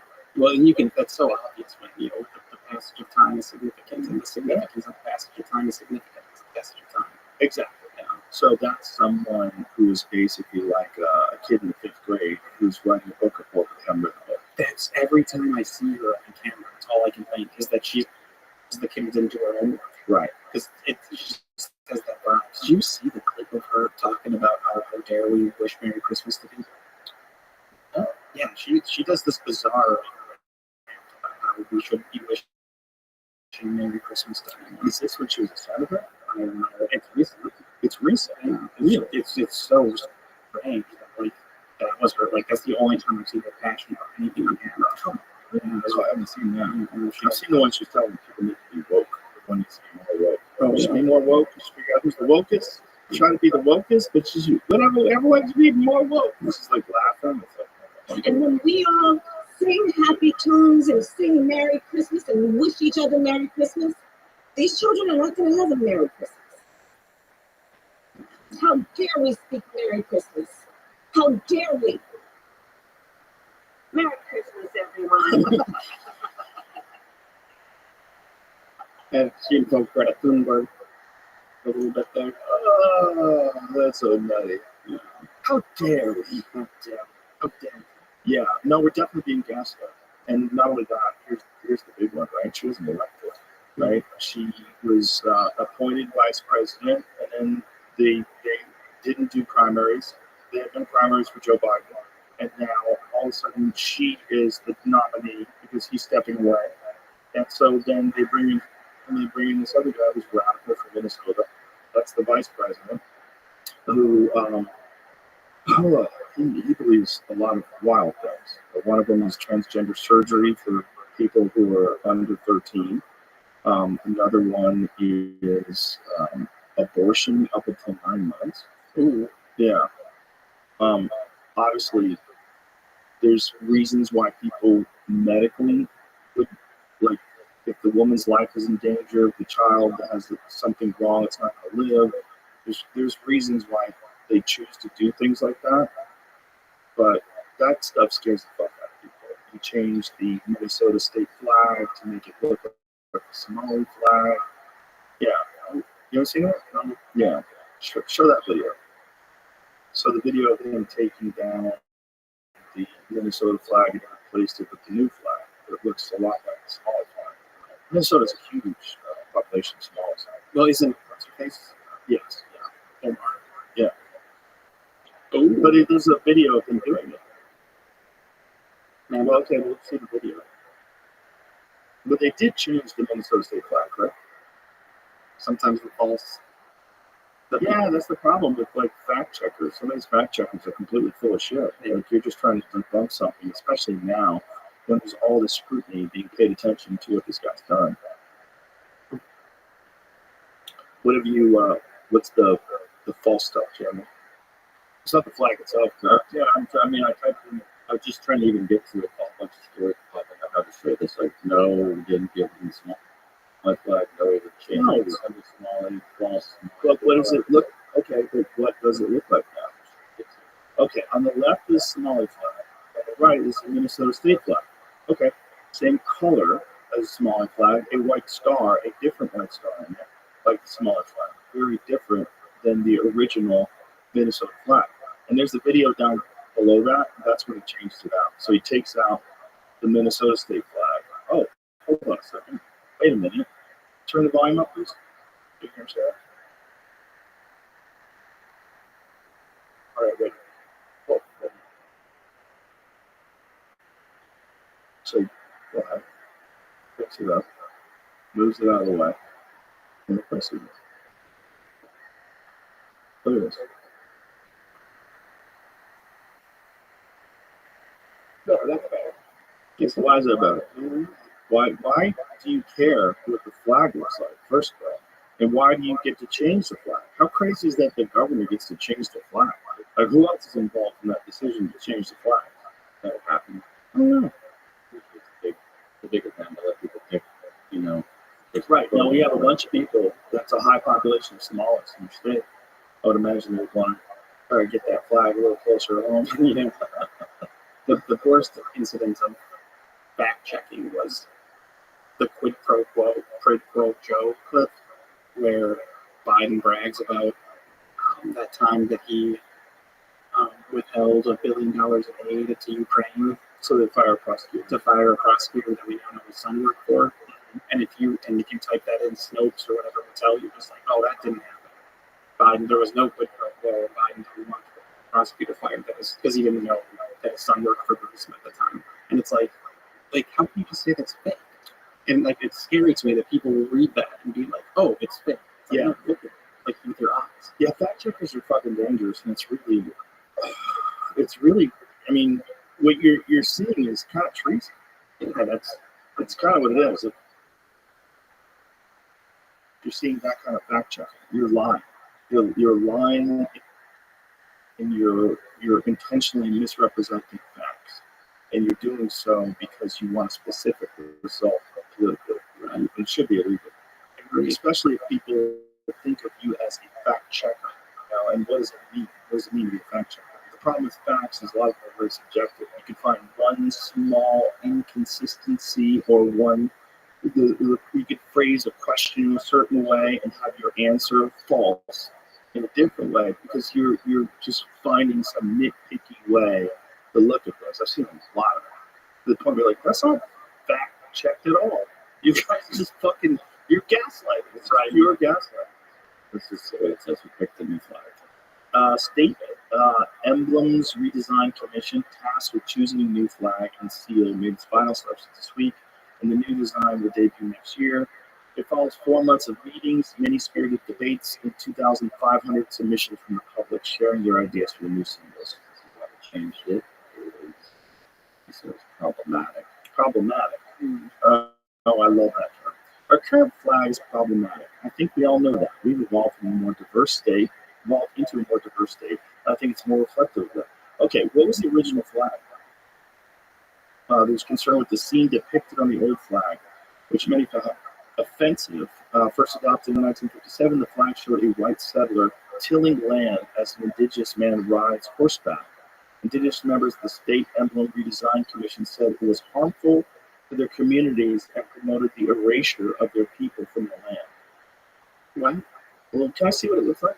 Show me the original, just get a photo of the original Minnesota flag.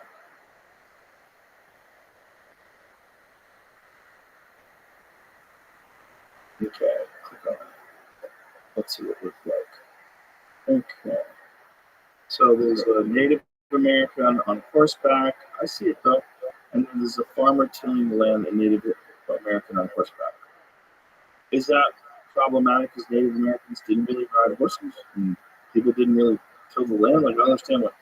There's big controversy about that, actually. Yeah. Whether or not horses, how long horses have been in North America. Well, horses originated. Yeah, horses originated in North America, including zebras. All of them originated in North America. And they were wiped out, and they had been introduced into Asia and Africa and all those other continents, and then reintroduced back to America. Right. I mean, like when people rode them. correct. Right. So a lot of people are saying that First Nations peoples had horses for a lot longer than Europeans did in America. Certainly possible. There's certainly different segments, different North American tribes that were much better, including raising horses. It was part of how fierce they were when they had so many horses. They rode them so well, they could run sideways and shoot arrows underneath the horse's neck. But that's so problematic. You got to replace it with something that's a whole motherfucking Somali flag. The idea it doesn't wear a Somali flag is kind of crazy. I mean, it does. It does. It certainly does. It's certainly the same color. It certainly also has a white star. It's just a different white star. Correct. Yeah. So it's like, the flag doesn't bother me that much. If the people in Minnesota like it, but who cares? It's just a star and some colors. The real problem is when you hear discussions of things that are like openly Marxist philosophies, when you hear talk about equal outcomes and, and not just equal opportunity, but that we all need to arrive at the same place, equal outcome type. There's only one way that you do that, and it's by forcing it. Well, it's by everyone having enough. Yeah. But that's the only way to have things totally equal. Because you can't have everyone have everything. That's a process. Right. There's no way. There's not enough resources. And so for equal distribution, that has to be enforced by the law. That has to be enforced by the government. The government generally does not have equal. They have much more than equal. And that's Fidel Castro in Cuba. That's North Korea. That's virtually every communist country that's ever existed. You have a military dictatorship that decides what you can and can't do with your time. And all under the guise of making it better for everyone. And that's exactly what they did to North Korea. And they took over people's farms. They said, we're going to take over the farms, so then everybody has food. Yay, good. Now everyone's starving. And the government has food. If you kill a cow, they'll kill you. Yeah, it's nuts. It's nuts that people don't learn from history, and it's nuts that people who subscribe to this leftist ideology have this very distorted version of humans and how capitalism works and what's the benefits of it. I think there's a lot of parts of progressive ideology and philosophy that could be applied to society to make things better. I think if we funded more things the same way we fund the fire department, the police force, these are kind of socialist things, right? Everybody gets access to the fire department, right? It's a part of being in the community. We all pay for it. Education is that way, but it should be much more funded, right? It should be much more prestigious, much better trained teachers, a more esteemed position. I feel the same way about law enforcement. It should be much more respected, much better trained. We should put much more resources into them, have them be integral and a part of the community, for the safety of the community. Not the bad guys who come in to pull you over because you rolled through a fucking stoplight, that kind of shit. And I think the problem is these people that have this idea of equal outcome, this is the worst version of all these leftist ideologies. The worst version is open borders, everybody should have everything, and then the equal distribution of it. And then what always comes with that is they unarm the citizens. And if they don't unarm the citizens, you can't get away with any of this stuff. But as soon as you have no one has guns other than the police, everybody's forced to comply. And if the army and the police are the only ones that get to tell you what to do, and they take orders from the government, and the government is a communist dictatorship, you're fucked. And that has never been more evident than in all the versions of it that you can see in current world politics now, where a government has been taken over by a communist regime. It's always been. It never turns out good. Not a single fucking time. People starve. It gets horrible. There's just terrible government overreach. You're seeing it now in England, with people getting arrested for tweets. England, people talk about Soviet Russia, like how bad Russia is in terms of cracking down on thought police and cracking down on bad tweets and things like that. I think the statistics are, England I think there's something like 4,000 people have been arrested in England for thought crimes, where they've said things online that people find to be a hateful thing or a problematic thing. And I think it's only 200 in Russia. Oh, wow. Yeah. That's a lot. Yeah. Maybe in Russia they're too scared to do it. Could be. Yeah. But the fact that they're comfortable with finding people who've said something that they disagree with and putting them in a fucking cage in England in 2024 is really wild. Yeah. Especially they're saying you can get arrested just for retweeting something. And here's the problem with that. You can say, yeah, well, people shouldn't tweet hateful things. I agree. They shouldn't. But who's to decide what is a hateful thing? That's the problem. That's the problem. It's very subjective. And in our lifetime, we've seen that get moved, right? So it used to be, if a guy thought he was a woman, and his name was Doug, and you grew up with Doug, and all of a sudden Doug wants to be called Debbie, if you call him Doug, it's no big deal. Like, yeah, maybe you're being rude to call him Doug, but it's not a hate crime, okay? Well, now a lot of people think it's a hate crime, and that got you banned from Twitter for life. So if you dead name someone on the old Twitter, you are banned for life. Dead name, not even making up a name. You can call him an idiot. You can call someone an idiot. Okay, forget about a man in your dress. Maybe that's a problem. But if you call like a regular guy an idiot, you stupid fuck, fine, no problem. But if you call Doug, you get banned for that. Okay, that's the new hate speech.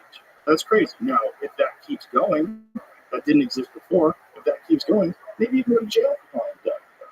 Maybe they think it's okay to put you in jail because you violated their hate speech laws. That's how nutty things can get. And you've also seen during COVID how ridiculous people get with cracking down and enforcing laws like that. You saw it in Australia, people getting arrested for being outside without a mask on, which is like the opposite way. Exactly. I mean, you should be outside. Right, you should be outside. And you shouldn't have a mask on. It's nonsense. It doesn't work. There's no evidence whatsoever that it's effective. I thought it was funny how many people, like, the mask was never intended to be protection for you. Right. It was to protect others around you. But, like, I saw so many people putting on, like, a shield. Yeah. It's like, it's not not only that, you're using surgical masks.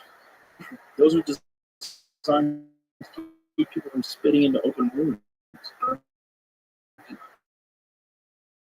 Dropping particles out of their mouth into people's surgeries. We're so susceptible to information, yet so many people are willing to put the blinders on and go full steam ahead with whatever their team wants. You know, like there was this ridiculous video where the comics were Kamala.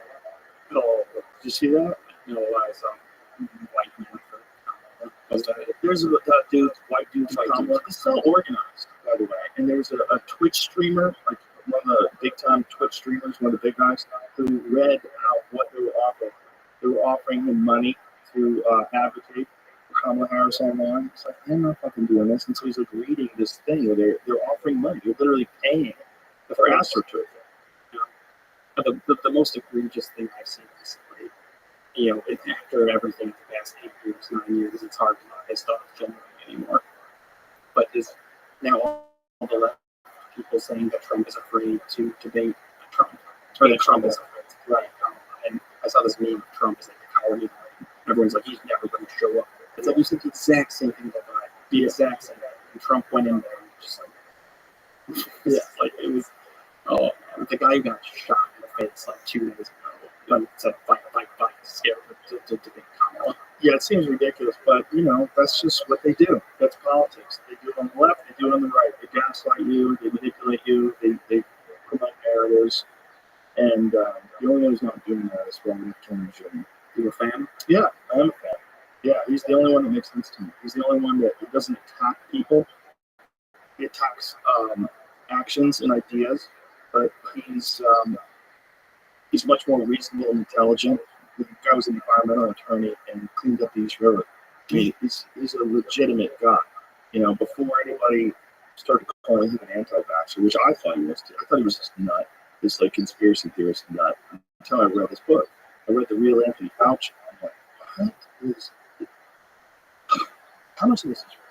Because if it's all real, this is fucking insane. And we live in a world where we're being manipulated by these health organizations that are being paid by the pharmaceutical drug interests.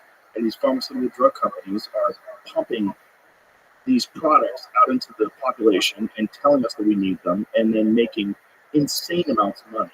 And then also the government is in on it.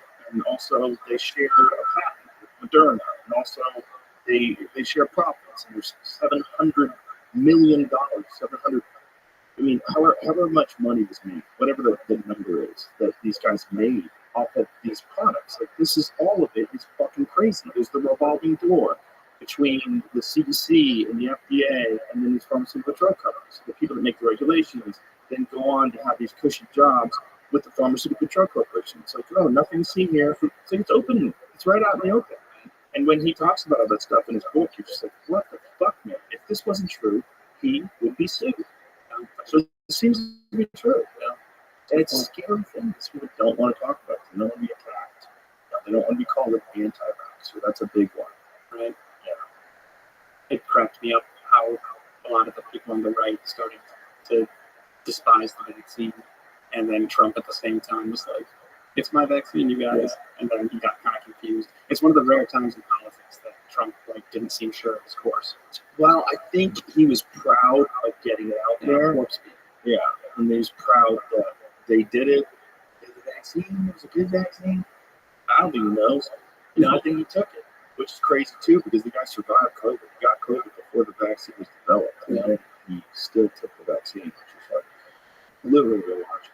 Doesn't even flies in the face of science. I don't understand about the immune system, But there's a video of Anthony Fauci from many years ago on talk show saying someone got the flu, should they get a flu shot? No, because if you survive the disease, if you recover from the disease, you have the best protection.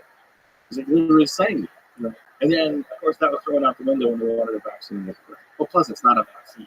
Right. A vaccine is a flu shot. It's the equivalent of a flu shot. Because a vaccine means you can get. Well, it's even more real because it's mRNA, right? So it's like this messenger RNA. It's basically gene therapy, tricking your body into creating these antibodies, right? And you're also doing a bunch of damage to some people, which is also a gaslighting about how many people are vaccine injured. I know a bunch of them. We all do. We all know somebody got fucked up by that stuff. It's all crazy. What's up to the people arrested for tweets and thing? Yeah, it's a very confusing story. So it says 395 arrests were made by 29 UK police forces for Section 27 are Section 127 offenses, which is used for cases of online abuse. According to the article, 1,696 people were subsequently charged. Section 127 offenses cover harassment that takes place via electronic communications network and is not limited to social media posts. Harassment via email or other forms of online communication can also fall under this definition. So this video is going around recently Of the lady arresting that guy. and this is going back to a discussion that Konstantin Kizin was having on a YouTube video Right. from before COVID.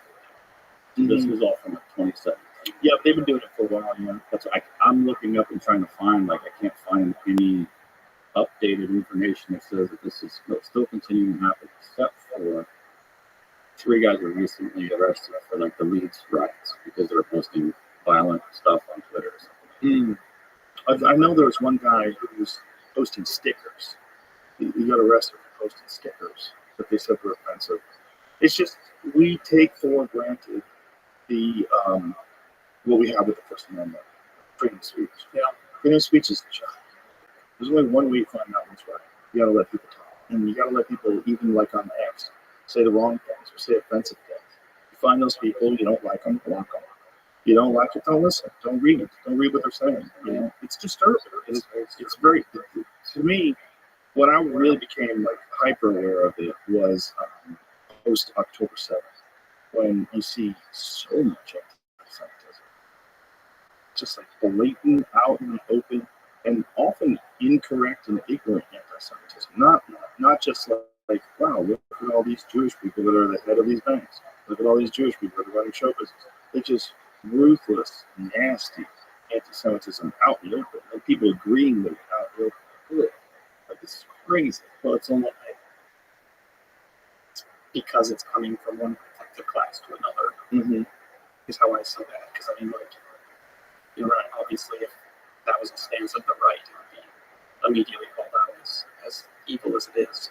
Right. It's not, right? It's a stance of the left, which is fascinating. That's why when those heads of universities were getting grilled, and they were talking about whether or not saying death to the Jews is harassment at MIT or at Harvard level, and she was saying, well, if it's actionable. So actually, you gotta wait till they do it. You gotta wait till they commit genocide before it's a problem. Yeah, it's pretty nuts. It's nuts. Yeah, it's nuts. But it's also, it's like, this is the consequences of having these rigid ideologies where you think that your side has to be correct and the other side is incorrect. And if you think, free Palestine, this is what we're into. So, like, the people that are the most radical that are pushing that the furthest, like the Antifa of that organization, or the death of the Jews people, they're the ones that are going to take, like, remember during the George Floyd riots and the Antifa riots, like, people on the left sided with violent mobs and tried to gaslight what they did. Yeah. They said they're mostly peaceful demonstrations. As the cameras panning around trying not to get something engulfed in flames. Yeah, it's crazy. That's gaslighting. But the reason why is because those are the people that are going to crack heads and get things done for our side. That's the implication. The implication is we are on the left, and the most violent and aggressive people on the left, they're going to push the envelope. They need to get things done. So they're mostly doing good and mostly peaceful. Yeah, well, I think the shame of it is that, like,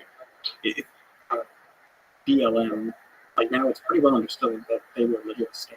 Yeah, they made a lot of money, bought a lot of real estate. They bought like 6 mansions and a bunch of cars, then they disbanded. Yeah.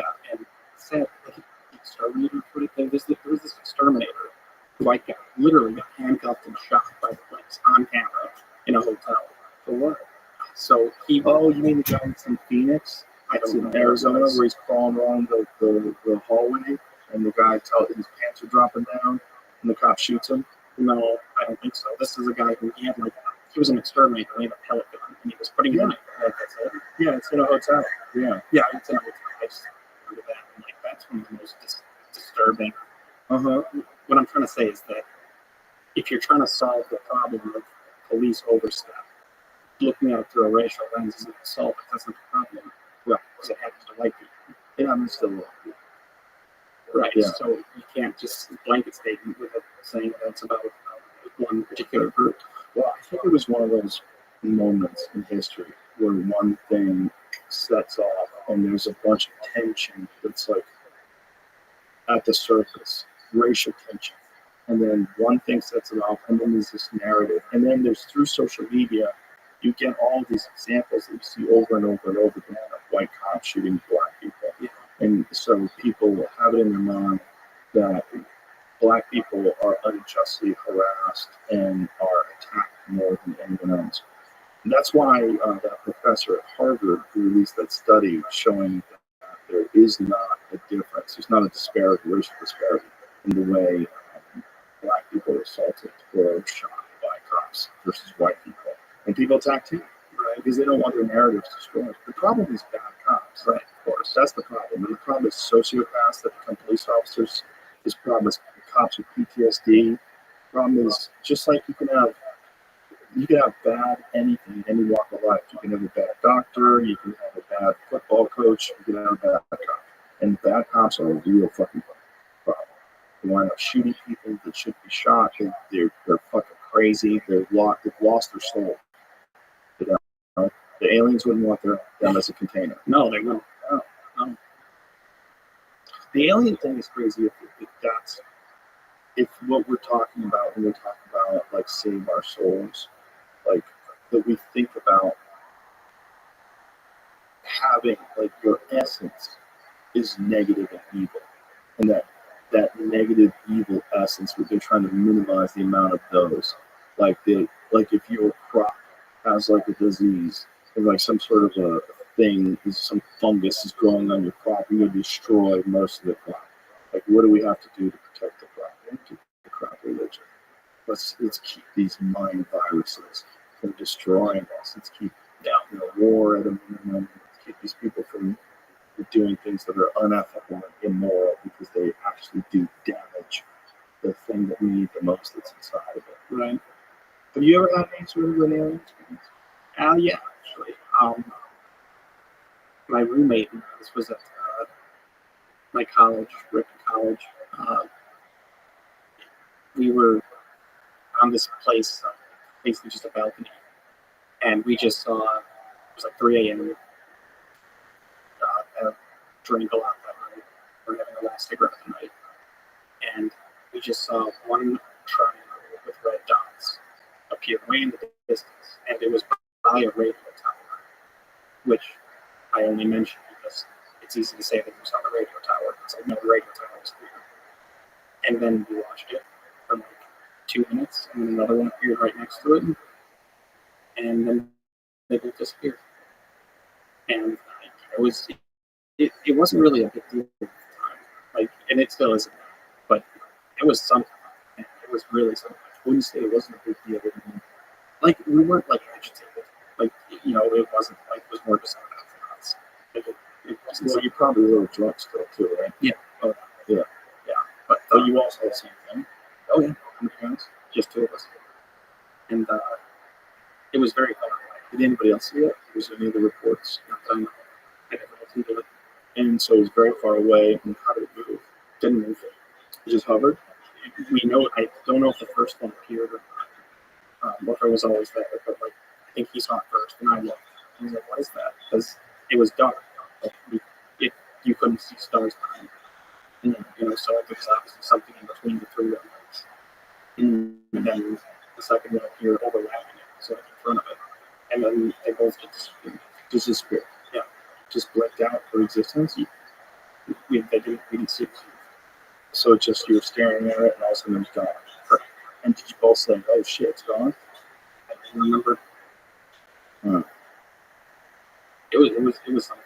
I have it. I have photos of it. I don't know where I buried. Really?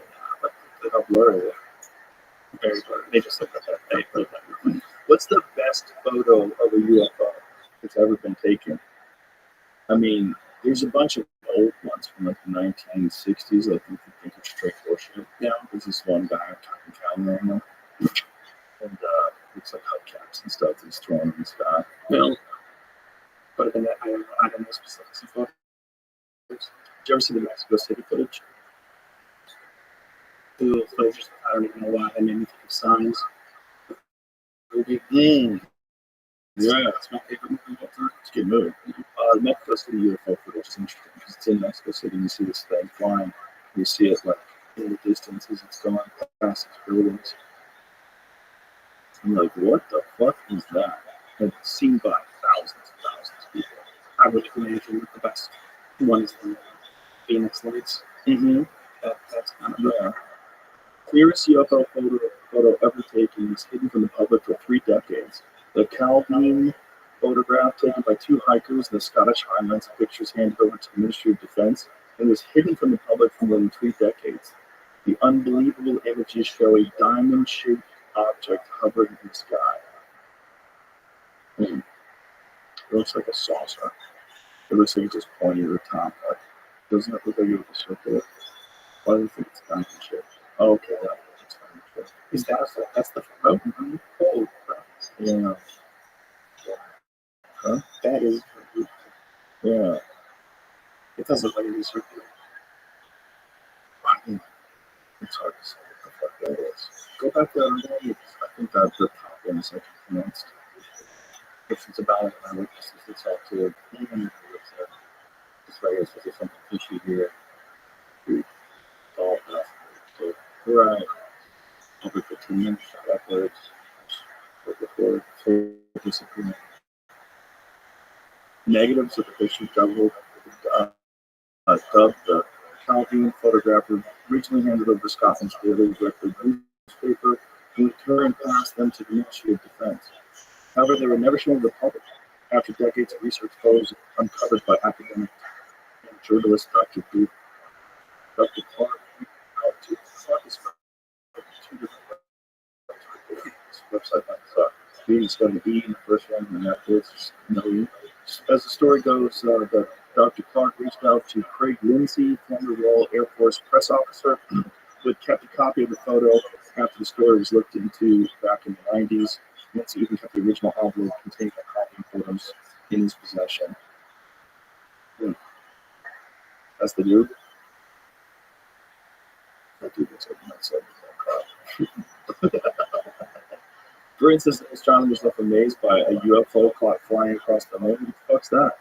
What's going on? Okay. So he's looking up through a telescope. What's he say?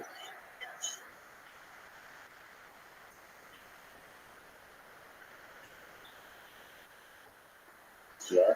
What? I did across the screen. Oh yeah. Fast. Right. A lot of space between the telescope and Yeah, that could be satellites, right? It says not the ISS. Okay. Maybe it's another satellite. Or Aliens. yeah. UAPs. Yeah. Why'd they change that? Did UFO stick to it? I think it was so Hillary Clinton did a soundbite. Really? Do you remember when she was the one who announced it? Yeah. Did they change the name? Yeah, she was the first one to do it. Did you see that clip where she's like UAPs actually? No. All of it's weird. Because it's a waste of time. There's no real evidence in front of you. You're just sitting around here spinning your wheels, having stupid conversations about it. Oh, what's that one about? almost to tell the truth about UFOs. Oh, she's not. She's just trying to get elected. Maybe if she won, she would have told us there was Charlemagne.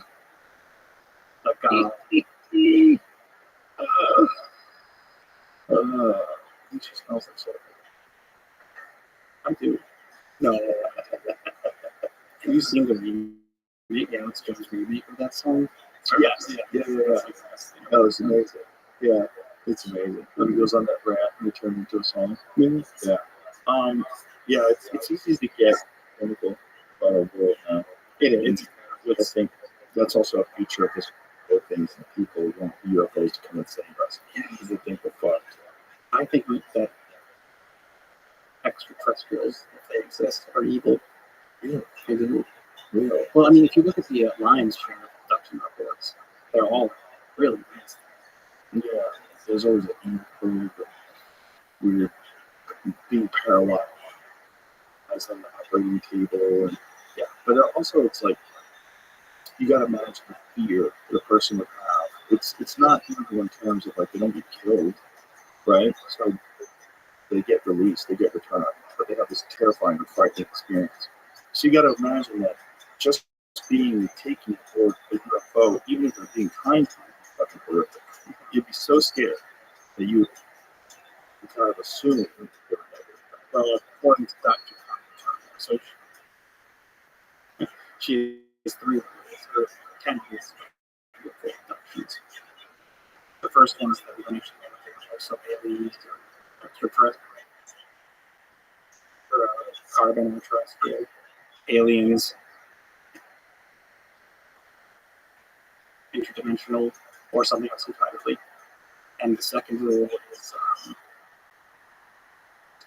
that they lie about the religion, and because they give lots of places and hand out. And then the third rule is that they're bullshit, and that they have total control over the abductee. So, like, you only remember what you want, but they want you to remember. And nuts. So she was like a doctor of language, nothing to do with aliens or anything. Until in 1991, they let her remember that she's been abducted all her life. And then, strangely enough, the same thing happened to her husband. He remembered he abducted all of his life. And evidently they told her something like, why do you think you guys married each other? And the implication was that it was just convenient for the aliens. Whoa. And it's so weird. It's like, you can watch her lectures. They're mostly blacklisted, but there are ways to find them on YouTube. And she seems rational. She seems so rational. And she just has this sweet, she's not old, but kind of an old lady voice. And she talks extensively about how all these abductees have terrible traumas left from it, even if they have positive memories of the abductees. Right. Just because the subconscious probably has. Correct. And that a lot of them have terrible issues with cancer. And then she dies of cancer everywhere in 1998. I only discovered it a little while ago. And it's very, very disturbing stuff. Like really disturbing stuff. Wow.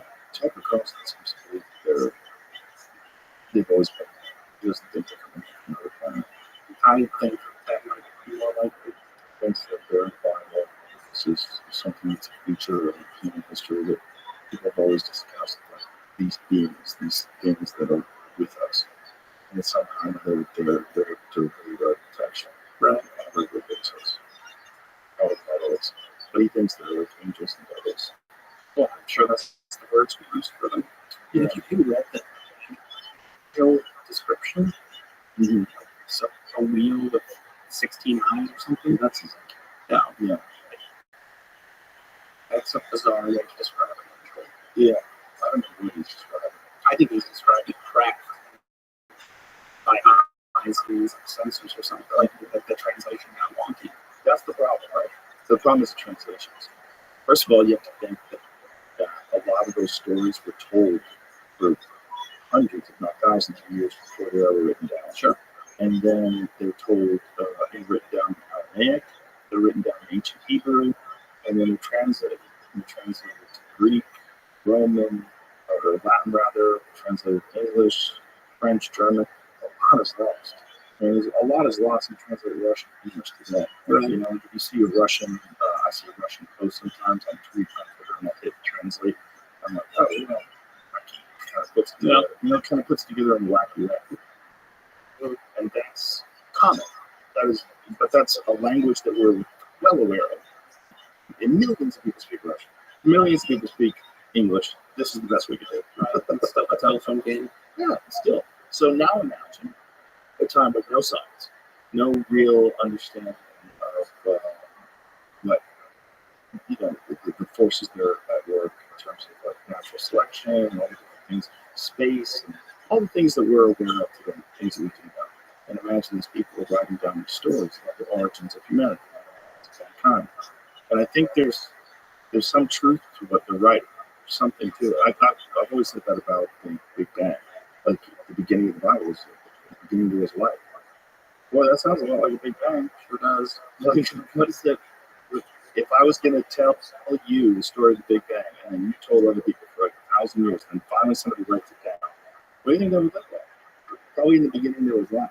You know, What is it? They say theologians need many miracles, creation, evolution. First, you talk inside people, only need one. yes, you know? Yeah. How did it happen? Oh, but it just did, you know, and it created everything that we see. Okay. And doesn't Sir Roger Penrose, doesn't he believe that that wasn't the beginning of the universe now? I think Roger Penrose has a completely different theory about that now, which is fascinating. My brain's not big enough for that stuff. I don't think anyone's is. That's part of the problem. But like, I acknowledge it. So I'm Right. that doesn't interest me. Like, I'm too fascinated by the smaller, I don't need the overarching giant one. I need it all.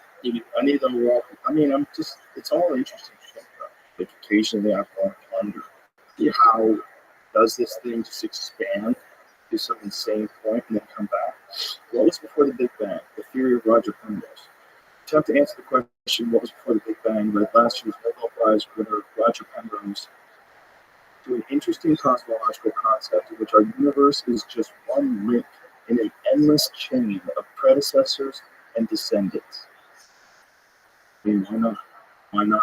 If there is a Big Bang, why not a series of them? Why not an infinite number of different possibilities that these things could? Right. I mean, it's all theoretical, right? It's hard problem. So like, none of it doesn't mean anything. Right, in terms of the real world. Right. Well, I mean, doesn't everything mean something? Yeah, I mean something. But you're basically just spinning your wheels, just like you're spinning your wheels thinking about aliens. Like, we're just kind of spinning our wheels. That's true. Yeah, that's true.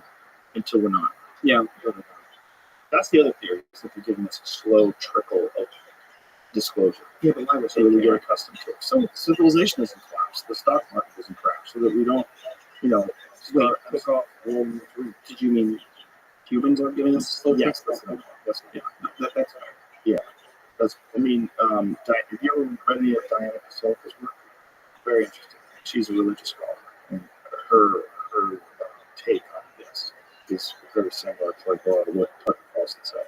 One of the things that she said with talking to people that, especially Gary Nolan from Stanford, these people that have examined materials, that these materials, like whatever the fuck this stuff is made out of, is not something that we make. We can't make it. Or if we did make it, it would cost hundreds of billions of dollars, or some whatever number, some insane amount of money to create these composites. Whatever whatever the metallurgical examinations of this stuff is, and that they describe these things as donations. These crash crabs, they're like a donation, like this race of super intelligent beings.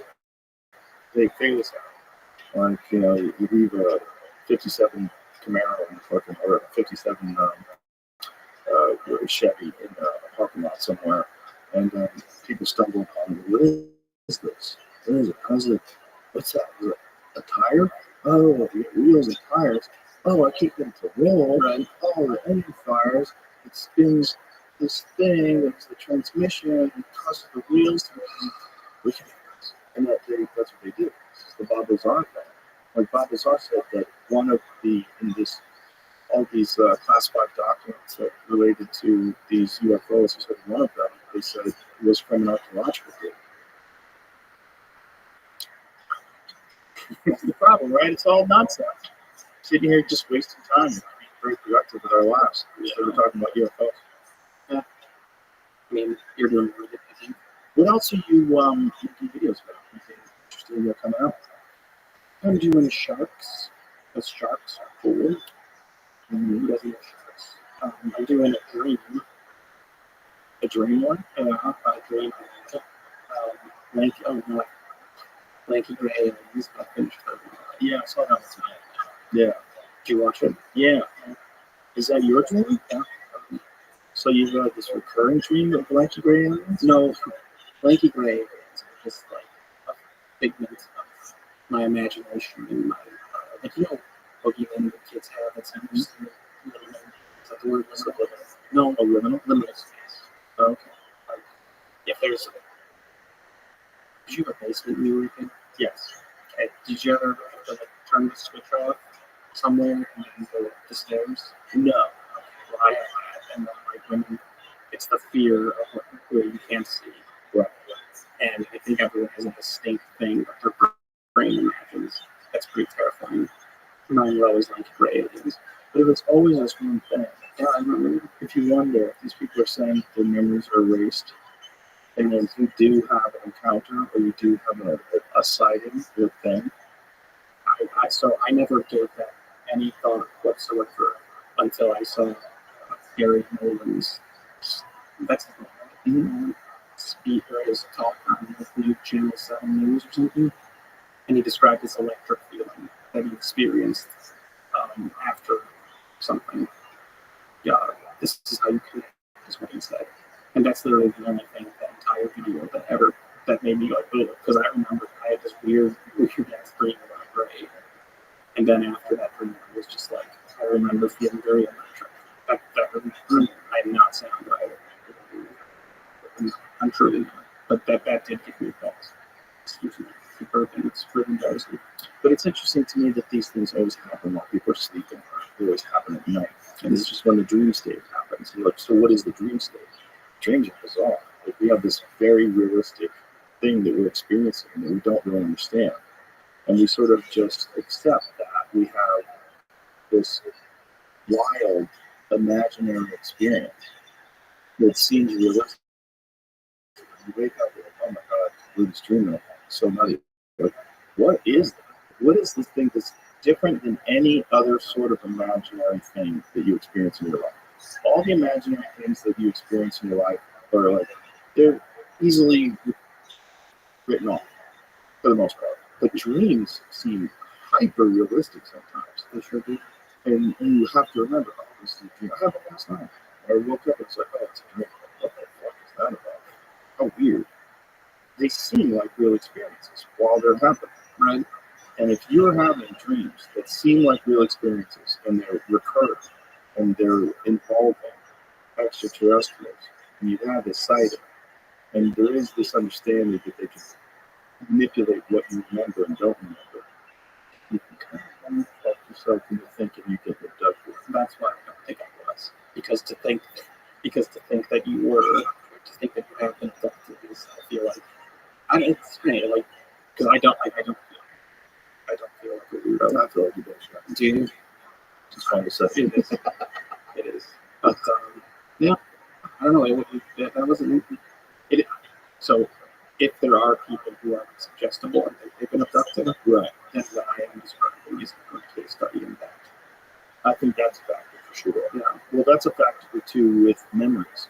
Like, people can place memories into a person. Right. And also, people can distort their own memories over time and then have this, like, very rigid memory of a thing, and you have it completely wrong. That's very common. Very common, right? Which is why the mind is such a bizarre thing in the first place, because it's how you formulate your view of reality for the last time. Right. Well, but there's hopefully useful lies. Yeah, hopefully, but sometimes not.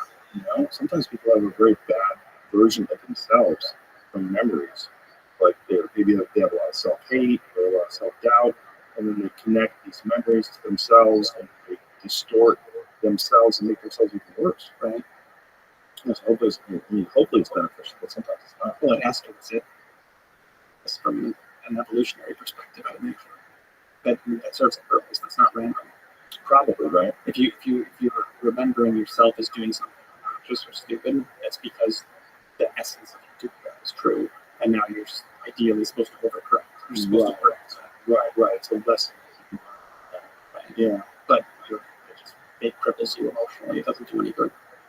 Well, it's just fascinating that this calculating animal, is like constantly forming images of what's real and what's not real, and what it is, and it's looking at itself in some sort of strange way, trying to examine how it fits into the world, which is impossible for it to do. Right? So it's like an exercise of torture. Yeah. and yet we all engage. constantly. Yeah. You Any other things you're working on before we wrap this up? know. No. I'm trying to get a book published. Oh yeah. On what? That's a novel, so everyone who all my subscribers would hate it. I don't think so. I think Why didn't you read it? because it's not about Bigfoot or anything. What's it about? Well, it's it's high fantasy. High fantasy. High fantasy. What does that mean? Wizards, Oh, Lord of the Rings type stuff. that sounds fun. People love that shit. Yeah, but um, there are two protagonists who are gay because I am gay. So there's that. And I don't think that will. I send. There's plenty of gay people. Yeah, There's plenty of people that don't care if someone's gay. Why would that be bad? Oh, yeah, maybe. look, man, it sounds like fun. Look, people love those kind of fantasy type books. And think about The Hobbit, Lord of the Rings, No, I am. Game of Thrones. Like, people love that shit. All the agents, they want magical realism. Magical realism. What is that? That'd be like when magic integrates into the real world. Oh, that's interesting. Magical realism. Which is an oxymoron. So instead of a fantasy world like Lord of the Rings, they want it in the modern world, a realistic modern world, but with magic. Correct. Fuck that. Even though none of the big sellers of all time are that way. Well, a few of them. But isn't that funny? Yeah. Like, but just the weird gatekeepers. It's almost like you should write it on your own and not even talk about it, and then get it to where you're done with it, and then just try to pitch it. Right. Well, Don't let anybody. I haven't pitched me. Oh yeah. Are you done? Oh yeah, I'm done, and Oh, I okay. got a proofread. I got paid. I paid for an editor and all that good stuff. All right. Well, So you self-published the whole thing? no, it's not published. Self-wrote the whole thing. Did it all yourself without a deal. Yes. I mean, you know, a lot of times people call that. Yeah, no, and but like I gave up because it was like every day I was getting an email from someone telling me my kid was ugly, and I couldn't do it. It was just too depressing. Well, maybe you should self-publish. Like, there's a lot of people publish things just on Amazon, right? And Prime. Oh, you need to be with a legit publisher. I do. I would rather wait. I'm actually very young for publishing stuff. How old are you? 33. Oh, wow. So you've been doing this YouTube page for a long ass time. So you're like 21, 22? Yeah. So, Yeah. that's cool. It was cool, and I had most of the time. I only recently started to do the channel full time. Oh, so now it's a full-time gig? Yeah. How recent? 2 years ago. So basically, like, get ad revenue and stuff like that. Well, it's very good, dude. It's fun. It's really fun. And like I said, it makes me feel like old-timey radio. You know, like I'm hearing this spooky story. I've listened to quite a few of them actually in my car. You know, where it's just like you have all the animations and like the Bigfoot one I listened to in my car. Yeah. The one where I was reaching in, hitting the light switch, and he'll laugh. It's fun. It is. It's fun stuff, man. Tell everybody your YouTube channels, they can find you. My name is, or my channel name is Bob Gimlin, BOBGYMLAN. And do you have Instagram or No, nothing? no, Good for you. I don't want Good for you. Yeah. Good for you, man. That's rare, much. just want to make my videos and that's it. Good. Don't need to come to it. I do it. I do it all the time. It's so depressing. You don't need to. How many cool subscribers do you have now? 239. Yeah, once you get over 100,000, that's not pretty good. Yeah. Too many humans, Yeah. too many opinions, too many crazy people, too many mind viruses that can get into your head. I enjoy it though. I think your channel's very good. It's very interesting. I like your calm voice for the whole thing. Yeah, it's really good, dude. Good stuff. Yeah, so thanks for being here. Appreciate it. Good luck. Best of luck in the future, and good luck with your book. All right. Bye, everybody.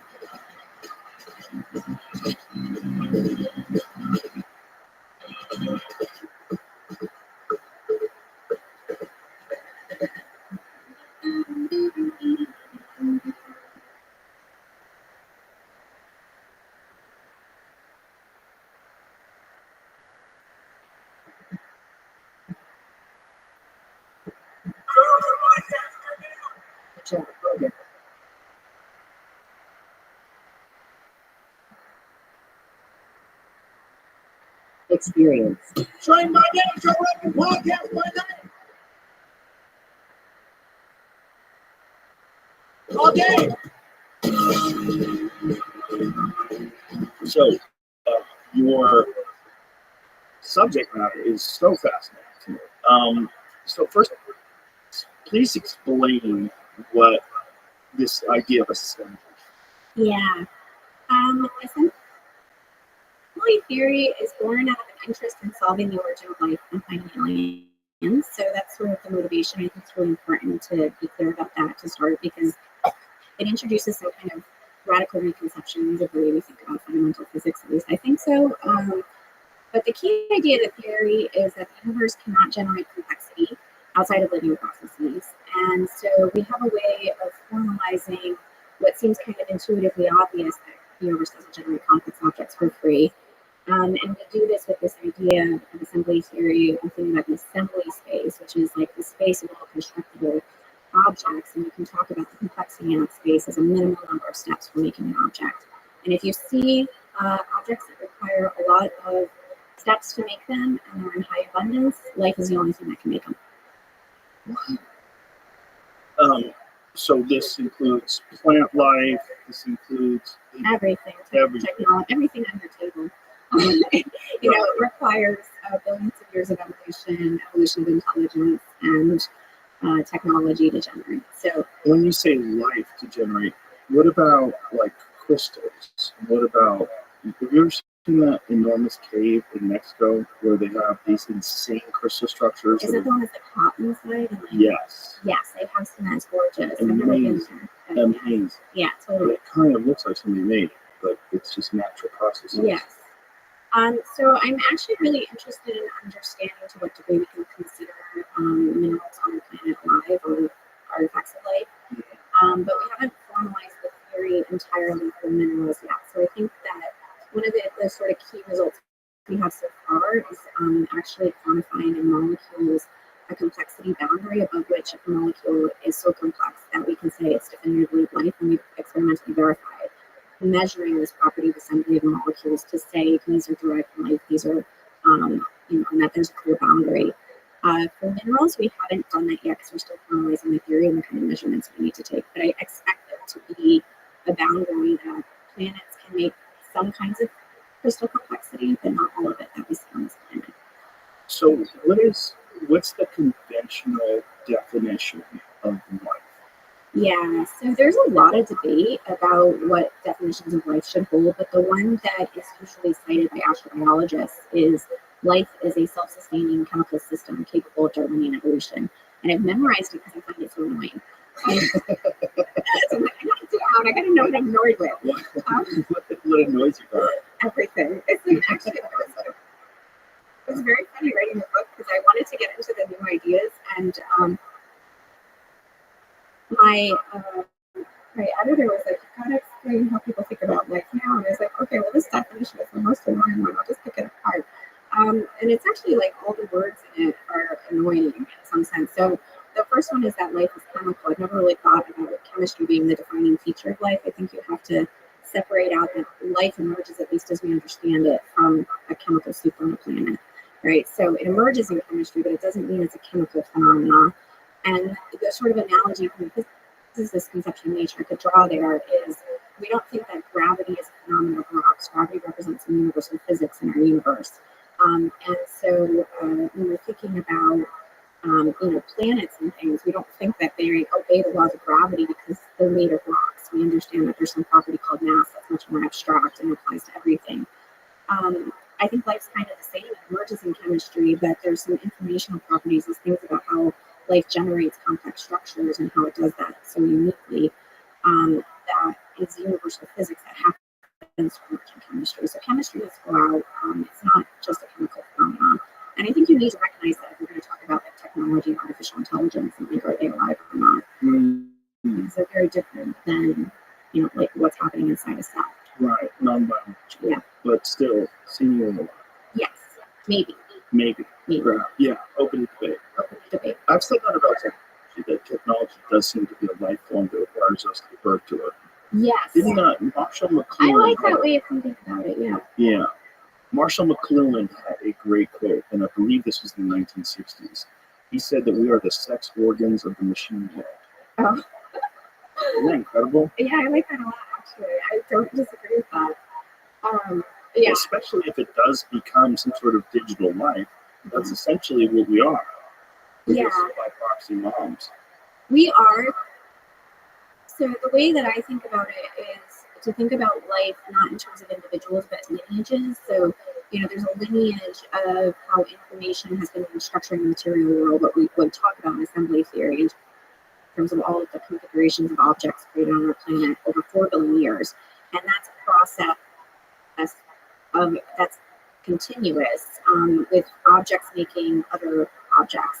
And there's no reason that should stop with biological forms of life, and it just moves into technology. So I like this idea that for the reproductive organs, though, because I always think about like societies and like global integrated systems as being living things, and we're just like component parts of them.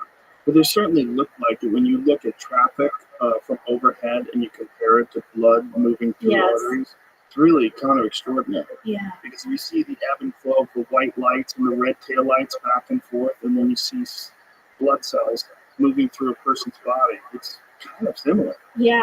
In a very weird way. And if you think that these cars are all carrying people that are assembling this society, both from the inside in terms of like paperwork and research and all the different things that people are doing, and then the outside in terms of constructing buildings, putting glass structures and all these different things, like we really are some sort of weird, we're like a form of, like the city itself is like a living thing that we're making. Yeah, and I think it's really important for us to recognize that. Actually, it's interesting that you use cars as your analogy, because Carl Sagan actually had like the same analogy. He would have liked that a lot. Thinking about aliens coming to life, would have thought cars were the dominant life form, which I think is a great, because exactly like you're describing, it looks like the lifeblood of our planet. And I always think about cities at night as kind of, the key signature of life on this planet. If you look at it remotely, you can see all this structure on the planet. But it is hard for us because we're so so much wanting to think about ourselves as individuals and like the apex of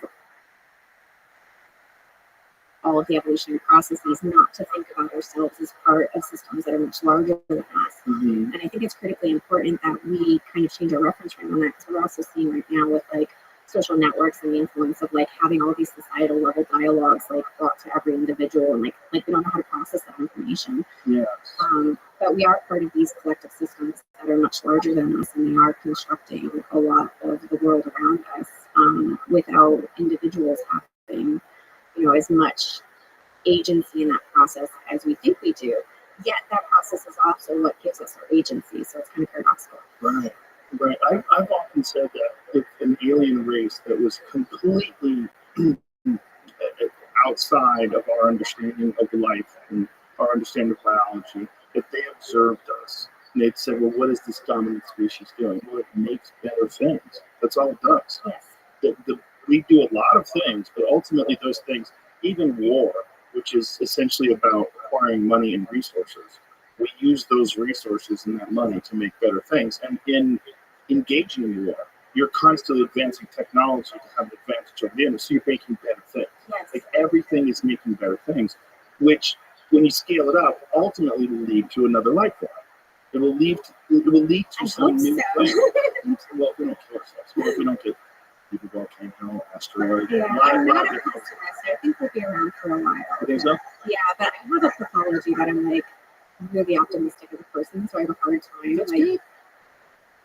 That's not a pathology. Why do you think that's a pathology? I think because being overly optimistic can leave blind spots, but part of the reason that I use so much optimism in my work is like I think we need more optimistic narratives about the future, because so many people are really bleak. I agree. I don't think that helps anybody, and I think ultimately most of the things you're really terrified about do not come to pass. Yes, I think us being terrified of them is like an immune response. So usually I'm not afraid of things that people are really scared of and talking about, because it means society's dealing with it. Right. Which maybe that's just sort of the scapegoat. I don't have to worry about those things because someone else is. But I think actually there's something rather deep there, that like the things that we're trying to work through at this moment in history are being worked through. My fear about those kind of thoughts is when I worry about things, and I say, well, I don't worry because society's working through it. I also say, yeah, but someone's probably not, and they're enhancing the actual threat so they can profit off of it. Which is that's the military-industrial complex. That's a lot of different things. I think that there's a lot of that, unfortunately, gets attached to green energy. I think, the idea of having green energy is wonderful. Everybody should agree to that. But the idea that you're going to give massive corporations this completely philanthropic view of the world all of a sudden, that's not real. That's not real. I know. Everybody's trying to make money and get power, and I think once you realize that, it's a lot easier to see motives. It's freaky, but that also leads to the acquisition of resources, which leads to making better things. I mean, I'm all Google. I was reading articles all day today on the iPhone 16. Why?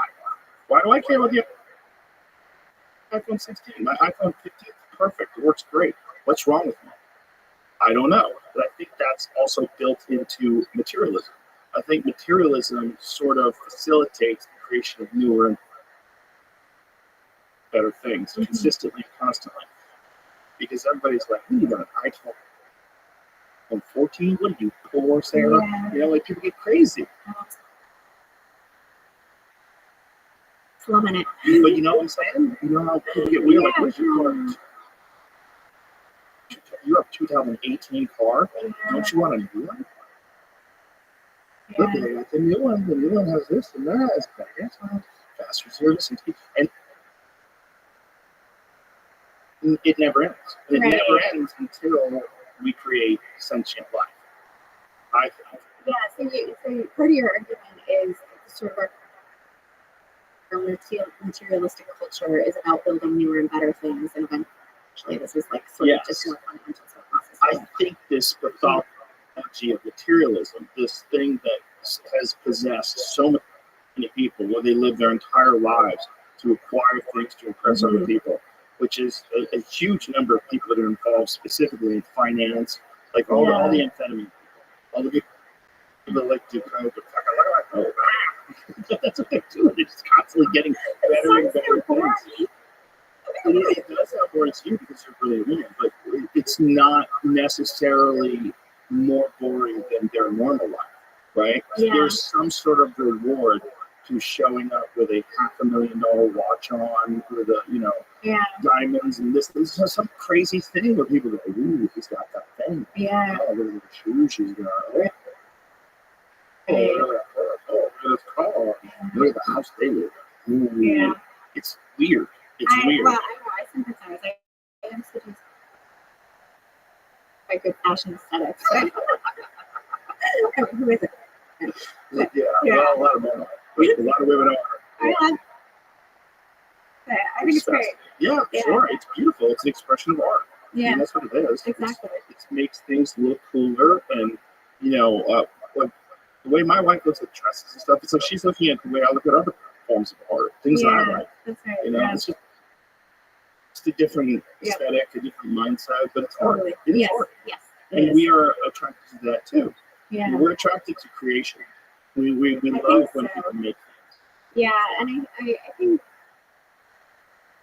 you're right to point that this is like maybe hinting at something deeper. So, with this assembly theory stuff, my original motivation was really to get at, what fundamentally explains life in the universe. And, to me, the thing that life does that no other physical system does is creativity. And life is a mechanism for the universe generating things it couldn't generate otherwise. And so, one way to think about that is like there's this huge possibility space of things that could exist, and there's just not enough resource or time for all of them to exist. So by a planet constructing things like us over time, it actually sort of maximizes the number of weird things that can be made. And I really like this. I like this idea that we're actually really literally the universe is mechanism of expressive creativity and making things possible that would not be possible without things like us. Do you know who Terrence Howard is, the actor? I am familiar with him. Fascinating person. Yes. A brilliant guy who has crazy ideas. But one of the craziest ideas is that whenever a planet gets far enough away from the sun, it will generate life, and then that life will give planet is people. Interesting. And that as these civilizations become more advanced, they're going to have to deal with the fact that the planet is further and further away from the sun. Yeah. Like over the course of hundreds of millions of years, Right. the climate will change, things will become cooler. They're going to have to figure out a way to develop some sort of an artificial atmosphere or some way of sustaining. Yeah. Along with, of course, biological things that would change with the animal as it adapts. Yeah. I have, I don't really think that humans are like ourselves as currently constructed are a universal phenomenon. I think we're pretty special to this planet, but I think there are certain attributes of humans, like, you know, the theory of computation and its universality that like we invented in the last century that might be universal to any intelligent species that lives on any planet. So I think it's really hard to say like what here is universal to other places versus, But certainly a big leap, right? There's no evidence of people like that. Or any other life form. Yeah. No real evidence. There's a lot of shenanigans. There's a lot of weirdness, but there's no real evidence. Yeah, there's no evidence for life on any other planet, and so the mechanism of how life even got on this planet is not known. I spent my entire career working on this fucking hard problem. But like, I think it's like the appropriate descriptor. It's really hard.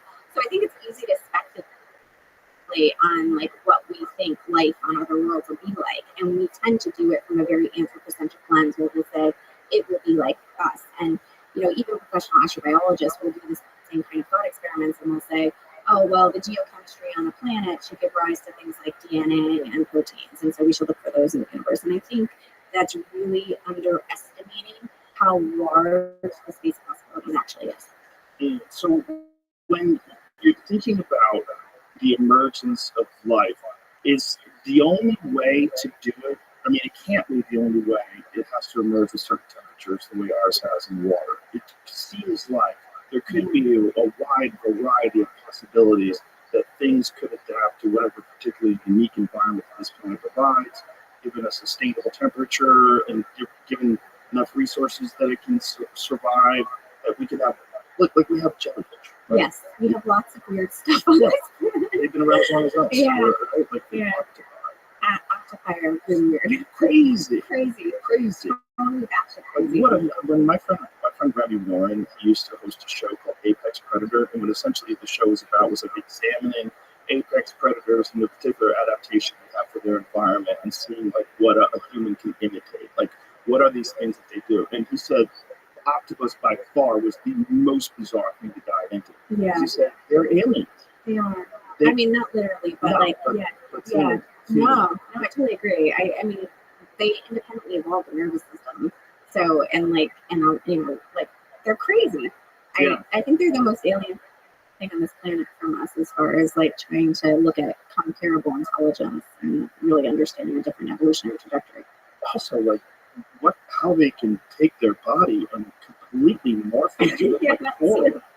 Instantaneously. Yeah. In seconds. I know, They the look color like changes are shocking. incredible. And the texture, everything. They just, how does it even know what it's doing? How does it know what it looks like on the outside? It doesn't have a mirror. How do we adapt to that? I don't know. They're making a lot of progress. There was like the first cephalo-neuro conference this year, which I sent one of my students to. I didn't go to, but I know, right? Like, I know, the neuroscience of cephalopods. But yeah, I don't think we know a lot about how they work or how they think. And their lifespan is incredibly short. It's only like a year or two. It's just crazy. Yeah, I have a friend who is building this office building, and I talked him out of putting a jellyfish tank in it. He's like, because he wanted to have this big cylindrical jellyfish tank in the center, like when you walk over, dude. Trust me, that's going to be such a headache. They die all the time. They don't live. Oh, sure. Oh, it's like a But they're constant. Gorgeous. Yeah. But there's one of those tanks in the Mandalay Bay shark exhibit. Have you ever been to that? No, I haven't. Incredible. Yeah. Mandalay Bay has this enormous aquarium. So I it's always like, wanted to go. I want to take my kids. it's so cool. I've been taking my kids to Yeah. It's one of the dopest places because you go in there and there's sharks swimming around and all these incredible fish and people are diving in there with them. It's enormous. So we went on a tour of it, and one of the things that they showed us was their jellyfish habitat. That's it right there. So that thing is a damn nightmare. And they have all these pipes and filtration systems, and Do yet they just fish the dead jellyfish out? that's a good question. I'm not sure. I'm not sure if they get sucked into the vents. Yeah, I wonder. They have like a thing that they just like filter them every day to make sure there's no dead ones hanging out. I don't know. The interior of it, Yeah, they're amazing. they're so incredible. I mean, just imagine if we found that on another planet, how excited we would be. We would be trying to talk to it. We would be blown away. We'd be doing We would it. be sending it sound and various codes to see if we can communicate with it. We try to understand its nervous system. Where's its brain? It doesn't have a brain. Like, where is it? Where's the brain? Yeah, Where's the blood? Does it have blood? Like, what is that? We would be freaking out. we would be. But it's in the ocean. Like, oh, don't get stung. Yeah, but I mean, there's a certain level of excitement seeing it here. I think. Oh, yeah. Yeah, I think how diverse life on Earth is rather shocking, and I guess probably would be something that, you know, used to it, as you're saying, so we don't find it as shocking as we should. Do you think that that human life, I mean, I'm sure you've thought about this, do you think that this is a very unusual circumstance that it creates this? Or do you think there's versions of this, it's just rare? I don't know. Will be my honest scientific professional answer. I think, yeah, no, of course, how could you? But I think it's really important to be like honest about the fact that we don't know and just like put it out there, because it's very tempting to speculate. But I think, you know, the more I think about how large the universe really is, and I don't even mean physically large, like, you know, like you can look at the whole deep field and you can see, you know, 10,000 galaxies of like the size of your like pen tip on the night sky, and you're like, oh my god, the universe is a huge place. But if you know, like if you go into a chemistry lab and you ask a chemical-mathematician how many molecules there are, they can't even estimate how many molecules there are. Like, chemical space is so big. It's really crazy. Like, there's one molecule I usually use as an example is called Taxol, which is an anti-cancer drug. And if you wanted to make every permutation of that molecular structure and every like sort of three-dimensional shape you could with those atoms, it would fill 1.5 universes in volume. 1.5 universes. One molecular formula. This is how big chemistry is. And then if you want to get to technological artifacts or biological forms, like the space that we live in, if that other life out there would traverse the same path through the space of things that could exist that we have, is to me like a major leap I'm not ready to take, because I think the universe is far larger in the kind of living things that could exist than we can even imagine. Wow. The molecule thing is hard to absorb. Yeah, it's totally crazy. Like, I mean, if you were to think about, like, you know, you've got this like crazy stuff on your desk, and you took the atoms in those things, and you thought about all the ways that you could arrange them, it would fill universes of interesting artifacts. Right. Universes. And like, why is this one sitting on your desk? Like, why is this the aesthetic humans chill? I mean, it's pretty Right. cool, but you know, like, it's crazy to think about how much stuff could exist that doesn't exist because it wasn't selected and evolution didn't build it over time. Wow. That's such a fascinating way to think about it. The overwhelming possibilities, the overwhelming number of different variations. Yes. And so on your question about like humans and like our specialness, I think what is special about us is we're actually capable of imagining some of that space, and not just imagining it, but constructing it with our technology. That was your point about societies and things. So there is something special about quote unquote human level intelligence or whatever is going on in the human brain. I don't know if whatever that thing is, I think is pretty universal and pretty deep about the structure of reality. I don't know if it would be in something that's like a human on another planet, but I think our ability to abstract, imagine, and create is probably universal. Yeah, there's another thing about us that I think is bizarre, and it speaks to this concept that there's a theory about the creation of human beings, right? That human beings, the wackiest one of all, is that human beings are the product of accelerated evolution. Yeah. Something has manipulated our genome, something has manipulated the lower primates. That's why the human brain size doubled over a period of 2 million years. Yeah. And that this thing, well, but when I think about it, one of the things that intrigues me is I'm a lover of nature, and I'm completely fascinated by how animals interact with each other. I mean, I can watch nature documentaries all day long. Yeah. In invasive species are weird, right? Because when something happens and someone brings a turtle to an island where it doesn't belong, or someone brings a goat to a place it doesn't belong, or Australia, which is a fantastic example, there's like so many animals that are non-native invasive species. These Asiatic buffaloes, there's millions of them. They have to fly overhead and shoot them down with helicopters because there's so many of them. Humans are kind of like that. Aren't we kind of like that? I mean, if there's an animal that doesn't live in sync with its environment in nature and overwhelms the boundaries and seems to exist in some different sort of space than everything else, there's sort of a balance between predator and prey, resources and birth rates. There's all this sort of symbiotic interaction with nature, with the natural world. But we're wild. Like, we're just dumping shit into the ocean, killing all the fish, polluting the sky, and driving in our cars and flying in our planes and still talking about climate change and, injecting people with chemicals and trying to make more babies. Yeah, we also talk about it good for the planet. Again, optimize. Sure, sort of, but there's so many of us. Yeah. We are on every damn rock that you can find that's habitable. We are essentially like rats. We go everywhere we can go, which is like an invasive species thing. Yeah, I think you could talk about it that way, and I think people do.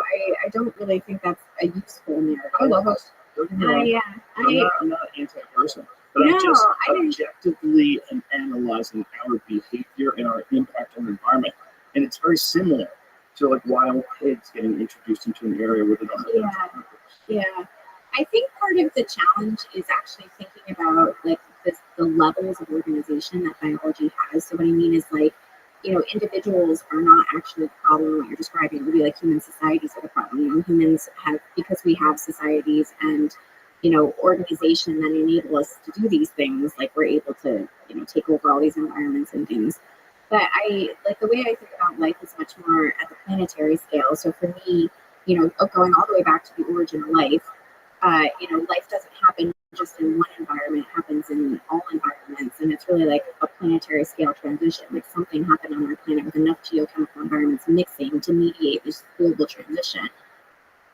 And when you look at the evolution of life, you get these kind of hierarchies where like cells evolved, and then multicellular organisms like cephalopods and plants and fungi and us, and then we get things that build societies like ant colonies or human societies. And it just seems to me it's a natural progression of the evolutionary process to build more complex systems at larger collective scales that are having more impact on the planet and restructuring more of it. And if life wants to get off this planet, it has to go through something like us. So I don't think, I think you can look at it from the, couple 100-year time scale and say these things are terribly negative and predator prey this, that, and the other thing. But if you look at it over the billions years time scale, there's a really different picture that emerges about what we are and what we're doing. Isn't it a fascinating thought, though, that you immediately, we all do, go to if life gets off this planet? Yes. So that seems to be something that we have baked into us. We have this idea of exploring the universe. So we need something else out of that, too. And if something else had that, and it was 100 million years more advanced than us, and it found us still throwing shit at each other and beating each other with death and sticks, wouldn't it come in and go, Would you? Yes. You would? Yeah. Would you fuck with it? Like, what would you do? 100%. Yeah, I would do exactly what they did. I think that's what curious things do. Experimental? Yes, 100%. Yeah. We do with animals all the time. Yeah. We make different kinds of learn. Yeah. We also we don't seem to have a problem with sort of manipulating things that we consider lower than us. Yeah. On an evolutionary scale. Yeah. I think that's a problem, but I don't know that that's one that can be solved. So this issue of, trying to treat every living entity, in sort of a equality, like I don't actually think it's possible to you can't because they won't do that to you. No, you can't, but you can't even, like, you have to eat something, right? So, like, if you value plants more than animals and you want to eat plants, then you're valuing, like, you're making value statements. But, like, plants are, like, they're still alive, we don't eat them. So it's like, kind of weird. There's evidence that are sentient. Yeah. Plants exchange resources, they communicate through mycelium. There's all kinds of very complicated information processing going on in plants. Yeah. Yeah, we are very sort of egocentric to think that our version of consciousness is the only version of consciousness. And I always say that when I talk about dolphins and orcas. Like, to me, it's one of the biggest crimes of modern civilization that we keep those things in fish tanks. Yes, I totally agree with that. I totally agree. I think they're just like us. I just think they can't manipulate their environment. Yes. So we essentially have these slave pools where people celebrate with their children and stay slaves. Yeah. I think they're an insanely intelligent species that just doesn't manipulate its environment. And we're so egocentric in our concept of like, what is an intelligent man? Can you control your environment? Do you have a house? Did you make a house? Do you have a car? Like, how do you get around? Do you communicate with each other through cell phones? Well, then you must be stupid. You know, like, we have this idea. And you have to have that iPhone 16. If you have a 14, then you're really stupid. Yeah, well, if you're going to make things, you're going to make better things all the time. You got to keep up with the Joneses. Yeah. But there's this weirdness that we have attached intelligence to ability to manipulate the environment, and we've ignored language, the fact that they have a cerebral cortex 40% larger than ours, the fact that they have different dialects that they speak in different areas, different accents, different ways they communicate. We don't even know what they're saying. We're trying to use AI to recognize I love this stuff about digital bioacoustics and like decoding languages of animals. It's like it might be our only way. Yeah, it's an amazing field. I think it's going to take a while before we really, realize the potential of it. But it's super exciting what people are trying to do. Well, they've been doing interspecies communication research forever. Yeah. Right. Nowhere. Yeah. The Leary stuff. Yeah. Who made the sensory deprivation test? I don't know who it is. It's locked in my head. I always know this. What is it? Oh. John Little, thank you. Oh, God. Why does that happen? Like, that's a problem of mine. Yeah, because you can't remember everything. You forget things, so you have more information. I have too much shit now. Yeah. I need to clean house. It's hard. It's really hard.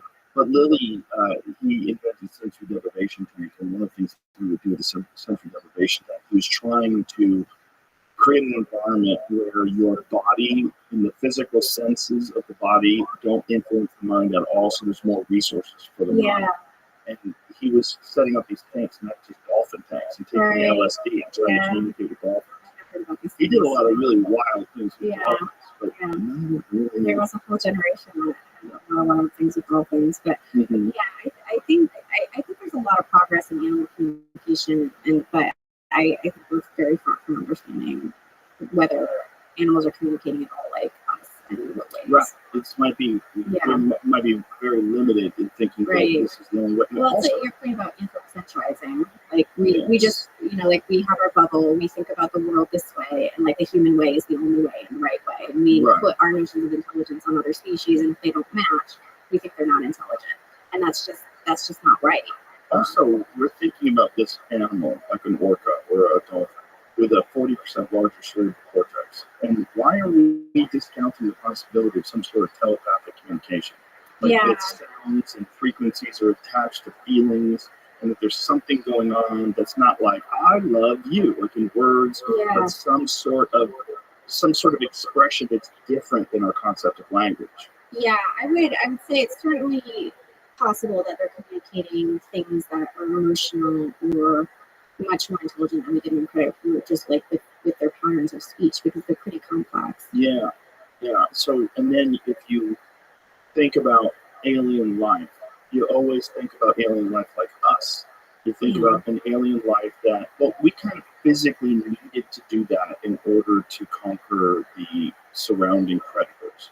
If we wanted to evolve, we wanted to stay alive and gather resources, we had to figure out a way to keep the animals from eating us, right? Yeah, that and then just to like survive in our environment, right? Right. Those are one danger, but there's plenty of other ones. Like you want to eat on berries, you want to like make sure that you have warm clothes in winter. Right. It's hell out there. It's a lot. Survival's hard. Whereas dolphins are in warm water. Before we can run, there's an abundance of fish. Right. I mean, like, you don't have to do too much more. You guys got it nailed. Yeah. You know, they're probably living in paradise until we came along. Yeah. Stuck Now in they live in swimming these pools. noisy oceans and in the pool. Yeah. Yeah, both things, right? Yeah. That's, Yeah, for sure. I think this is one of the things that really motivated me to really like. I mean, obviously, I love theoretical physics and thinking deeply about the nature of reality, but like why people have in life, and I think life is so complicated. Like all the examples you're giving, we don't really understand what it's like to be another species or even another human. Quite on, and I think without like if we had a deep understanding of the nature of life, these kind of questions would be much easier. when you want to talk about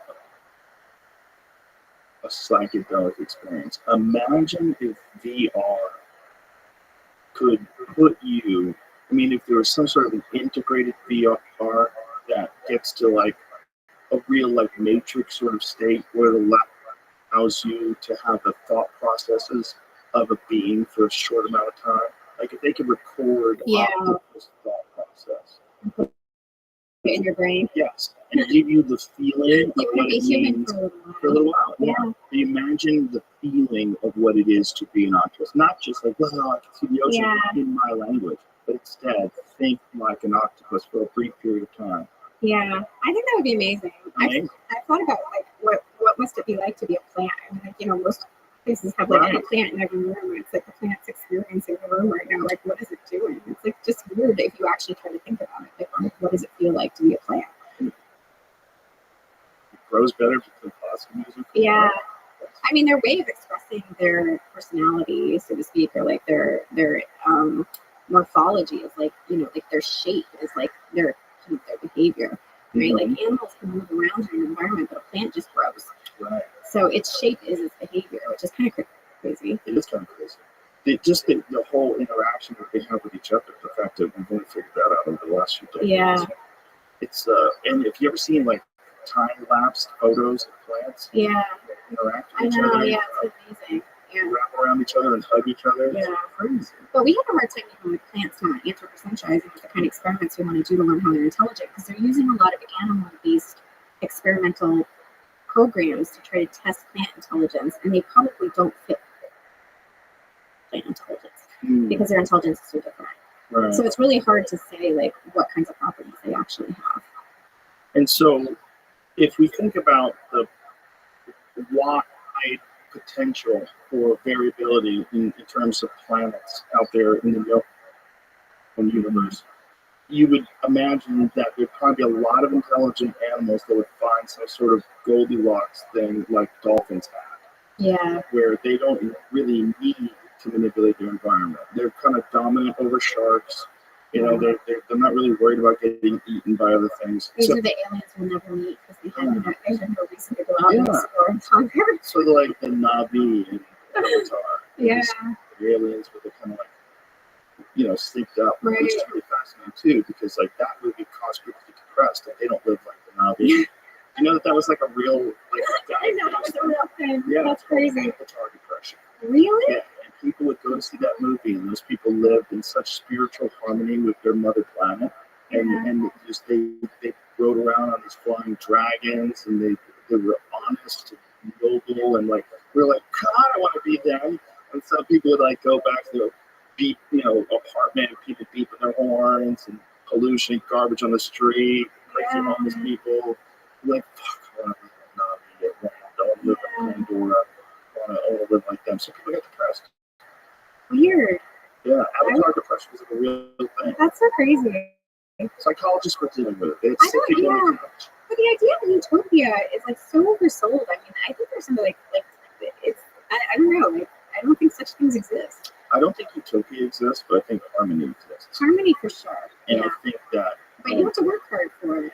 Yes. And I think that's the thing. Like, I think there's some conception that there's some easy path to harmony, and harmony requires work, and it requires constant work. Constant work. Yeah, there's no day. I also think that we have created a world in which harmony is very difficult to acquire. A world and the structure of doing a thing that you probably do not want to do for most of your day, to pay off debt for something that you really didn't need, to education that you turn out you don't use, all this different stuff that keeps. It's very difficult for people in this environment, especially urban environments we've fastened, to create harmony. Whereas people that live like in hunter-gatherer tribes and people that live subsistence lifestyles in particular, they report much higher levels of satisfaction, less depression. I think that's really hard because you're constantly aspiring to things, and you're right, like it's just totally baked in. Like, you know, you guys to own that from like, you know, it's just like it's like you want to do whatever you take on debt and try to do something, but it's pretty bad. There was a Vice series a long time ago, back when Vice like was really first starting out, and there was a Vice guy to travel, and he went to visit this guy who lives in the Arctic Circle, and he's been there since like the 1970s. I think he went out there initially as a logger. He's one of the last few people to have he has a permit for a cabin out there. So he lives in this small cabin with no windows. Like while they were filming, he had to shoot a grizzly bear that was trying to kill his dog and steal his food. He's had dogs. It's nice for like 6 hours. It is very hard. I can't imagine. The point is that this guy does live in harmony, though, and he's very healthy and very happy. And you know the way he talks about, he's a very intelligent person. Yeah. You know, he's not like some weird caveman who's out there in the woods. No, I think most of the people that do, like, it's a choice, right, to actually decide to live that way. So. Well, for him, it certainly is. But it's also, he has an ability to communicate that's unique for a guy who does that. Because it's not like he's talking with intelligent people. Yeah. He's essentially out there by himself. Yeah, that's super hard. Does he read a lot? It's a good question. But he seems to have, like, he's synced up with nature. He's catching fish and he's hunting animals, and that's all he's eating. He lives off of that. And this guy wakes up every morning and says, what do I need to do to stay alive another day? And he just goes out and does that. Which seems like, for us, we're like, oh my God, that sounds terrible. But does it really sound more terrible than going to a job at some corporation that doesn't give a shit about you, that will cut you if the stock is down? And you've dedicated 25 years of your life to this company, and all of a sudden you're gone, and now you don't know what to do, and you're on unemployment. You're like, what do I do with my life? I'm 46. What the fuck happened? That's a lot of people. Whereas this guy, he knows what he's going to do tomorrow. He knows what he's going to do the next day. And also, he knows his life matters every day. Right? Like, I think this is the thing we forget is like, you know, our life is a choice, and you know, like, and you're fighting for like whatever way you want to live your life. But we're kind of just in the daily grind. We lose our connection to that existential reality that like our lives are finite, and I think it really changes your perception of things when you really think about the fact that you have a finite amount of time. Yes, and food's not guaranteed. Yes, that's another thing. Well, survival's not guaranteed, right? So we take for granted survival, and therefore we take for granted that we're alive at all in some sense. Yeah, exactly. So when you start studying all these things and thinking about life and thinking about the various possibilities of life, what's the lowest single cell organism? How long ago do you think that emerged? I think current estimates are that like the oldest fossils that we can identify and like tracing back genomically about 3.8 billion years ago. So essentially somewhere around a billion or so years that we can find from the time Earth was formed. Yeah, so Earth we think formed between 4.5 and 4 billion years ago. So like 4 billion years ago, we kind of had Earth as we understand it. Mostly now we don't know if there were oceans, but the moon forming impact had happened.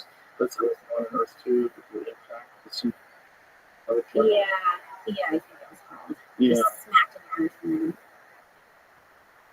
made our moon. Must have been really traumatic. So I think most people think like life didn't happen before that, because if it did, it would have been obliterated. But we really don't know. So yeah, current estimates are around, like 4 to 3.7 and 3.8 billion years ago. So somewhere a billion or less than a billion years later, something emerges. Yes. And how do we think that? There is no consensus. Ooh. None. Yeah, I know. Isn't that fun? It's fun. Yeah, it's kind of crazy. It's totally crazy. That's why I like this problem, because nobody knows what happened. Wow.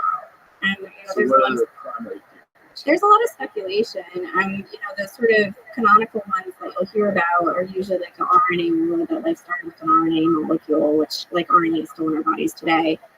So like DNA, most people are probably familiar with, gets translated, transcribed into RNA, and then the RNA is what's used to make proteins. So RNA, kind of does a dual role. So people think, oh, maybe it happened early on and it was the first life. And then there's like other hypotheses like hydrothermal vents and, sort of energy first approaches to origins of life, that like we had some metabolism that was organizing. But all of these are really speculative. And I think the issue is that we're trying to take molecules that are in modern living systems and trying to understand how they emerge in a prebiotic environment on early Earth, and not really thinking about how the Earth and the geochemistry on the Earth had to evolve into the living system. So it had like selection had to happen, evolution had to happen before life. And this is sort of the critical gap that we're really missing, is like, what is that mechanism? And that's where assembly theory is supposed to be coming in, is trying to give us a mechanism for how chemical systems can evolve before we even have a living cell, for example, and trying to iterate what those missing stages are, because we just don't know what they look like right now. Well, also, what would the evolutionary advantage of becoming cell be? I think, so that's a great question, but one of the problems with this area is like we don't know what questions to ask. So I actually don't know that that's the right question. I think when you think about it much more deeply about like the physics of life and the way that we've been describing it already, if you think physics, like what life is doing as a mechanism in the universe, is maximizing the amount of stuff that gets to exist, for example. Like there's this whole world of complex objects that cannot exist unless there's a living architecture that can select and constrain the space to make, something like this, instead of like the universes of other things those atoms could be arranged in. So if you think that there's something that deep and that fundamental about the nature of life, the origin of life transition has something to do with the emergence of systems that basically can persist. They can survive against this sort of random chemical noise. Like chemical soup is just a mess of things being created and destroyed. And you get something that basically can reinforce its own existence enough to keep existing, and then building more complex stuff. And that's really the origin of life transition. It's pretty simple to say like that, but trying to build an experiment and understand this sort of chemical architecture that mediates that transition is quite hard, and that's where we're being done to try. Yes. How do they conduct these?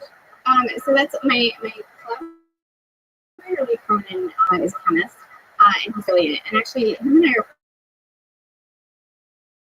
probably,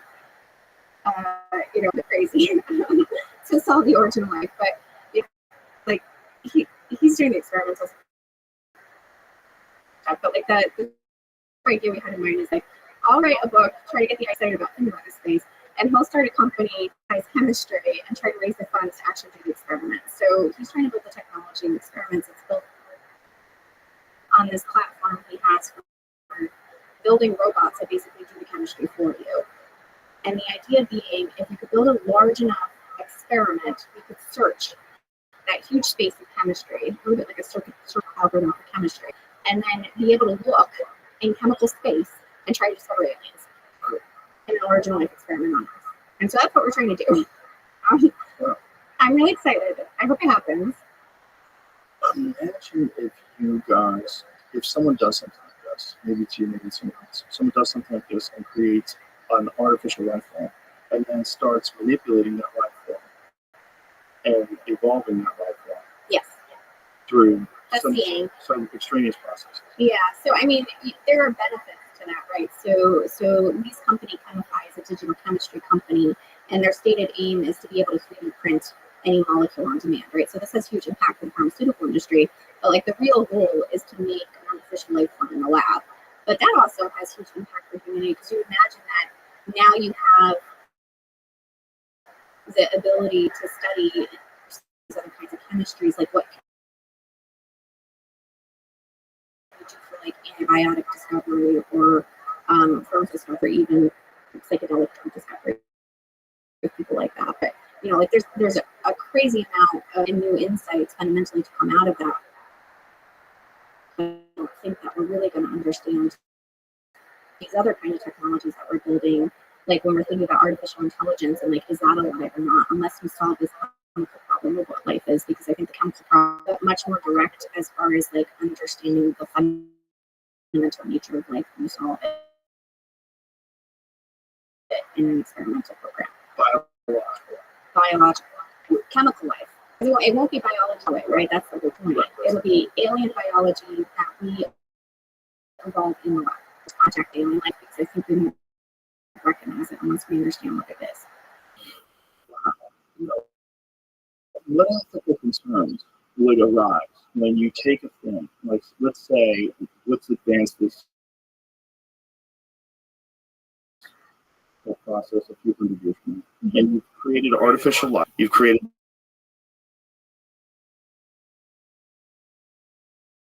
this thing that doesn't exist anywhere in natural selection as a vehicle for its advancement. Instead,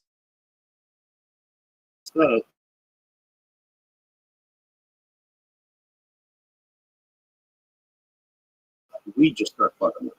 Yeah. And then it gets to a point where there's an ethical concern, like, hey, this thing's about to be smarter than us. What do we do? I think there's ethical concerns right along the way.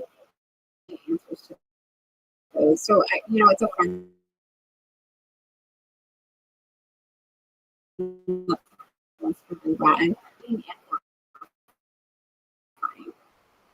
And like you want to work on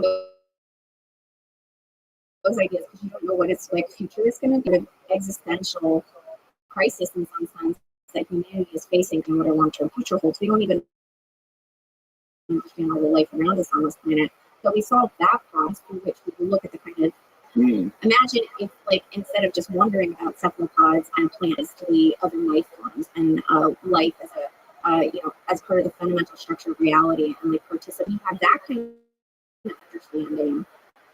I think it radically changes the way that we conceptualize who we are and what we're doing, and I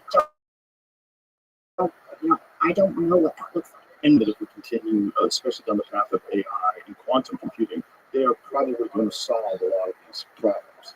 Yeah, I think we're flying blind in those areas, though, really, especially AI. I mean, I think that's pretty obvious that, there's a huge amount of debate about the nature of intelligence in these artificial algorithms. I certainly think that they're life, but I think they're life in the sense that the lineage of information necessary to train a large language model, for example, requires a planet to evolve something like us and evolve language and then enough data about that language to train the model. So it's a direct descendant, like you were saying, like, our technologies are babies. So there's that part of it. But I think, I don't know, I totally lost my train of thought. This is very funny. It went two ways, and I don't know which way I want to go. It's very funny. Yeah. What was your question again? I'm so sorry. That's a good question. I don't remember what my question was. So the idea is that artificial intelligence would enhance our understanding of what it means to be biological. Oh, I see. Interesting. That quantum information. Yeah. Yes, and that when computing power is massively increased, and you have a sentient artifact, essentially has all the information that we have, every human being, every database, everything all over the world, but yet far more capable of processing this and advancing this. Maybe it'll have a more complex understanding of what might be. Yeah. So So I think there's like a sort of subtlety here when you're talking about artificial intelligence and whether it can compete with natural intelligence, right? So this is sort of the canonical debate about the nature of artificial intelligence. But I think we really underestimate what chemistry can do. And I think some of the most powerful computers on this planet are still chemical. And if we actually understand chemistry better, with these kind of new digital chemistry technologies, the kind of compute we can get out of chemistry might actually outcompete silicon in the long run. Well, then there's also the concept of hybrids, right? Yes, I like that concept. But this gets into the blurry area of like, are you human anymore? Like, if you have a chip in your brain and you're like being a cephalopod, and then you morph into like, being on your own desktop, like, are you still human? Well, that's what I was saying about, like, if you go back to Australopithecus and airplanes and cell phones, but you can't be Australopithecus anymore. Yeah. Wouldn't that be the same reaction that they have? I think, probably terrified. I don't want to be a person. I don't want to become an alien. I want to be some gray dude with a giant head and big black wise, but maybe that's what we become. Yeah, I think also intergenerationally we're already doing that. So like there's sort of, people will always talk about how kids are more comfortable with technology than their parents or grandparents were. Oh, yeah. And why are they more comfortable? Because they grew up in a totally different environment. Right. Like the world has literally changed in the last few decades. So like the world that kids are growing up today is not the world that it was when kids were growing up like 50 years ago. Right. And so they are quote unquote alien, not really alien, but like they're really fundamentally different in a lot of ways. And I think it's okay to recognize that. Like that's, part of the progression of understanding and the fact that the world is changing. And if we're looking at it from generation to generation, let's scale that up 1,000 years or 100,000 years or 1,000,000 years. It's different thought experiments. Yeah, it really is, because the amount of change that's happened in terms of technology and our ability to access it over the past 100 years is enormous. Yeah. But yet we're still the same biological creature. Like, how long does that stay? Like, when do we start integrating? When even if we didn't integrate, how much would it change us? Yeah. I mean, I think we're already seeing signs of that, right? Like people's like fear of leaving their cell phone behind. It's like extensible brain. So like we're all pretty much cell phone already. So when you just you can imagine in a generation or two, it's more comfortable just to have that inside your body so that you don't lose it. Yes. Right. Some people are choosing to have it on their wrist. Yeah, exactly. Right. Yeah. Yeah. It seems like we're in the very bizarre doorway period where we're sort of like about to go through this doorway of change. Like the phone thing. Like we don't want to let it go. The car that you have to have I don't know how to get it without my navigation system. All that stuff completely connected in a strange way that we've just sort of accepted as normal now. And accepted, for you and I, it's over the course of our lifetime. When I was a child, there was no. I remember very distinctly when it emerged. Yeah. I was like 20 on a computer, and I got online. I'm like, this is crazy. And that was the "you got mail." Yeah, AOL was like to me. Mind blowing. You could chat with people back and forth. Yeah. It's crazy. And then you can just research things, find out things. And then when the bandwidth started increasing, and then you started to watch videos, YouTube comes along. And how many people have? There's obviously a lot of nonsense on things like YouTube, but how many people have become educated on so many different things because of YouTube? Yeah, it's incredible. Yeah. There's so much to know, and you can on any subject, quantum physics, on carpentry, whatever it is. There's millions of videos. And all of a sudden, you're instantaneously watching some professor discuss what it means to be alive. Yeah, that's crazy. I love the time we're living in. I think a lot of people complain about it. I think it's fabulous. It's the best. You wouldn't want to live in the 80s. All the music sucked. People were on coke. The hair was great. Hair was interesting. But it was like, that was a dark time. This is a better time. No, I think now is perfect. For us. Yeah. But people in the future are going to be like, I know. Right. Imagine that presidential election they had to go through. Imagine this and that, Israel and Gaza. Yeah. They're going to look back at us like, how did we do it the way we look back at cave people? Right, but I think the things that they're going to ask about are not the things that we think that they're going to ask about. What do you think they're going to ask about? I don't know. I set myself up for that. And I forgot this answer. That's so bad. Well, I think I don't know. Like you don't know what the historical moments are right now. Like we cite things that we think are historical, and I don't think that they are. And oftentimes it's really interesting because people imagine the future, being radically different than the present. But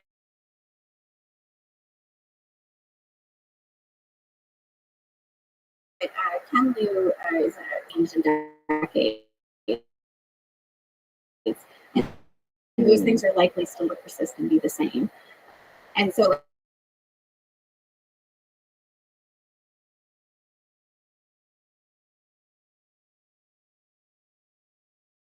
like when he was talking about this, he had a picture of like which of these things is still around? Like she's vacuuming.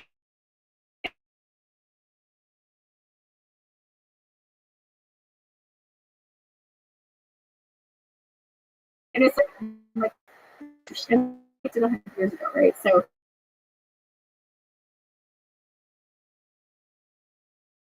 it's like it's weird because they are tuned to look out for things that are dangerous and changing in our environment, and so we're always hypersensitive to things that are changing without like recognizing how much is still the same. Not as much as someone who's studying history will be aware of. Yeah. To them, it'll bump it. Yeah. And I love talking with historians, especially like the ideas I work on. Right. So like one of the sort of fundamental ideas in assembly theory, which is really cool and sometimes from physics, but just generally, is that history is actually embedded in like any evolved structure has a physical size, like it might be sitting on the desk, but also has a size of time. And this is actually like a fundamental feature of the physics of life, that living objects, the things that life creates, are large in time. And so sitting around humanity for millennia, that like contingency history might still be alive in the present, but we don't really think about that in a fundamental way. So, like I was talking with Thomas Moynihan, who's a historian, was just saying that there's so many threads through history that kind of point to this idea being like, super interesting and very relevant. And so when you think about like a future history, are they going to be like, oh, they finally realized these kind of things were true? Like, and I think about this with the history of physics. It's kind of crazy at what generation we started realizing certain things. Like, when did humanity first start abstracting and building mathematics? Or when did we build mechanical clocks and start recognizing that we could track things at the level of seconds? Like, we haven't invented seconds, and now we take them for granted. Right. When did China invent? What was that? I don't. Before that, they required sundials. Right. I don't know how much was that. How much of that was like the? Well, all our clocks before that were based on 725 AD. I mean, that's just incredible. Look at that. The world's first mechanical clock, water-driven spherical birds, was invented by Li Jing, a Buddhist monk in 725 AD. Oh. That's weird. Whoa. I want to see like a little. Imagine you could visit that thing. Maybe find out what time it was. Well, imagine, but I mean, this is a good thought experiment, right? Like, imagine being one of the first people to see a mechanical clock. How big was the first mechanical clock? It looks fucking huge. Yeah, now we have that. Is that the first one? Just imagine like calculations involved in figuring out how to make all these gears sort of click, click, click in sync. Or even having a concept that you could keep time with that kind of regularity. Yeah. Because like you're saying, our clocks before were based on like sand or shadows or water. Like they were very elemental, right? And they were not incredibly precise. Right. And then the sort of subsequent human knowledge that comes out of like timekeeping precision is things like the laws of gravitation, which we wouldn't understand, like, Newton and Galileo couldn't have done what they did in their generation unless mechanical clocks existed before they did. Right. And the tolerances are so tight that they've created things like tourbillon movements so that they're not affected by gravity. Yeah. Like these constant force gears. Have you ever seen tourbillon watches? No. I feel like I should build a watch now. This is kind of like, I'm going to get like this weird hobby where I'm watching. Oh, watches are amazing. I know, they're cool. Mechanical watches are so damn cool. Yeah. They're so fascinating. There's a company called Grand Seiko, and Grand Seiko is like the advanced version of Seiko. Seiko makes like a bunch of different kinds of levels of watches in terms of price points, but then Grand Seiko's their luxury line, and Grand Seiko has created watches that are mechanical, but also have quartz involved in the movement, so their accuracy is the same to within a half a second a day, and it's all just these gears, and springs. Amazing. And half a second a day, and they have a 72-hour power reserve. Some of it more than that. It's bananas. Yeah, no, it is. It really is bananas. They figured out a way to do this. And this is one right here. So there's our fingernails. It's awesome. Sits right there. Is it heavy? Yeah, not that heavy. But I have some of them. That's the Grand Seiko right there. It's called the spring drive. It's not that heavy. But that's all. There's that is also a Grand Seiko. Wow. There's mechanical gears. So much cooler knowing what's going on in this one is super duper accurate. And so very cool. they just try to figure out a way to make these things over time more and more accurate, more and more precise. And what they've got it down to now is But show her the tourbillon movement, because it's bananas when you see what those look like. And some of these tourbillon watches, they go for hundreds, thousands of dollars. Really? For a watch, just because the complexity of the gears, and then they also you can stare at it while they're doing its thing. This is the tourbillon watch. Now, look at all that jazz. That's amazing. Bananas. Look at all these gears. I know. I'm trying to figure out how many gears are actually in it. But it's insane. These sync up. I mean, I don't know what the accuracy of this is Grand State. This is another Grand State. This is their constant force tourbillon movement. Look at the watch. That watch is several $100,000 because it is just so insanely complex. It's gorgeous to create. Yeah, I love the See, find out how accurate that thing is to half a second ago. So how accurate that thing is. Yeah.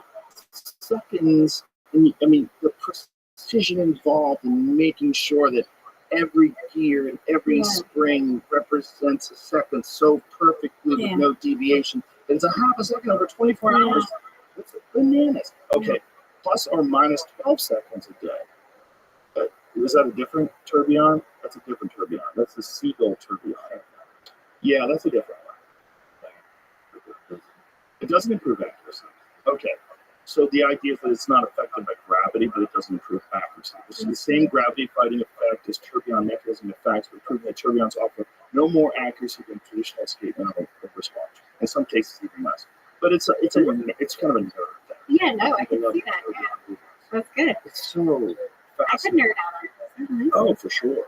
And you can go deep and deep and deep. And there are also some of them are like wafer thin, and they have this automatic movement inside of them. So the movement of your hand, like every time you move your arm, it's winding the watch. Yeah. So as you move. Oh, really? Yes, like a Rolex. Wow. Yes, if you have an automatic watch, like a Rolex Submariner, you don't wind one. You move it around, and as you move it around, that's what causes it to have the power to keep going. So as you're wearing it throughout the day, and then there's some that you do want, some that you want, but I just had a morbid thought that you could tell how long someone was dead for by how many seconds it was because it wasn't wound up anymore. Sort of, but you only tell within 12 hours. Yeah, I know. It's funny though. It is funny. Yeah, because you have to find out. What kind of a movement it is. Is this a 48-hour movement or 72-hour movement? How long does it last for? Yeah. That's incredible. Was the watch broken already? Yeah. The time a Rolex watch helps solve a murder mystery. Oh, okay, there you go. Oh, look at that. Wow. Is that how it solved it? I don't know. I just made that up. Interesting. Well, it makes sense. So that's the Oyster Perpetual, right? That's one of those watches that also has automatic movement.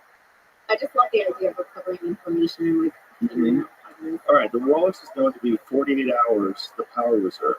Police were able to determine the date of death within a reasonable margin of error by subtracting the watch's power reserve from the date that was displayed on the watch when it was found. Yep. According to his Rolex watch, Rothschild was murdered on July 20th, 1996. The problem with that is a lot of people don't set the date. Yeah.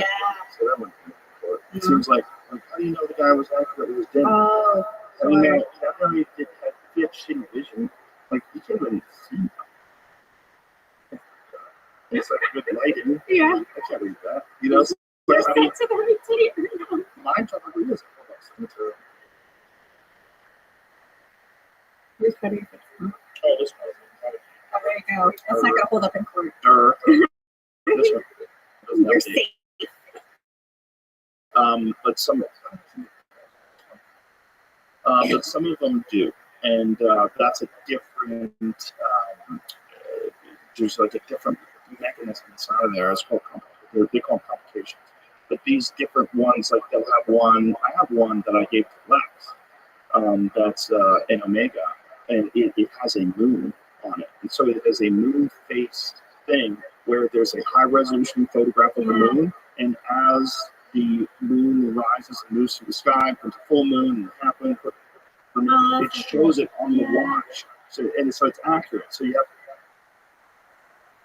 to go to a website, You find out what the moon phase is. You set the moon phase for where the watch is. You set the time of the day in the watch, and it stays in sync. Love it. It's crazy. That's so amazing. Yeah, the Omega is really cool because it's a little image, but it's a high resolution image of the moon. Yeah. So you see me find it's a Omega Speedmaster moon watch. And so this little moon sort of moves through this little night sky window in the bottom of the watch. I love it. Yeah, that's not it. The one with the moon on it. Say, no, that's the no. Moon watch is the watch they wore during the moon landings. Moon phase is what you're looking for. Yeah, so that one's different. That's it right there. Click on the one where you just had your picture. So that see the image of the moon on the bottom in the dope. So it even has like a bunch of the stars. And that's all on my first. So cool. It's so cool.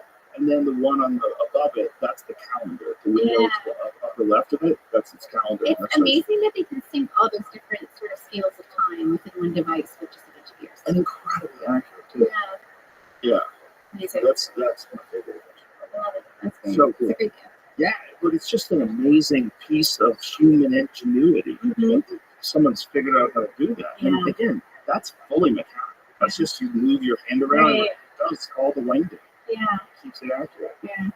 Nuts. It is nuts. And that's our simple little simian Human brains. brains, I know. It's amazing. And when you think about what could possibly become of advanced life if we could exist in we would just stay alive in advance another million years, which doesn't seem outside the realm of possibility. I think it'll happen. So, I think so. what do you think we look like in the future? I mean, I think as you're talking about it, like it's some kind of hybrid existence. Like I think we are becoming more integrated with our technology.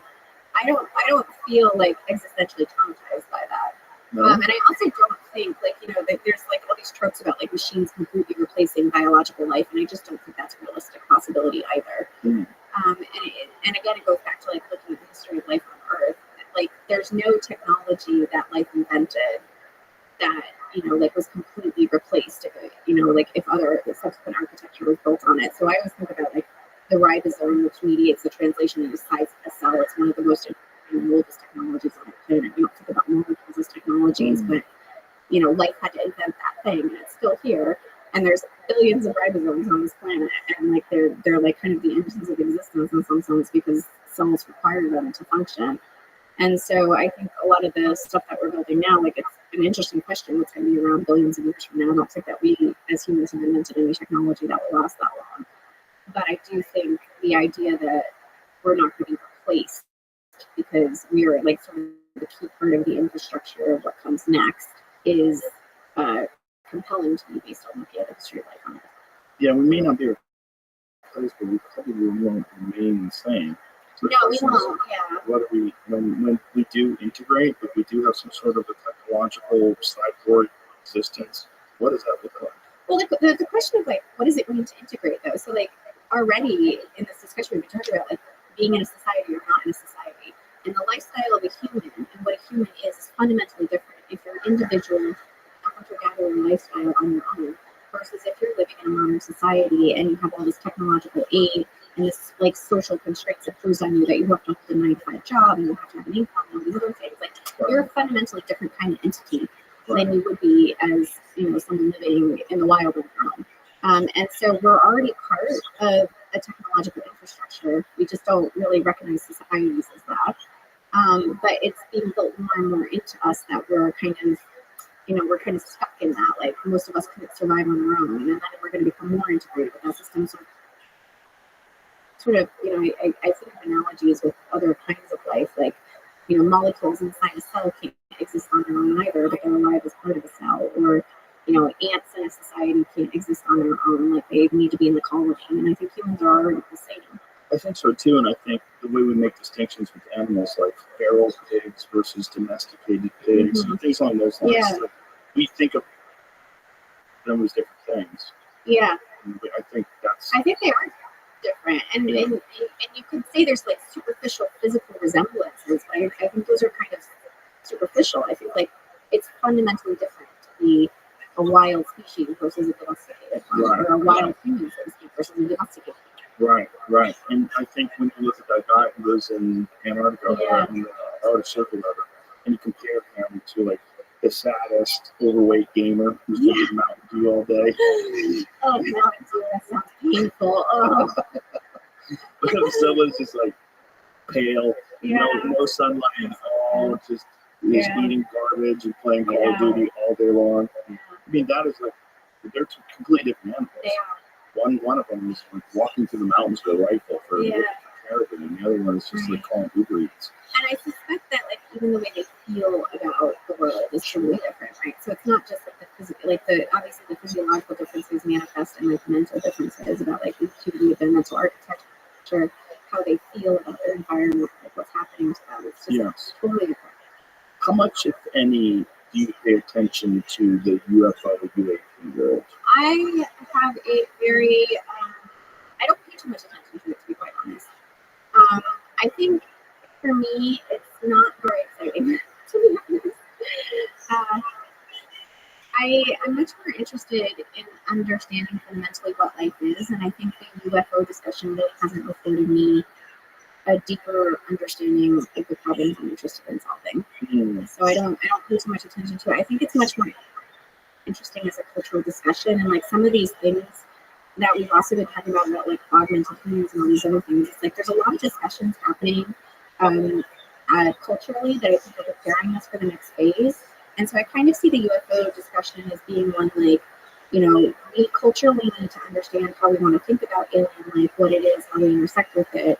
And so there needs to be a lot of discussions about the nature of that problem and people interested in believing in that problem. But I don't really see a lot intellectually for me personally coming out of that.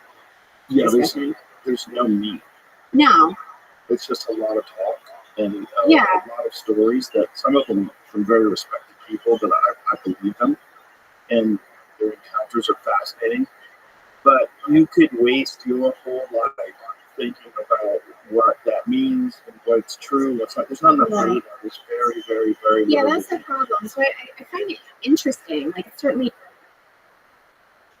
intriguing and like you know, to think about the possibilities, but it's sort of like mythology versus and like individual knowledge versus shared knowledge. And I think with science, like you know, you can question the sort of academic establishment and the way that we do science, and it's very dogmatic and all those things, and I can agree with a lot of those criticisms. But science fundamentally is about shared knowledge and the ability to like have a joint conversation about something we both understand, and to be able to use that to do things like, you know, the laws of gravitation and things that we can easily state, and we can build satellites and new technologies out of that knowledge. And I think, you know, the discussion in alien life is fundamentally about new knowledge that we need to have about how the universe works. And that's going to come from a lot of different places. But for me, I don't see the UFO discussion fundamentally advancing that question. It's just raising some of the mystery about, you know, certain experiences people have had, but not in a way that allows us to really answer the question of what is an alien. There's also a fundamental problem of accuracy of information and how much of this whistleblower stuff is nonsense, how much of it is true. When you're relying on person A to discuss classified documents, there's a lot of control of narratives, which I don't like. So I don't like people telling people how to think. And I think what I see in the UFO discussion a lot that actually makes me stay out of that community is a lot of people that claim authority on knowledge, and then they claim they can't share the knowledge. Yeah. And I don't like that. I think if you have knowledge, you should share it. You should discuss it. You should try to figure out what it means for everybody, and you should not protect it. That's what science. Yes. That's but, yeah, that's what people should be doing. Yeah, I don't trust people when they claim to have absolute knowledge they can't share with people. The only thing that gives me pause is the possibility that they're dealing with top secret programs. Yeah. Would get them in great trouble and would limit their access to this technology. Yeah. That gives me pause. And it's the only thing that gives me pause. But it's such a good story, though, right? I know, right? I'm a sucker. Yeah. I'm a giant sucker for that kind of story. I love those stories. Yeah, I think we all do. Yeah. Oh my God. Yeah. I love it. I want to hear all. Yeah. But I think that's like this sort of also standard play that, like, you know, if the government needs to keep knowledge a secret, suddenly it becomes more valuable, right? So I don't even necessarily think it's the government as much as I think it's the government and military contractors. yes, So if you have some sort of technology that is literally out of this world, and you're right, trying to figure out how it works, yeah, it's within your best interest to keep that as secret yeah, as possible. right. And But we see the cases of that in Arizona. It's like, you know, like they're testing, you know, whatever new technology for fighter jets or whatever. It's like really UFO sightings, and then it's like released later that was military. have you ever So, seen a military jet, like a stealth bomber? When we were filming Fear Factor way back in the day, we were out near Edwards Air Force Base, and one of those stealth bombers flew overhead. And if I didn't know what it was, I would swear that was from another planet. Yeah. It looked so cool. yeah, It looks so cool. It does not look like anything else you've ever seen flying in the sky. yeah, This is post 9/11, 2001. right. So this is the very beginning of Fear Factor, and right after 9/11, and we were out there in the desert. You see this thing fly. It's near Palmdale, and you see this thing fly overhead. It looks like something Batman owns. Yeah, So you can find like a video of the stealth bomber flying overhead. But it was flew right past us. Wow. I would love to see that. Part of it's terrifying. Yeah. Mama scenes in Yeah. warships. I already, yeah. I already-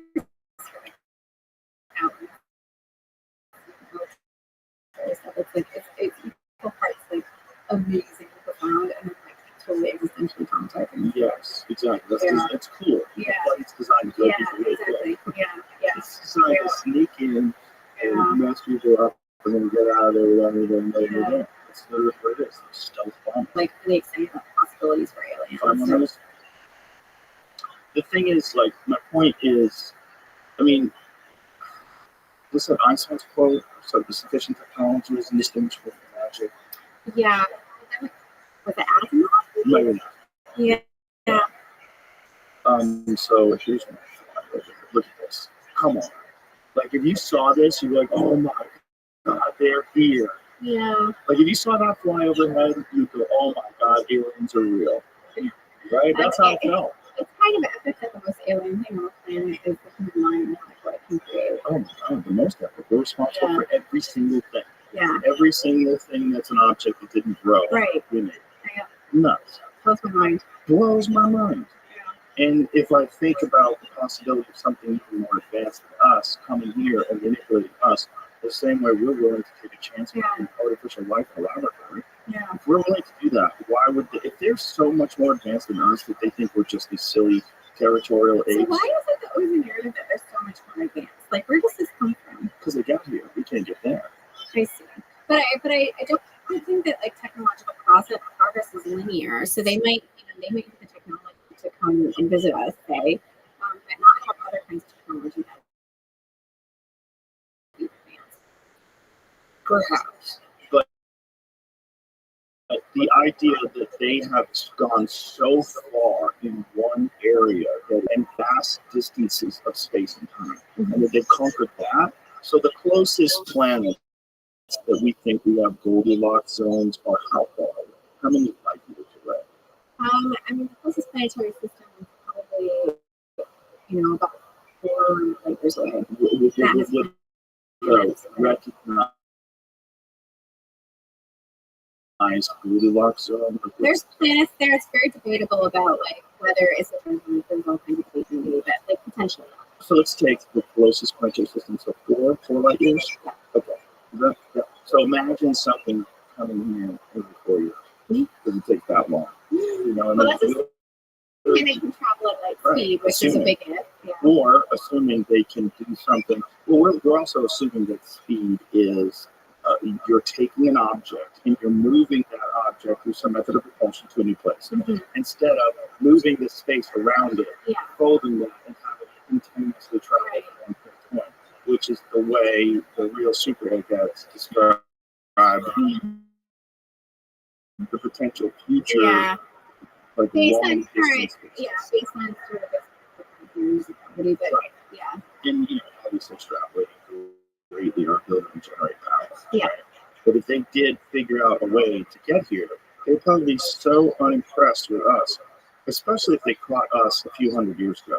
You know, and we're basically like in stupid houses and burning coal and riding Making horses. mechanical clocks. That's true. Right. That was quite a while ago. Yeah, that's true. Was that 80 or 725 AD?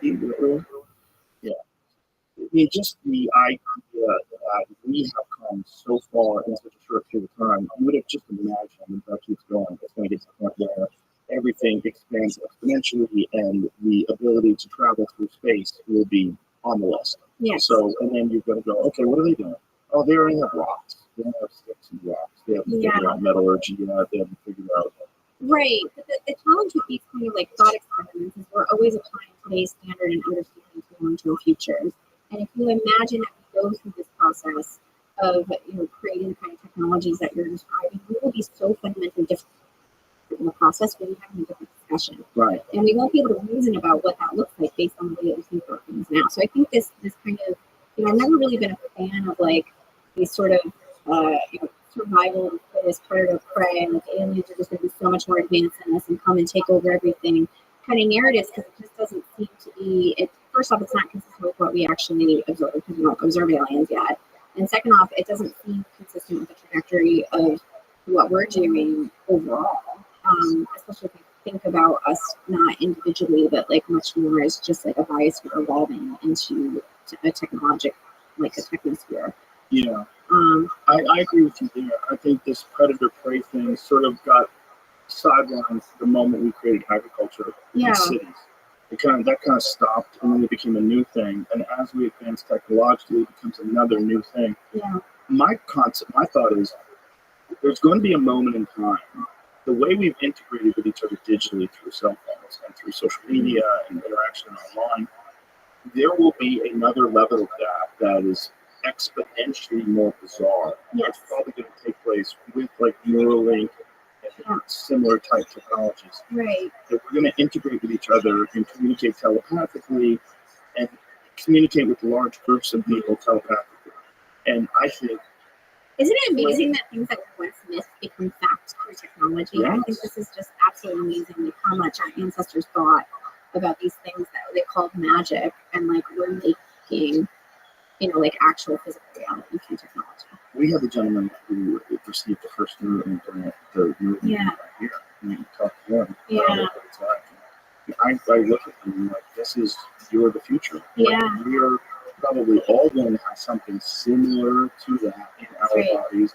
And then eventually we're going to go, why do you have these fragile feet when you can have these immense deluxe carbon fiber feet that allow you to run over hot coals and not feel a thing? Like, what are you going to do? They're better. You control them better. That's what you want to do. Right. That's what we do. We're very connected to our biological existence. But my thought is that our biological existence comes with all the baggage of all the human reward systems that have been put in place in order to ensure our survival. Yes. And this is what's led us to war. This is what's led us to violence. This is what's led us to all the terrible things. Yes. We have a lot of baggage. Yes. And that baggage, I think, is a byproduct of survival of the fittest mentality that came out of our biological life. As we integrate digitally, I think that might be one of the primary benefits, is that we realize, we can't kill each other. We're all one. Yeah. Like, we really are all one. Yes. We really are all connected. And instead of doing that, why don't we figure out a way to solve all this and work together? And if we are all one of the same mindset, this whole idea of stealing resources and covert operations, that's all going to go away. Yeah. It just makes sense that would be one of the things that would happen. We'd stop doing all the dumb things that we do. Yeah. And then as we join together, we said, we need to come up with solutions for our environmental issues. We need to come up with solutions for long-term strategies for dealing with all these different problems that we created. And then we can do it together. Yeah. Instead of having this whole concept of territorial lines in the sand you're not allowed to cross unless you have a passport, or you have to paperwork and sort of an integration with all human beings. The way we have with cell phones, but way more. Yeah. I mean, something I find really shocking is how difficult it is for humans to think of other humans as human.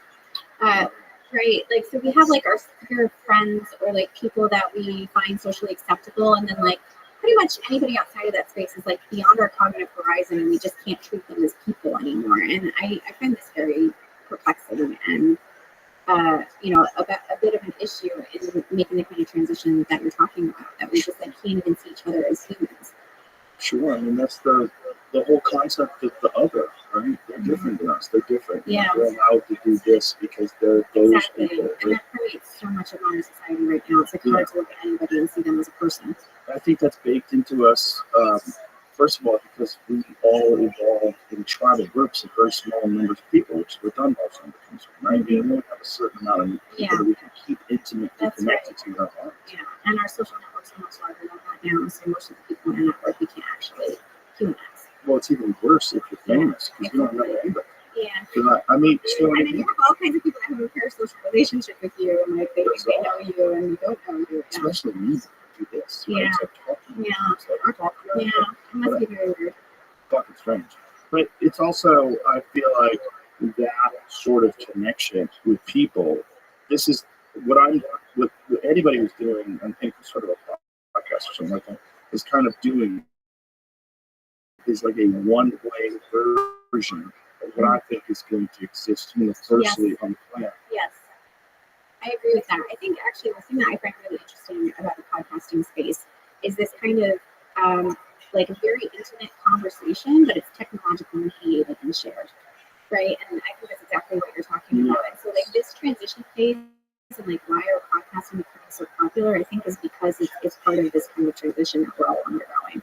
There's also an unusual authenticity in having access to individual minds without influence of producers and directors and a bunch of different people. So like this conversation in particular, like I had 0 conversations with any person before I got you on. Yeah. I had a text message that I sent to my friend who's the booking guy. I said, hey, reach out to her. This sounds cool. See if she can do this date. And that's it. And then it goes to my phone, and that's it. And then so I started watching some of the conversations you had. I watched your thing on Lex. I started looking into these concepts and assembly theory and all these different things.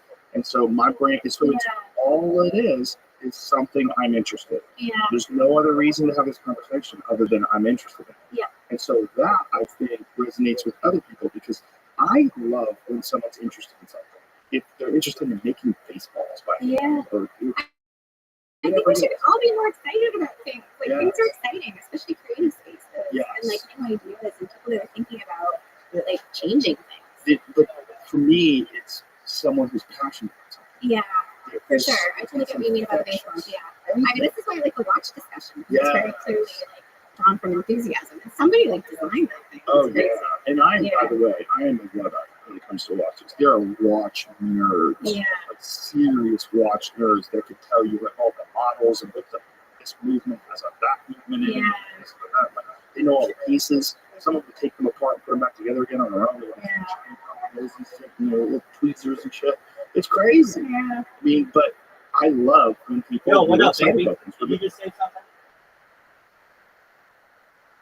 Somebody wrote in my chat, 2008 King of the Ring, which I know the King of the Ring is WWF or WWE.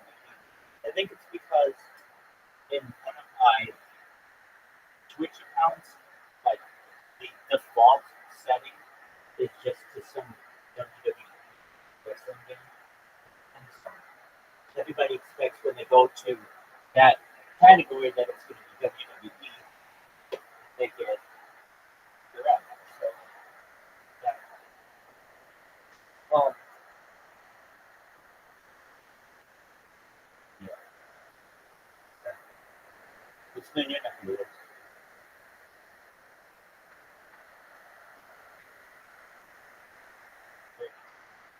I was thinking about I'm being down the legend. I got, priorities here. Let's see. So I did Billy Joel, right? And I could do Bruce Springsteen. There were 2 that I wanted to do, but I know that could be well. There's one that I don't know very well. I don't know, but that's Frankie Valli, which is a little older, but I'm going to say everybody eventually. reason why I was thinking that they had so many fucking they made the whole Jersey point about that. So exactly. So think about it.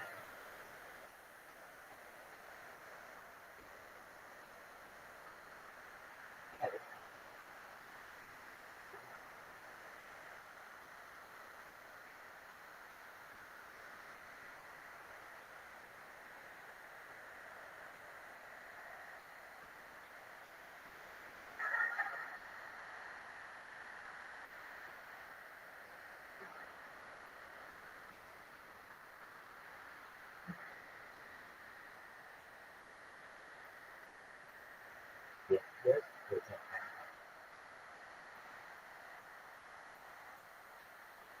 Here's an interesting question, music question. What is the greatest American band?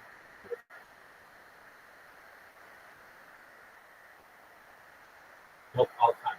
All time. Just all of them. Yeah,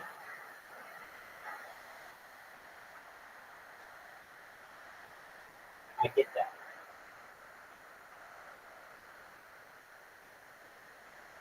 In my opinion, there's only one answer for this, but it's controversial. The thing is that I really want you to think is, you know what, all the bands that are really, really good classic rock, they're all good.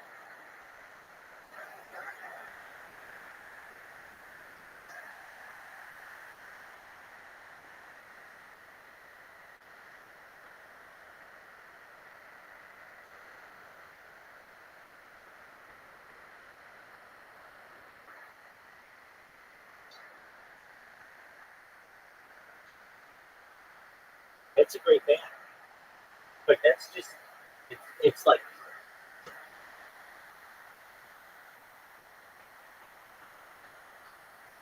oh, I love Guinness, but I just find it interesting that like the top five bands,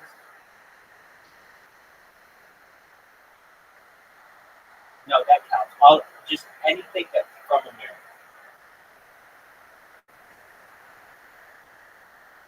In the miracles, in comparison though, the British bands, the Beatles, the Stones, Led Zeppelin, the Who, I mean, they have just like, and that's just always been really interesting to me that America doesn't have like the Beatles. That's just not an American thing. So, in my opinion, you know what the greatest American band is? That's a British band.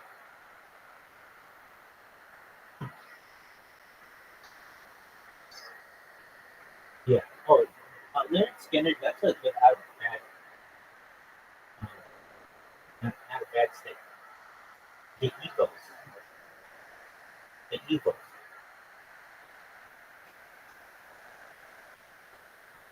But isn't it interesting that like the Eagles came way after, not way after, like they're seventh grade, and they're still not like the Beatles, Led Zeppelin, the Who, the Rolling Stones. Like those four are so massive, and it's always kind of bothered me.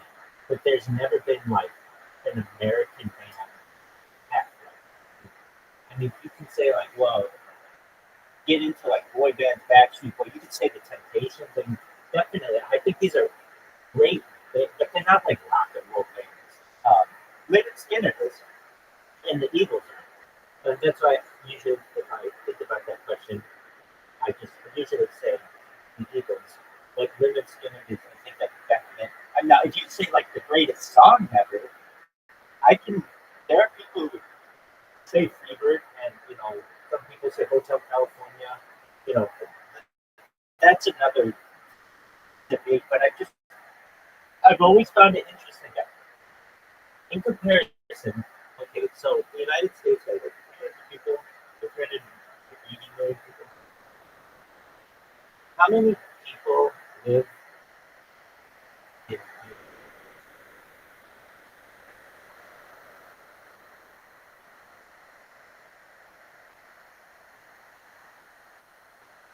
Okay, so they have 56 million people. So like basically a little bigger than California. And they have the top four bands, or not the top four bands, but like four of the biggest bands, and they're like 1/6 the size. It's just always kind of stood out to me as being interesting. Like, why? I would expect the United States to have like 6 times as many big bands as the Beatles. And so this has gotten me to explore the reasoning for it at times. And I really think it has to do with there's a special relationship that called the special relationship between the United Kingdom and the United States. And there's been, especially since like the 19th, since World War II, like a huge push to make Britain seem very positive in the light of the United States. So what do I mean? Like, you'll have hosts of television shows be British. You'll have like nursery rhymes be read by British ladies. You'll have like the British accent like molded to be very attractive to the American mindset, and just don't get the opposite of that really in the United States, and that's always just find that surprise me. I mean, it has to do with Tavistock Institute and their role with the Beatles and the Rolling Stones, and but I just really found that funny. Now, there's another argument that people make, and if people would make this argument, that's fine. If you ask this question to, I'll just ask it to ChatGPT. I've done this before, and the answer that they give me, I just don't agree with. Please name the top 25 American bands.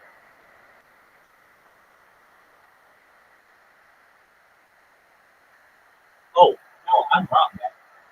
Well, I say the Eagles, but I also could put the Beach Boys. Now, when I ask the Beach Boys, they say Velvet Underground, the Doors. Now, here's the one that they throw in there. I think they're okay, but they just don't have that much content. Is Nirvana. Nirvana is thrown up there like they're the greatest band of America. Okay, here's another band that's British, Fleetwood Mac, which is like not normally seen as that, but half American, at least. Exactly. But even still, it's always been weird to me that this island of like 55 million people has put out all these fucking bands, and we're a huge ass country, and we don't really do the same. If I ask ChatGPT, it actually has the Eagles at number 12, which I don't think they're ranking this very well. Now, with more yes, they put the they have like Red Hot Chili Peppers. It's a big band, but not yet the Beatles. Oh, and then Coldplay, which is another British band that is giant. I just find the fact that a small island that's 1/6 the size of the United States has put out so much amazing music, and we're such a big country that we just don't have the equivalent of it. And yet, in all the other shit, we're like we have the equivalent in athletics and in engineering and industry. The United States is like it's very self apart. But when it comes to American, I don't know. Like if I ask ChatGPT, what are the 10 biggest British bands of all time? The Beatles, the Rolling Stones, Queen, which is huge, Led Zeppelin, The Who, oh yeah, Pink Floyd. Like notice, like all of these are bigger than anything that the United States has. The Clash, the Smiths, Oasis, David Bowie, like the solo act, but nevertheless, I find it interesting. I've always found it interesting. Why is it that these bands? Well, with that being said, name a French band. That's exactly what I was getting for. Name another. Okay, you But I mean, not even close to. Well, I guess it has to do with being. Oh, that is TV. Okay. Um, it's just been interesting to me. And I've never really understood it. That there isn't one huge American band.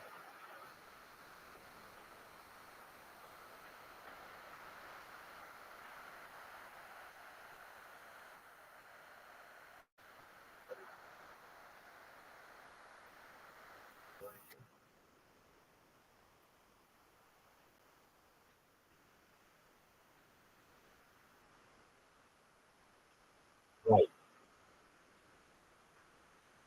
Like when you ask someone, what's your favorite beer?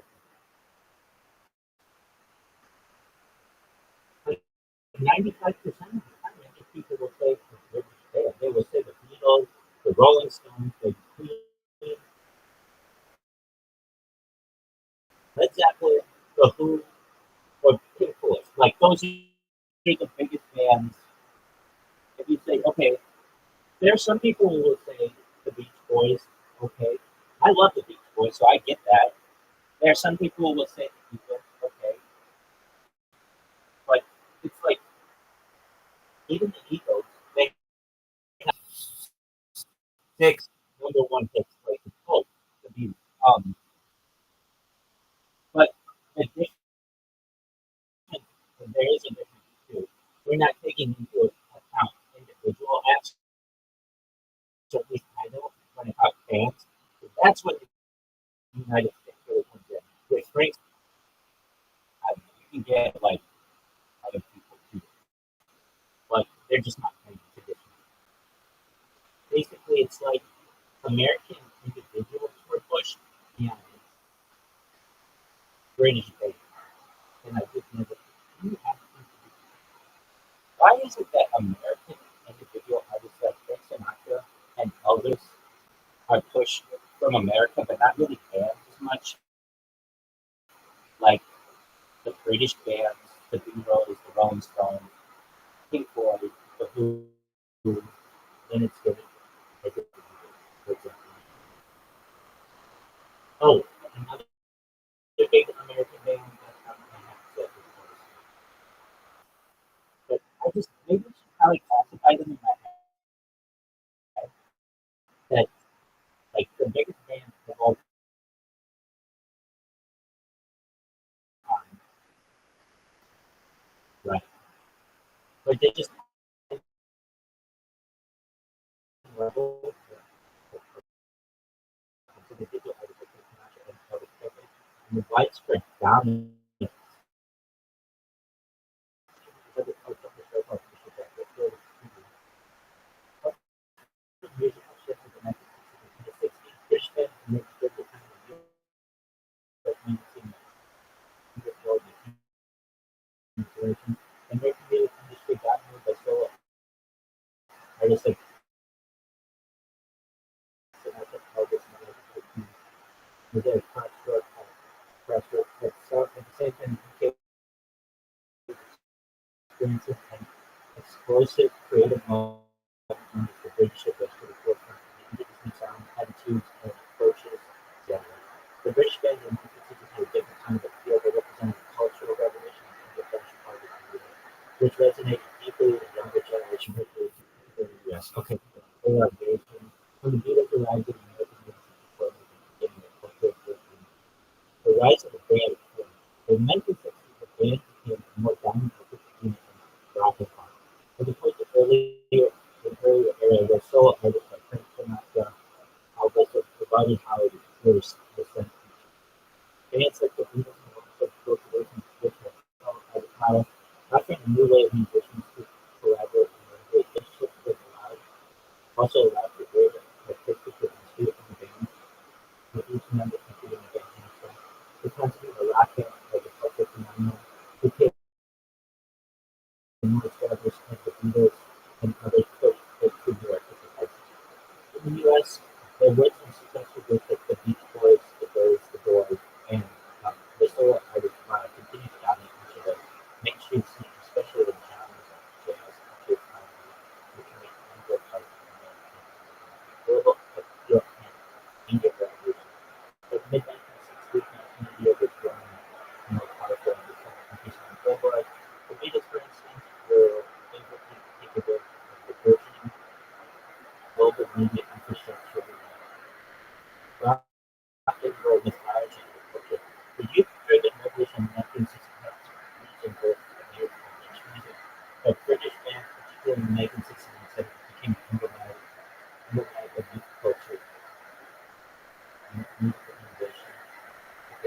bands are often at the forefront of youthful experimentation and innovation. I think that has something to do with it too. They have like better equipment.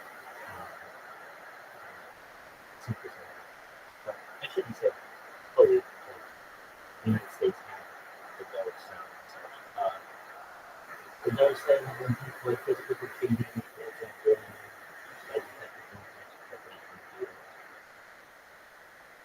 in contrast, American artists want everybody influential, often work with a more established musical form. So I think the answer is it's like, okay, just really understand. We have an island and a country with 350 million people. I know it's a lot easier to get 350 million people to buy records than 55 million from a really big country. Like basically, the United States is like a big pool, and you could just throw shit into it, and it would get a lot of traction, it would get a lot of airtime. It was different, it was unique. It also went against counterculture, things like that.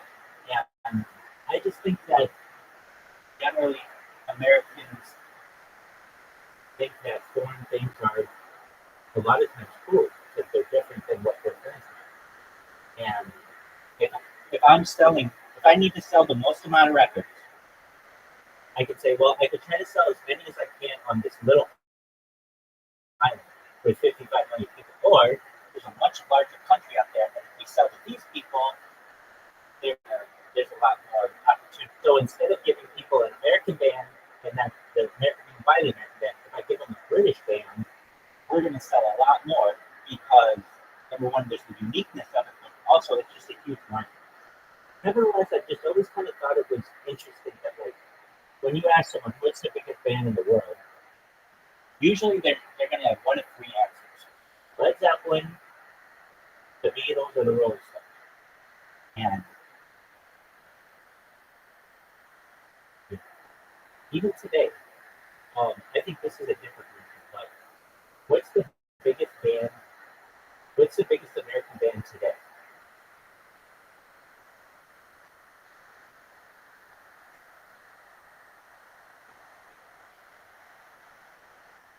No idea either. I'll ask. I mean, the biggest American artist, I would say, right now, like, it's an interesting question. Like, even the British have Coldplay, and they got One Direction, and all that other shit. But the United States just hasn't. So I've looked this one up. Why is it that the band model doesn't work so well in the United States? And from what I've read, there's a lot of tension that happens in bands, so they want to break up. There's always a lot of jealousy with the front guy and all of that. And it's much easier to control one person than it is five people. And so in the United States, the individual solo artist is generally seen as a preferred method. So basically, imagine you had 5 Taylor Swifts, and that was like the band. If one of them is sick, are they all going to still perform? Well, yeah. I guess you have to look for Red Hot Chili Peppers, which I guess is still considered a big band. But I don't know. There's just more. There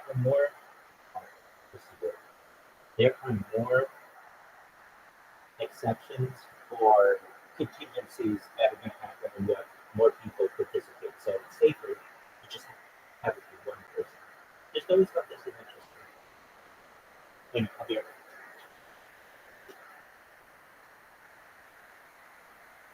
Whether it's about playing the guitar or making a painting, like something about that to me is infectious. Yeah. And it makes me excited about other things. Yeah. If I see someone who's really excited about making furniture, I start getting excited about what I do.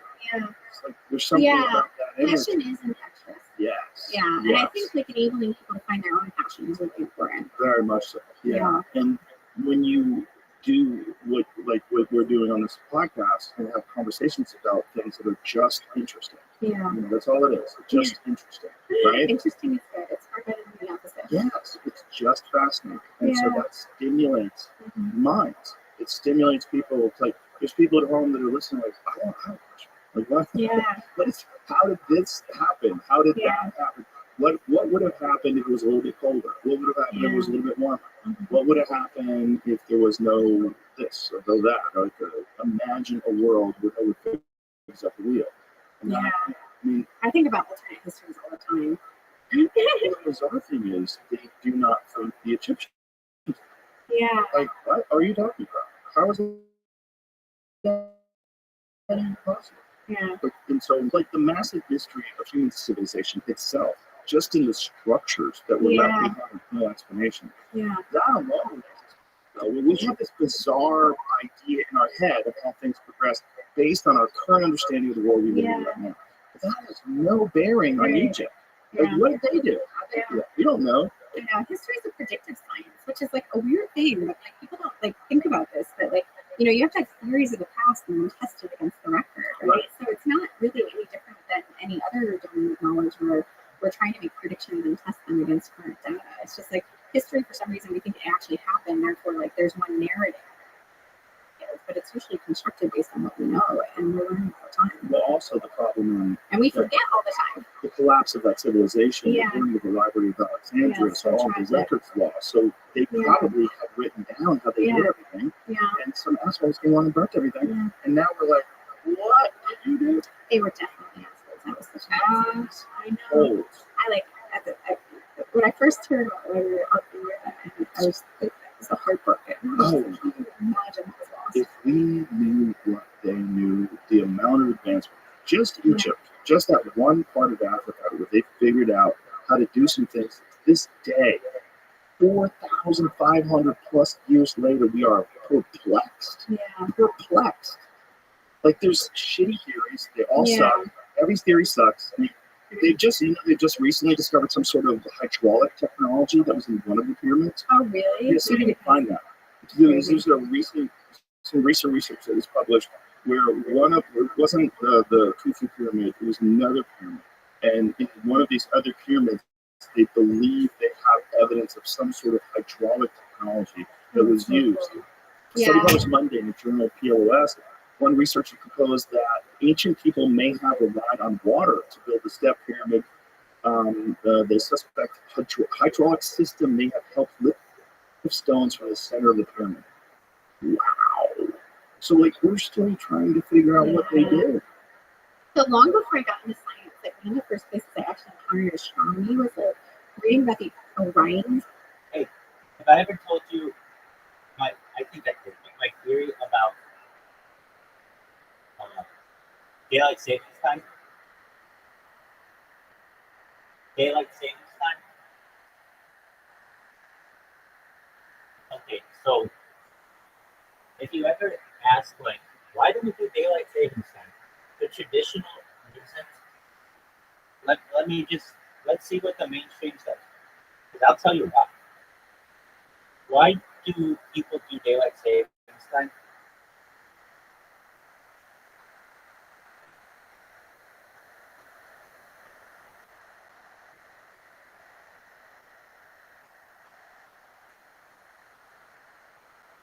Okay. So they say the idea to shift an hour of daylight to the morning while people are still asleep in the evening, when people are more active. The goal is to reduce energy consumption, improve productivity, and provide for daylight hours for outdoor living. Okay. So this is what I really want to understand. Energy conservation. The primary motivation behind daylight savings time was energy saving. By shifting the clocks forward, it was believed that people would use less artificial lighting in the evenings, thus reducing electricity consumption. This was particularly important during World War I and World War II, when conserving energy was crucial. The idea was that longer daylight hours would reduce the need for lighting in homes and businesses. But the thing is, in the winter, it's the opposite of that. Here's what I really think it is, and it's right there, energy consumption. When we fall back, we lose an hour of sunlight, which means that the power companies get to bill everybody providing an extra hour 6 months out of the year. So what does that mean? It means that, look, let me make sure I'm not off on this. Let me just ask ChatGPT. Go for it. Yo, dog, if we did not have daylight savings time, on average in the United States, how many hours of sunlight?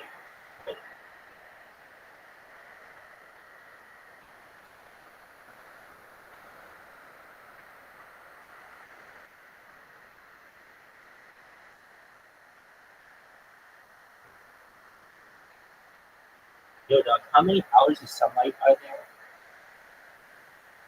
in the United States? You know what? I'll just have it right for fucking thing.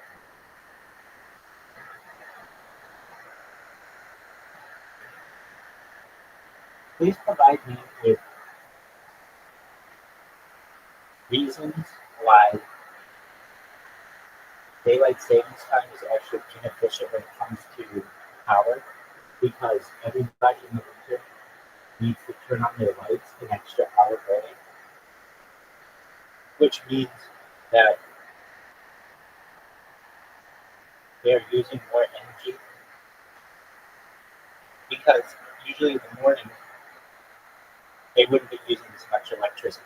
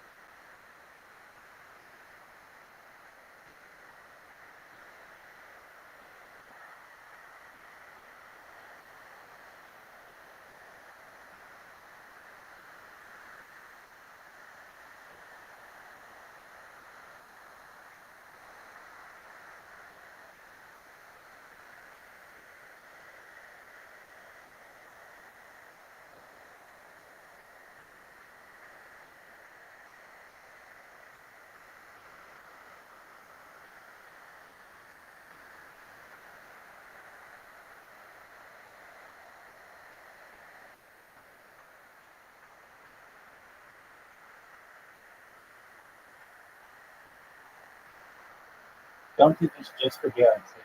Just make it a general argument against time change. What are the best reasons against time change? And isn't it true that when the sun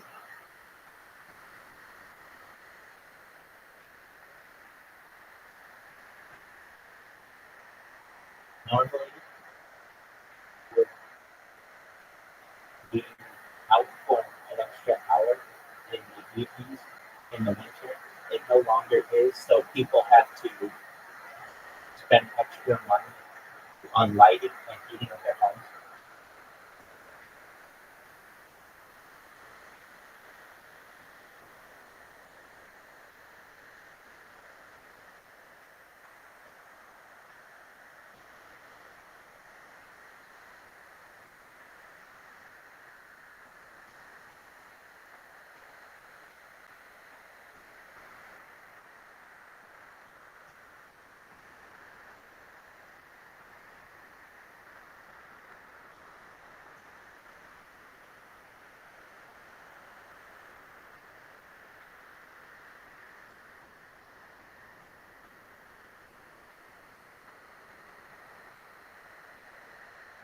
Excellent. So it does seem okay. So what are the reasons against changing the times? Disruption of natural sleep cycles and health, disrupt circadian rhythms and chronic effects. You've ever seen the statistics like the day after we changed the time, or 2 days after, the Monday after, there's a much higher rate of people getting into accidents and then also heart attacks. Increased energy consumption. So this is the key. Lighting costs in the morning, as you pointed out, shifting time means that during winter, when days are short, people are forced to turn on the lights early in the morning. Not as big a deal as what I think we need to do. Normally, they might have by enough daylight to get by, the time changes create a mismatch between the actual amount of daylight and people's waking hours. This results in more electricity used for lighting during early morning, which is often not offset by the extended daylight in the evening. Heating and cooling costs. Another issue is that time changes affect how people use heating and cooling systems. For in winter, for example, if the sun rises later and sets earlier, people may need to heat their homes for a longer period in the morning due to higher energy consumption. The same effect can be seen in summer with air conditioning. Longer daylight hours can push people to keep their homes cooler into the evening when they might otherwise have closed windows or use natural ventilation. Economic costs and inefficiency. Operational costs. Shifting time across industries leads to inefficiencies and additional costs for businesses and consumer confusion. People can become disoriented and confused by time changes, misalignment between clocks and schedules, and social and psychological disruptions, loss of natural light. Time changes, especially when they disrupt people's ability to align their activities with natural daylight hours. In the evening, when people are more likely to be active, the daylight ends early, and they must rely more on artificial light. That's the key to me. That in the evening, when people are more likely to be active, daylight ends earlier, which means they have to rely on artificial light more. Meaning, like, let me just put it to you this way. If you own General Electric or Southern California Edison, and we could say that, okay, we could not change the clocks or we could change them, which means that in the winter, essentially everybody's going to have to turn on their lights an hour earlier and the heat an hour earlier. Everything's going to be an hour earlier, which means you're going to, over the course of 6 months, gain an hour every single day of power usage. I think it's more profitable for you. And so, yeah, well, and it started in the 19th, and people just kind of been like, okay, I'm against it. I don't think we should change the clocks anywhere on Earth. And I know that sounds strange, but this isn't that strange. Actually, China doesn't change their clocks. Now, it can cause some issues there, but it's like, okay, already like a 1.5 billion people can change their clocks. 1 month. Please give me a simple schedule of how the world would work if we didn't change the clocks and we didn't have time to perhaps. Okay, so no time zones. The world would operate on a single uniform time, a universal time. That's what I'm saying. I want a universal time. No time changes. You shouldn't change parts of that same time. Global time standard. People would refer to one central global time, like UTC, Universal Coordinate Time. That's fine. Example of a simple schedule. Universal time, consistent global time, with no changes for daylight savings. Local daylight hours. People would organize their day according to the amount of daylight they receive based on their geographic location. Scenario. Let's use UTC as a standard time of local activities would still be very based on the sun's position. So UTC at 0 is midnight, UTC at 12 is noon. And also, when we're changing this, we got to change what you said, which is military time. I'm cool with that too. Well, but I changed that a little bit more. I want to go on something called decimal time. I've used it when I work for financial institutions, and it's quite a unique way of time. Basically, 0 is midnight, 5 is noon, and everything works on a decimal. So an hour, like one, like the time between 0 but it makes things a lot easier when you are doing math and calculations and everything's on base. And you actually try to do this in France. This one will really find out. Now, can you please tell me about decimal time and how this was tried in France, but it just wasn't successful after the metric system was adopted? Something. You got it. decimal time is a pretty wild concept where a day is divided into 100 hours instead of the usual 24. But it can be 10 hours. That's fine, whatever. Each hour is divided into 100 minutes, and each minute is divided into 100 seconds. Hold on, that's not right. Well, they tried to make this happen. 1793, during the French Revolution, the French government officially, no, they did try to do it, but officially adopted decimal time as part of a larger movement to standardize measurements. The French Republic even set up a new calendar, the French Republican calendar, with 12 months of 30 days, each divided into 10 decimal hours. Each hour was 100 minutes, and each minute was 100 seconds. So instead of a 24-hour day, there was a 10-hour day, which meant each hour was 2.4 regular hours. Oh, okay, that's pretty close. For 144 minutes. Why didn't it work? They say it wasn't practical. Anyway, I think that's the way we should go. But in the meantime, I could go with military time.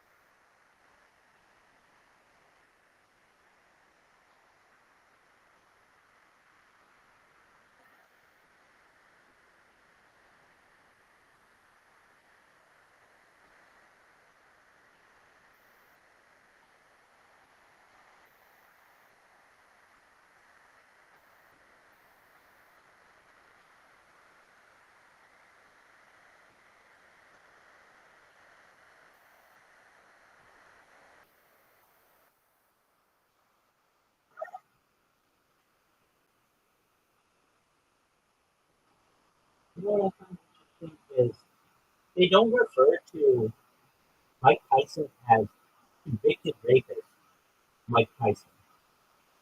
But they, like when they do other people, they always call them whatever they did wrong, but not Mike Tyson. Right.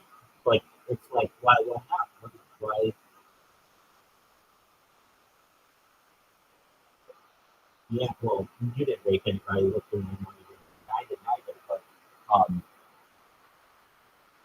but like that, yeah, no, I didn't. But uh, the fact is that a normal person that would be for their life. And for some reason, like not Mike Tyson.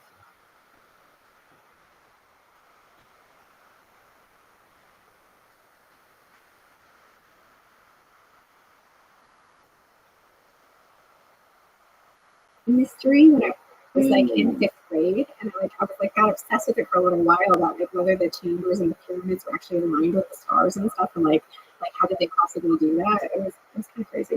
There's a guy named Christopher Dunn who's an engineer, and he has the wildest theory. He thinks that the construction of the pyramid, and this is, by the way, both maligned by some archaeologists, completely dismissed, but also embraced by younger archaeologists. So this theory is that the way the Great Pyramid was set up was not set up as a tomb, but was set up as some sort of a way to generate electricity. And there was a chamber of subterranean pounding on the stone in certain vibration. And then they had these shafts that they had access to that they know these shafts existed, and they know the structure of these shafts.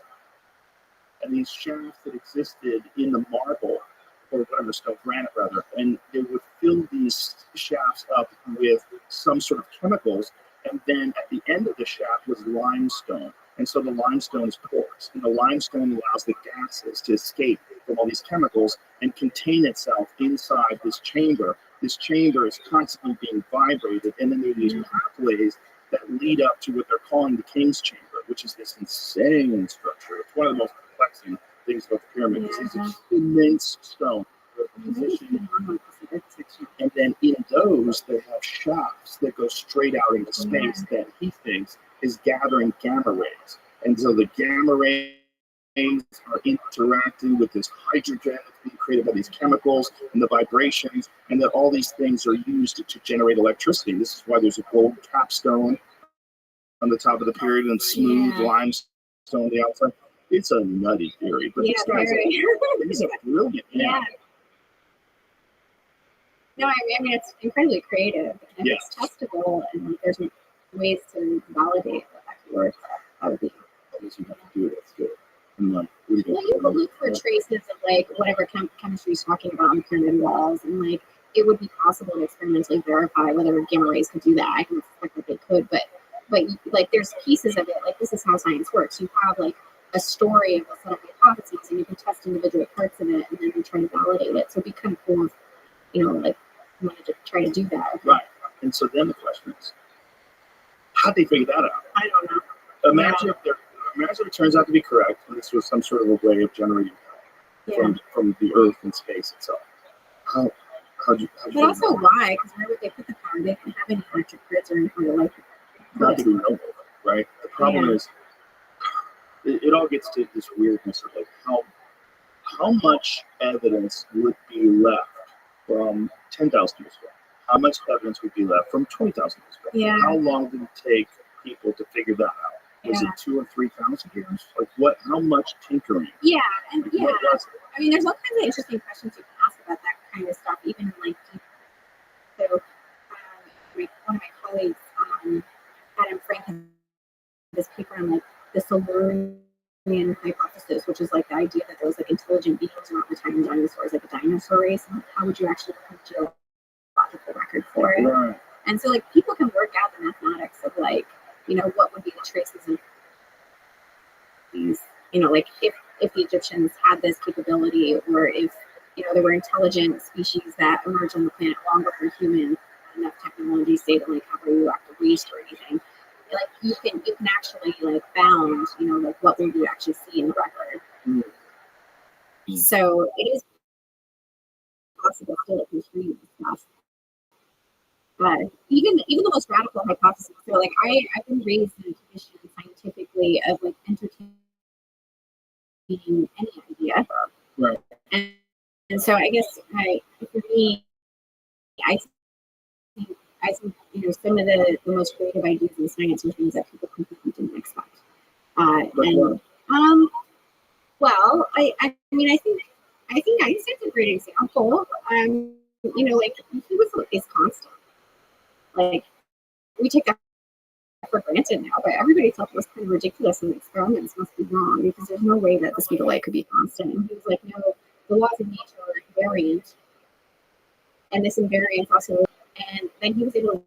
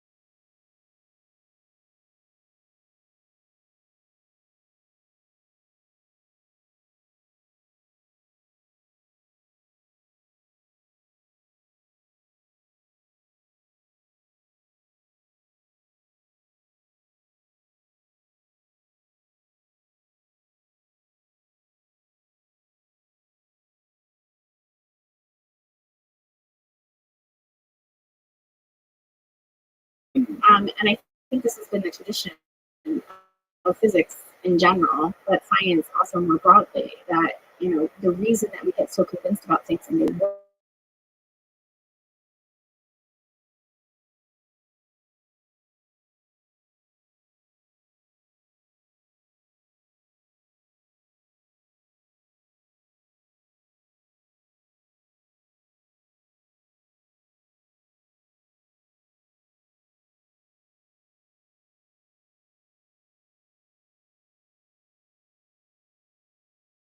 too.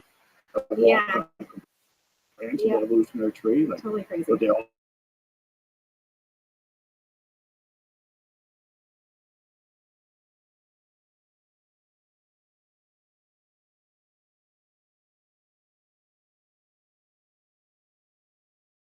also, but yeah, but it's crazy. So like the idea of like when life first emerged on the planet, nothing could see, but it evolved later, and it is something fairly consistent. And even if you think about our technology, so I always think about the progression of biology and technology. It is fascinating also that a lot of our technologies that allow us to understand the world are technologies of sight, like telescopes and microscopes. And like we think we knew life on this planet, and we come to the microscope, and it's like just you don't need that much more resolution. You can suddenly see that this cable was completely covered in solids, for example, that we didn't know were there. right, Which is just mind blowing.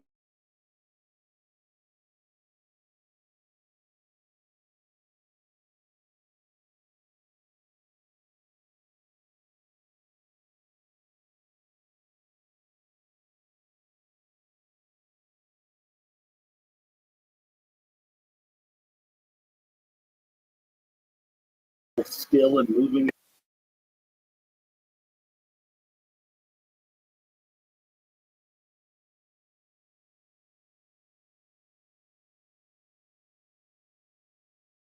Love that feeling. I love not understanding and thinking like we live in a really tricky reality, and the fact that our minds are capable of understanding any of it to me is pretty profound. I feel like we're just emerging. Same way the ability to see things was this emerging technology, this emerging ability that probably changed everything, right? The ability to actually like recognize distances and to see objects and recognize them, and that is this emergent phenomenon that we sort of take for granted because we have, but there could be other things like that have not emerged yet. Yes. In this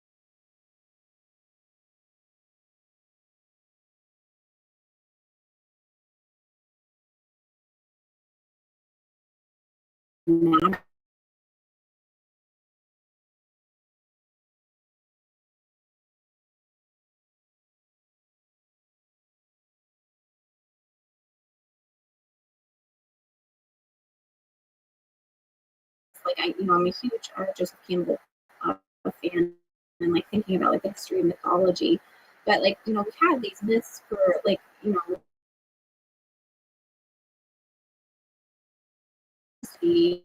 psychics, miracles, all of these stories. And it's super interesting to see how some of them are becoming, like embodied through our technology.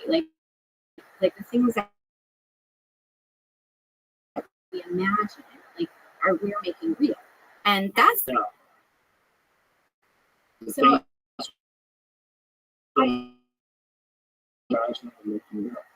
yeah. So it's not impossible that people that are psychic, at quote unquote,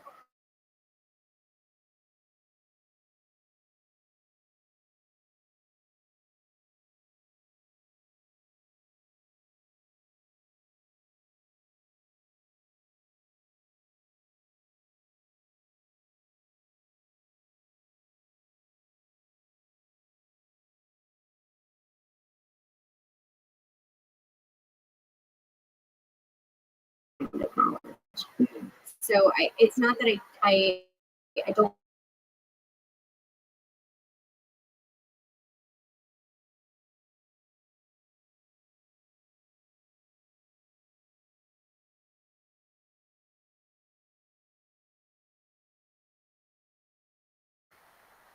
make those kinds of things regularized in a way that like we understand them as like really fundamental properties. We can use them and like we can share information. That's what I like about science, because it's like shareable thoughts that are universally usable. Yes, yeah. Universally usable is a great way to put it. I've often entertained the idea of, I'm sure you're aware of the concept of the muse, right? Maybe, but it probably explain it anyway, just because. Well, one of the best representations of this is a gentleman named Stephen Pressfield. He's a great author. He wrote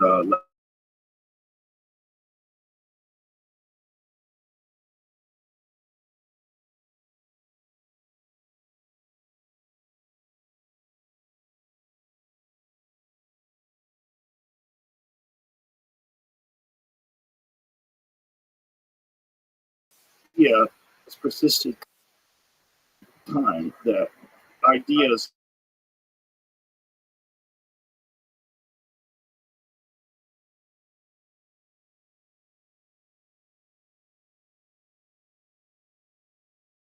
I almost always think of my best ideas as not even really mine, but like a gift. Yes. And so this is the concept of the muse. Like the muse, you treat the muse with respect. You literally communicate with the muse. You put this intention out there, and if you do this every day, she will reward you. And she will consistently bring you ideas. And if you are a person who can develop that kind of discipline to sit there and do that, you'll become productive through the muse.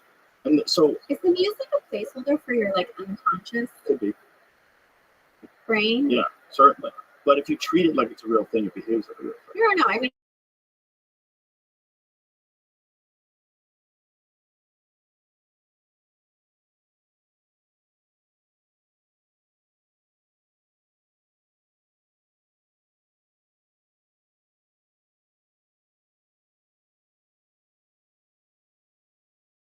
And a lot of the information process, like all